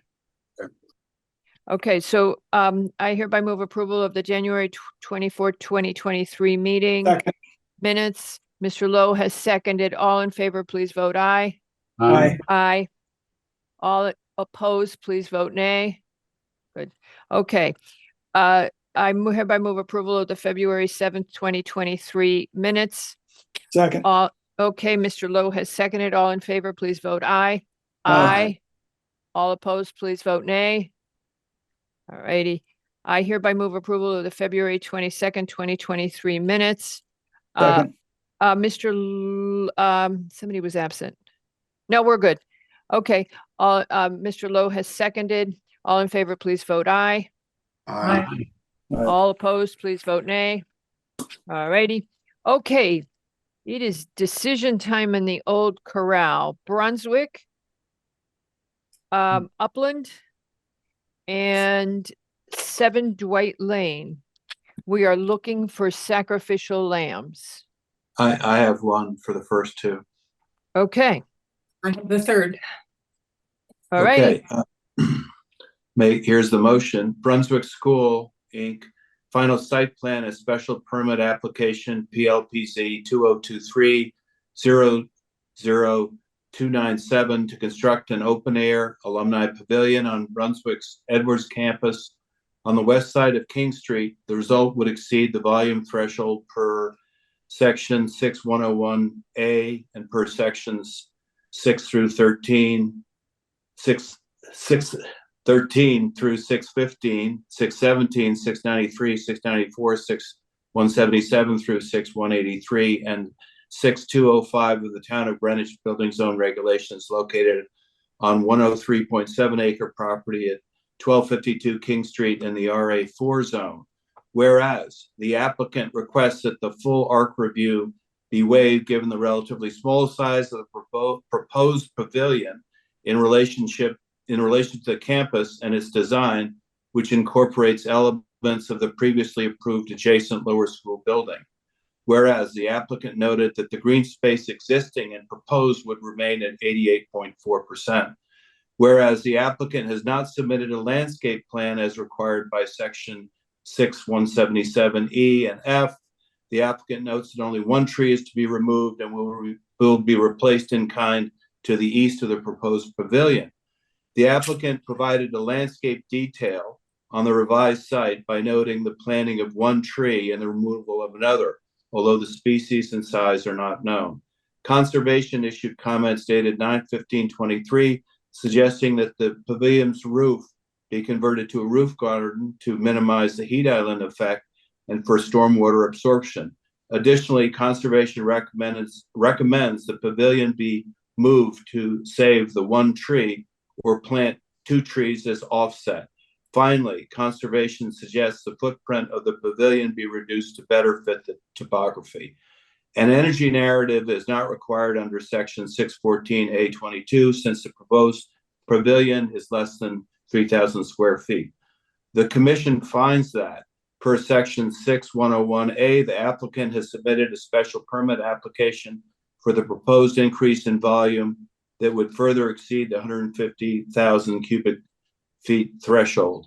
DPW Engineering issued comments dated 8/25/23 indicating approval for zoning building permit. ZEO issued comments dated 9/13/23 indicating endorsement. IWWA issued a permit needs questionnaire for declaratory ruling approval on 7/25/23, noting the proposed construction was within the 100-foot review area.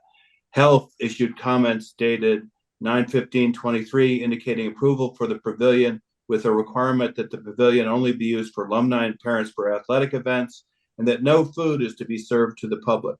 The 2 grills located at the pavilion are to be used exclusively by parents or alumni. Motion to approve the site plan special permit, noting the following. The applicant will obtain approval from health for how the two grills will be used at the pavilion. 2, per conservation comment, the applicant will plant 2 trees nearby as offset to the 1 tree to be removed. Applicant will work with P&Z staff who will coordinate with conservation to determine species, size, location of the 2 trees to be planted. 3, the outside seating originally proposed will not be built. 4, there will be no lighting within the pavilion or uplighting outside of it. 5, prior to zoning permit sign-off, applicant will provide full elevation details for the pavilion to P&Z staff. Staff will review and consult with ARC as needed. The applicant shall address any and all remaining staff or interdepartmental issues.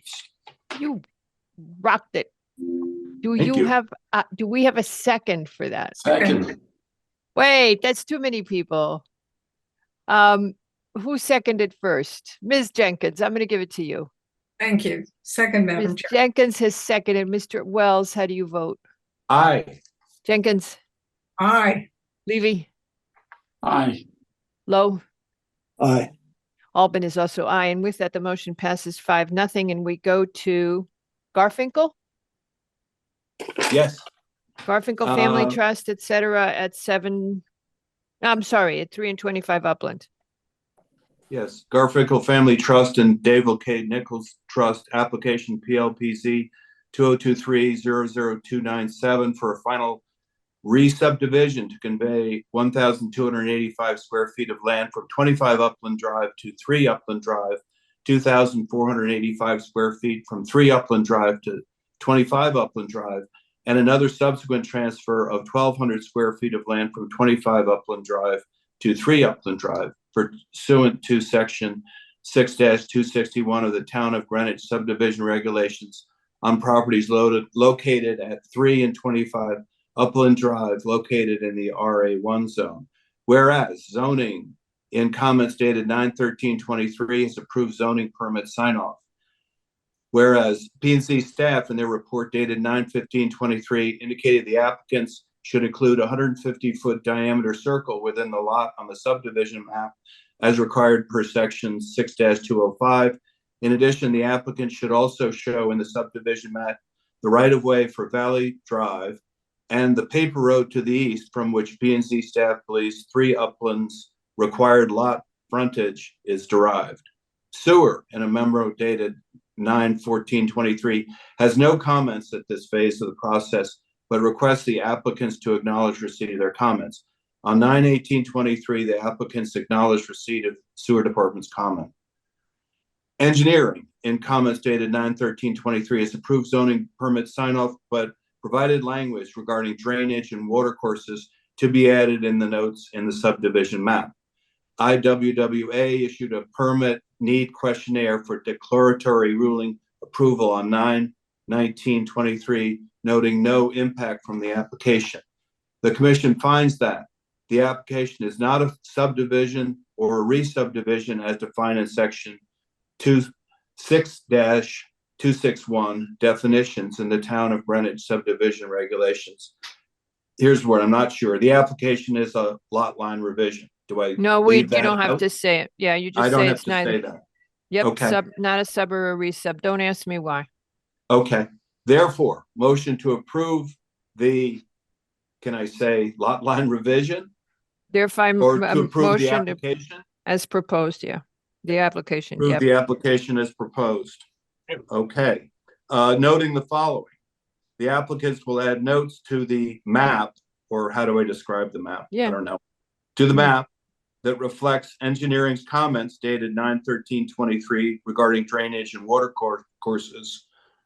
2, the applicants will include a 150-foot in diameter circle within the lot on the map per section 6-205 of the building and zoning regulations.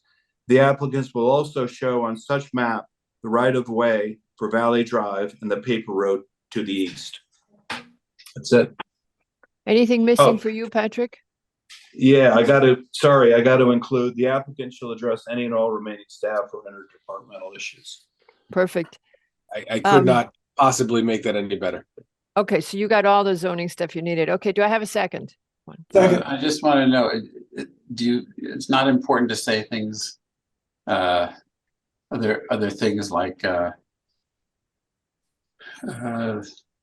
that they have to come to, they go through a normal review and approval process, and all applicable agencies. What? I'm not following your question. Oh, I just want to know if, I guess it's not, forget it, never mind. I'm sorry, I'm not following your question. So from here, the final step, I think this is what you're asking, is it zoning permit? Yes. Is the final sign off. There's two things that happen at the end after we've approved it. It's already been through the initial review by all the staff departments. Then they go and get the final sign off from whoever's worked on it. And at the very end, either Nick or I sign the final map that they're going to file with on the land records with the changed lot line. So that's the end of the review. So our review is over. It now gets all the staff sign off so that it can finish up. And then at the very end, the map is signed, and the map, I think the only thing we didn't say is the map includes all the standard footnotes. Did you say that? Oh, well. Yeah, it includes all the standard clauses. And we will put those There's in. boilerplate language. We really don't need to say that on a motion because it's boilerplate language. So that goes onto the map that gets filed. So it's the end of the road for us. And now it goes to staff, but it has already cleared all the departmental hurdles. Okay. Do I have a second? I did second it.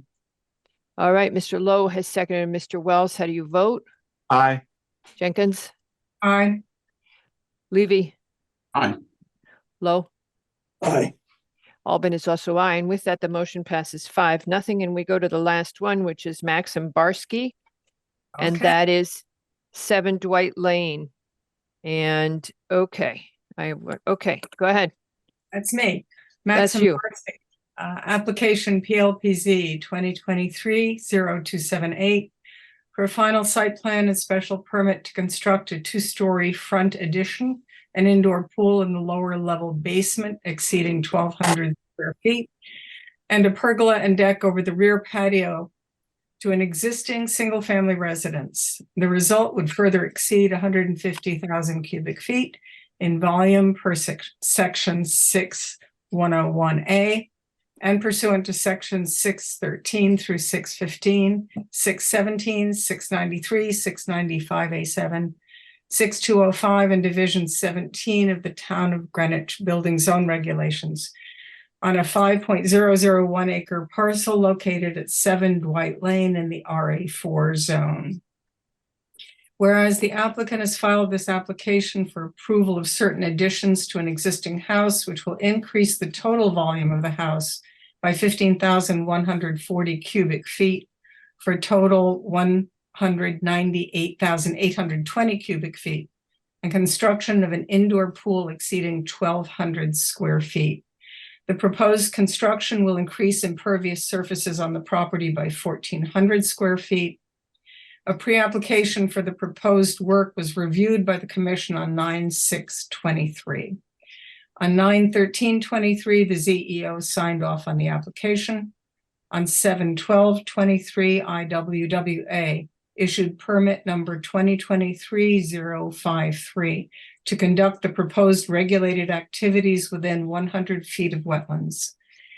On 9/23/23, the Health Department noted that the proposed indoor pool, associated drainage, and foundation appeared to be too close to the existing well, and accordingly, the proposed original plan could not be approved.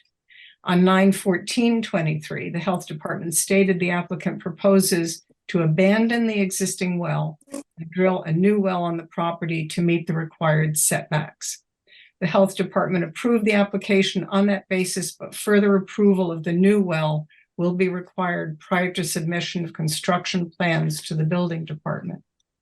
On 9/15/23, Conservation recommended that the applicant consider mitigation for the increase in impervious surfaces through additional native planting in the transition zone between the lawn and woodland areas, and that special care to be taken with respect to erosion and sediment control during construction.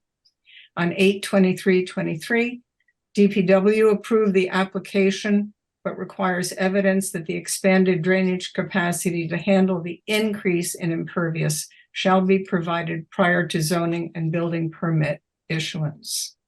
On 9/14/23, an energy efficiency narrative was provided, indicated the proposed additions and modifications will improve the ventilation, sun shading, and weather resistance of the existing structure and tie into the existing automated building management system that handles HVAC. The pool addition is exempt from the energy narrative requirement. The commission finds that the proposed additional construction on the site complies with applicable zoning requirements. A waiver of the landscape plan requirement under section 6176 is appropriate because the proposed construction remains largely within the existing footprint of the house, and the residence is sufficiently screened on all sides from neighbors and the street by existing established wooded area. Therefore, motion to approve the application by Maxim Barsky for a final site plan and special permit for modifications to property located at 7 Dwight Lane in the RA4 zone. This approval notes the following. The applicant shall provide the required additional information to DPW and the Health Department on a timely basis. Construction other than the underground pool may commence before relocation of the well in satisfaction of the Health Department requirement. The applicant shall address any and all remaining staff or intra-departmental issues prior to issuance of any zoning permit. Do I have a second? Second. Mr. Lowe has seconded. And Mr. Wells, how do you vote? Aye. Ms. Jenkins? Aye. Mr. Levy? Aye. Mr. Lowe? Aye. And Again. Albin is also aye. With that, the motion passes 5-0. And we are done for the night. Yay. Okay. All Good righty. job, guys. Do you have anything for us, Patrick, before we go into the sunset? We are 2 things. So I'm looking at the schedule. I think I don't want to predict that the 17th is going to be bad for the Central Middle School, but we may need to have a separate meeting there. I do think we're going to need a separate meeting for the Old Greenwich. And Okay. I'm wondering if I'm looking at the calendar. The first week in October is to have it later in the week is only problematic because the reason why I think it should be pushed out a little bit is so we can get departmental comments. So I think adding a couple of days on the week is not going to really add time for review. I think it should probably be the week of the 9th. If anybody has issues, let me know. Patrick, I thought we were all set on the 3rd. What's holding it up? We have a number of applications that are there, and I would rather give room for the Old Greenwich people on their own meeting than schedule other applications out because there's just we've got Sacred Heart coming back, we've got 240 Greenwich Ave coming back. We have the project at Greenwich Woods on that meeting right now. So there's a lot of time that's going to be spent on other things. And I'd rather not, I'd rather make a light meeting and a hard meeting and not 2 hard meetings. But again, and the Columbus Day is actually that Monday. So it would have to be middle of the week, probably. That's good. Yeah, okay. So hold on a second. They're going to come in. Have they filed? They're coming in. If they didn't file today, they're filing tomorrow. Okay, so they just are making the 2 weeks. Right. Okay, you guys decide. I think we have to do what we can to accommodate because we're obeying POCD. What are you guys willing to do in terms of your hours invested in this? Our meetings, our next meeting is the 3rd. Old Greenwich School is expecting to be on that. We have some options. We could just bite the bullet and drink more coffee and go late at night. We could meet again the next night. We could meet on the Wednesday.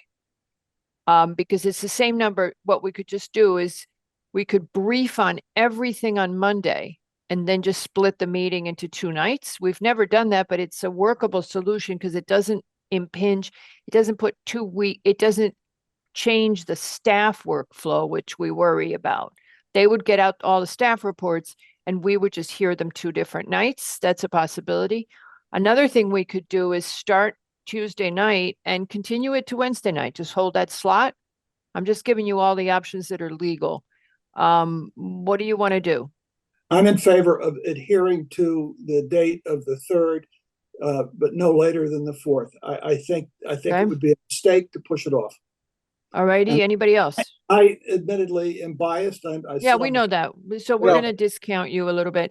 I'd prefer to do it all that week rather than Yeah. slop over into the following week and then have something the following week. as Yeah, well. I don't want to have meetings every week because the problem is that messes up staff because then they're writing staff reports every week. Even if it's only 1 or 2, it still messes up. I would rather have them be able to send everything out and just post it if necessary to 2 agendas. The other thing is we could, if we wipe out on Tuesday night, we could adjourn and reconvene the next day. That is legal. I like that. I like that. I've always thought that was a good idea, that we just have a time when we say no more and we'll go tomorrow night. And we just signal each other when we're totally fried. I mean, Like this? normally, and another option is, and another option is we could take a second break because normally I get energized after the first break. I We feel could certainly better. try that and see. I where don't we- want to go back to the old days where I get no sleep at a night. No. I don't All want right. to go there. So let's do this. What about, okay, Patrick and Tracy, weigh in what's best for staff because we don't want to My mess you only guys up. concern is if related departments are not able to respond to the Old Greenwich project, that even a day is not going to give us more time. That would be my only concern about that. But again, I like the idea in principle. So I'm just. Are there specific departments that you're particularly concerned about? It's always DPW. It's every department because again, when we don't get it, not to get into the background too much, but typically the departments get stuff 4 weeks in advance, right? We could put things on in 2 weeks, but they get it 4 weeks, so they're able to divvy up the work when it comes in short notice. And I've already let them know it's coming in. But if there is a lot of work, and I think it's probably less on this project than other building committee projects. I just don't want everyone to get their eggs in one basket and then we have to pivot. So let's do that. So when I say it's typically DPW, sewer is always under a huge backlog. Right.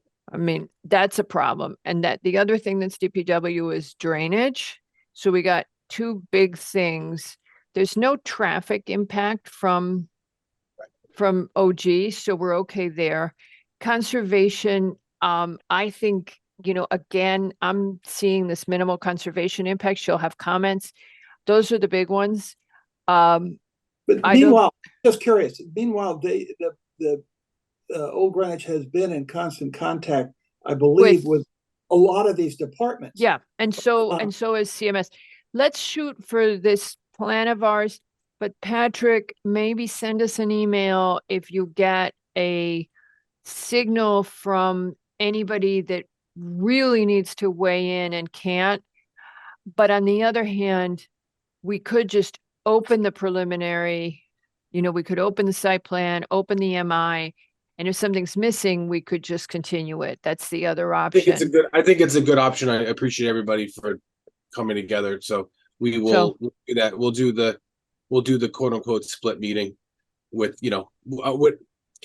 we'll talk about it a little bit later, but I think we'll just have a hard cutoff on Tuesday and then everything else will go on to Wednesday. It's more or less. And we'll just do that because I think Dennis hits the time that I get from people is at 11 that you guys really don't want to go past. 10. All right, you guys. 9:30. Right. I Okay, vote for I'll go 9:26, but that's me. Okay, so you guys, this was not a bad agenda and it's 9:26. Now we needed to stop Tony DeAndrea. He went on too long, but on the other hand, he came in knowing that we had raised concerns. So I let him talk. One short thing. Sorry. Yeah. Sorry, Madam Chair. Finish So, up. let's compromise at 10:30 for now, okay? But I mean, I know, but the problem is, everything is important. Okay, CMS, same thing. Let's do the same thing. Let's see how it goes. I think it's a little premature. I think if we address stuff at this meeting, they'll jump to the first meeting in November, so we'll have more space on the 17th. But that's but again, they're a much larger project, so they may need their own time too. And I've not got an indication from them that they're not okay with doing something later in the month. They just didn't want to miss, your meeting on the 17th or around that. So I know they Can we- really want to. Go ahead. Can we start with Old Greenwich and CMS on these meeting dates while we're all fresh and it's 4 instead of at 9:30? Please, I would love to do that. I would do that, right? Yeah. Yeah, and That then would be we'll go to the next day with whatever we have left over, which could be the discussion items, Could be. Yeah, absolutely. which would be fine. I So- appreciate it. Thank you. So yeah, let's start with, I think we get also more parents if we start at 4 with them. Yeah. And so yeah, I'd like to start at 4 with the 2 schools on the nights they're on. Well, Okay, I'm not we're gonna- planning on putting them on the same meeting, but yes, we'll make them first at either agenda. All right, and just to share something with you, I shared this with Patrick this morning, but last night at the RTM, another $2 million was appropriated for the Greenwich High remediation. And Peter Quigley stood up and said, well, you should tell P&Z to always get soil testing for contamination when they approve an MI. And I'm like, oh yeah, that's why we get a preliminary site plan, because we're trying to find the deal stoppers. So what you're looking for on this is is there anything that would keep you, any huge reservation you have? That's all you're looking for in the preliminary. Yeah, I would just, in case the application is filed, I just like to caution anybody from talking about it right now, but Yeah, I'm just giving you not that you said guidelines. anything. I just Just let giving you everyone know. guidelines. What you're always looking for when you're doing an MI with a preliminary is, what is the scope? I know I've told you guys that like 10 times, but I just, because I know we like to go down a rabbit hole. Ms. Jenkins. No, I was going to say thank you for I guess I inadvertently hit the hand up. No, it doesn't hurt to remind some of us what we can and can't think about. And that when you move, the preliminary is moved to final, and then you say, we need the following 10 things done before you come in for final. So it's very clear to the applicant what's missing. So you're not approving the preliminary. This is the problem, though, that I had with Hegney tonight. It's like, what am I supposed to say? I mean, we don't even know what the site plan is here. All right. Okay. Anything else? You had also asked us about the conservation survey, and if you wanted to do a department or commission level, Oh, yeah. or I Do mean, you- I don't know. if mean, it's fair. they want input. Do we want to Yeah. send input? Do y'all want to send input? I'm not sure that everybody saw it. It's Well, just I'm they not sure went everyone out. knows maybe what you're talking about. So, Yeah. is everyone aware there's a conservation? There's an open. That's what's the group. They're doing a survey. Yeah, and they are. Conservation Commission doing a survey on for their sustainability and climate resiliency plan. Thank you. I couldn't think of the And- words climate resiliency. So I had to write it down. That's what they I said. don't even, I mean, do we even have it? Was it even attached? I don't even know. Just don't it's on their website. You sent us a picture of it. That's all I know. Okay, so do we want to get somebody to does anybody want to look at it and send in some comments? We'll Yeah. add it to a I'm- briefing. How Yeah, about this? happy to do We'll that. add it to a briefing agenda and real fast, we'll say, oh, let's tell conservation that it's this, this, and this. And someone will think of something bright to say, hopefully. And I just also want to remind you, Mr. Hegney, excuse me, Mr. Wetmore has requested executive session on the 2nd. So we will have to break out of our meeting on that time at 3 o'clock and for litigation purposes. So And it's I calendar. asked that he also brief us on anything else other than the topic he wants to discuss with us. So would he Right. just Any give other us pending litigation, right? just Sure. tell us quickly about all pending litigation while he's Absolutely. at it? Yep. Because it's been a while since he touched base with us, and it's always interesting to Agreed. hear. Yep. All right. Can I go party now? You may Night. enjoy. Thank you, Good night. everybody. Good. Bye, everybody. Good night. Thank you.